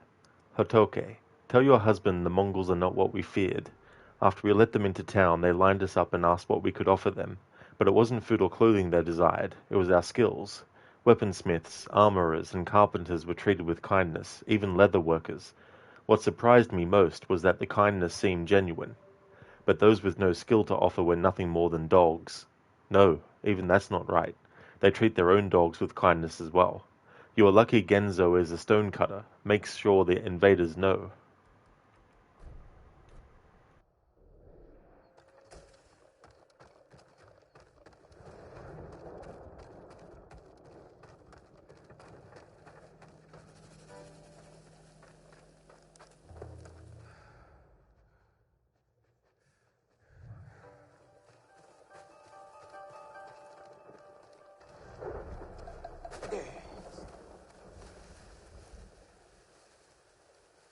Hoi! Harbo!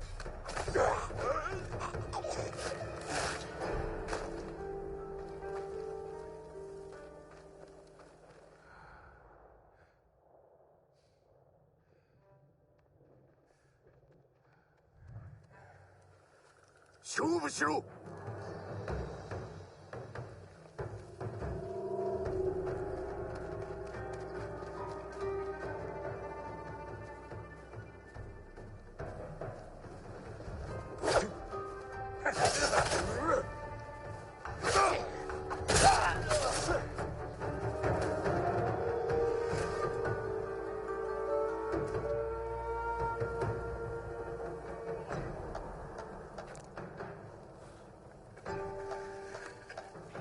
You just want to kill Micah Redeem to make a comeback. Yeah, I actually had it so that, like, there was a mission where Micah's in the jail cell. I actually just killed him a few times without the redemption active, because I thought that that would be very fitting with a low honor kind of approach, and I didn't want to restrict it to a channel point redeem. So I thought I'll just do a few kills of Micah.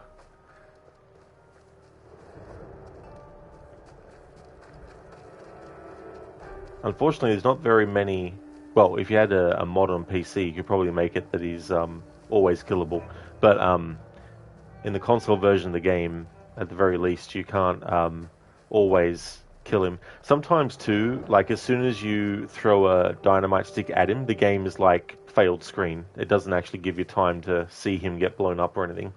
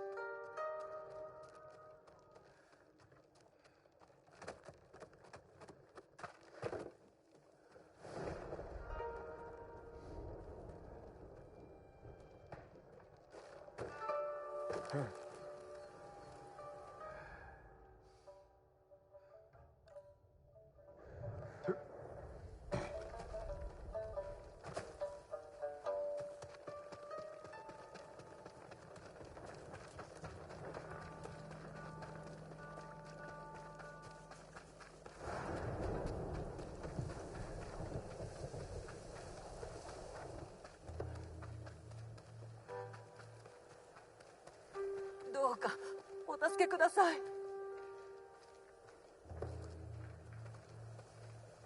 逃がしてやる。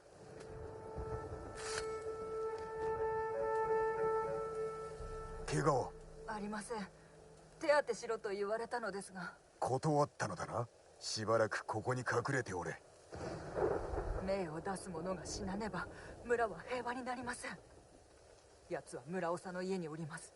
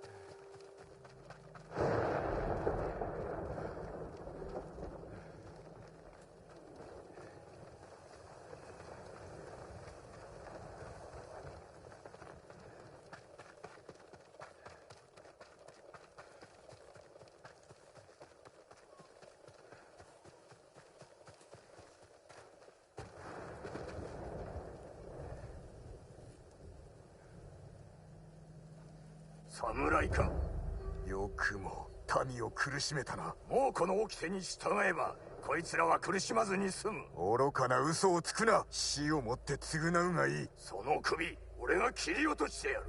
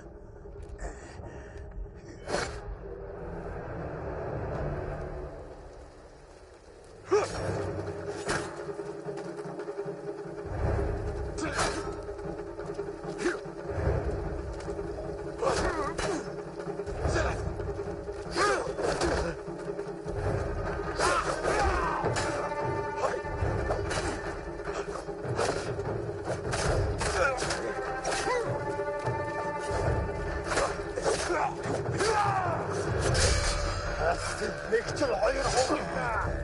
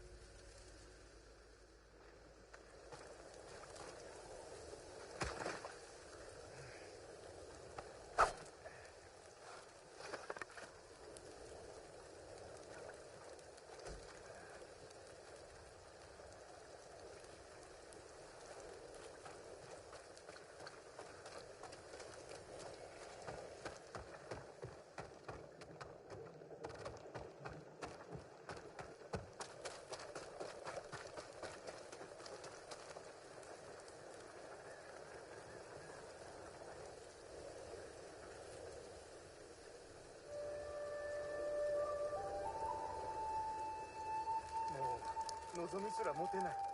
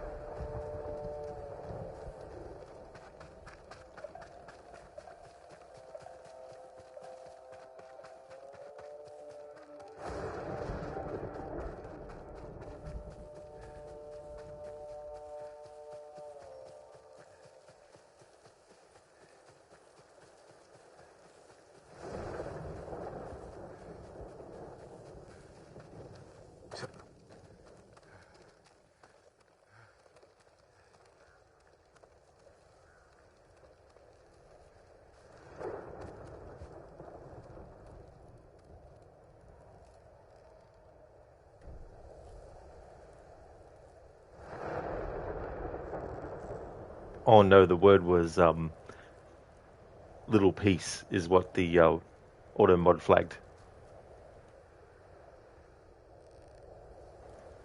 We're gonna draw a little bit of everybody's blood, 'cause we're gonna find out who's the thing. Watching Norris in there gave me the idea that maybe every part of him was a whole. Every little piece was an individual animal with a built-in desire to protect its own life. You see, when a man bleeds, it's just tissue. But blood from one of you things won't obey when it's attacked. It'll try and survive. Crawl away from a hot needle, say. Thank you, Dr. Darling, for redeeming that from The Thing. John Carpenter's The Thing, to be more specific. Thank you very much for redeeming that. This is where I'm going to call it a stream. I just want to thank everyone so much for watching. I really appreciate it a lot. The next stream of this that you'll see from me is when it will be Monday. And then on Wednesday, I'll be getting back to Red Dead Redemption 2. I don't know if there'll be a stream on Tuesday yet. I'll just wait until Tuesday arrives and then I'll decide. But the scheduled streams are Saturday, Sunday, Monday, Ghost of Tsushima, Wednesday, Thursday, Friday, Red Dead Redemption 2. That's the current schedule on the channel. Which is that there. Before I end, though, I just want to give some shout-outs. That's true, Dr. Darling. It is time for me to end the stream.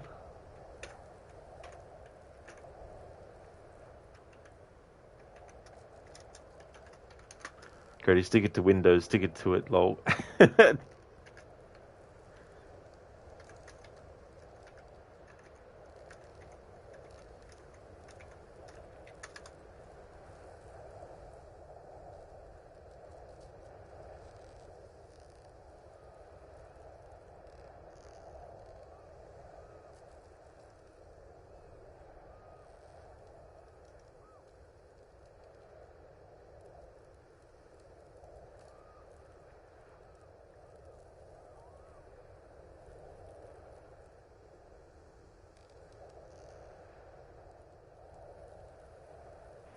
Would like to definitely recommend people check out the following streamers.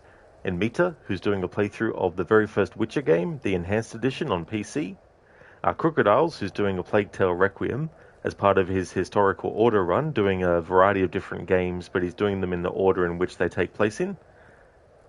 Lucinda is doing a playthrough of The Last of Us Part 1. She finished the main game recently, so she's still going to be doing more content.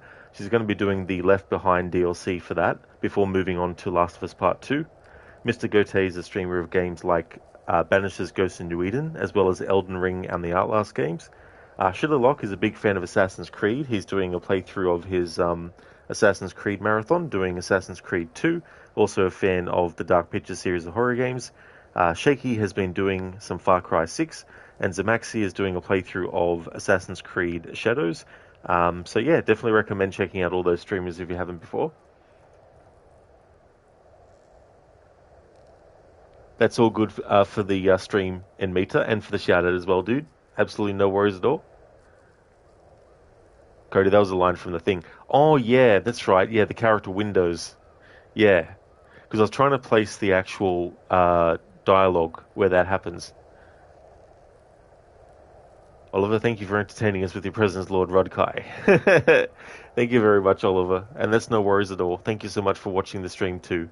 Just want to thank everyone for watching. I really do appreciate it a lot. We're going to go and raid out to Gizlek, who's playing Like a Dragon Pirate Yakuza in Hawaii, which is the game that Skull and Bones thought it would, wishes it could be, I mean. Here's a raid message that people can feel free to copy and paste. I've also got one for subscribers as well.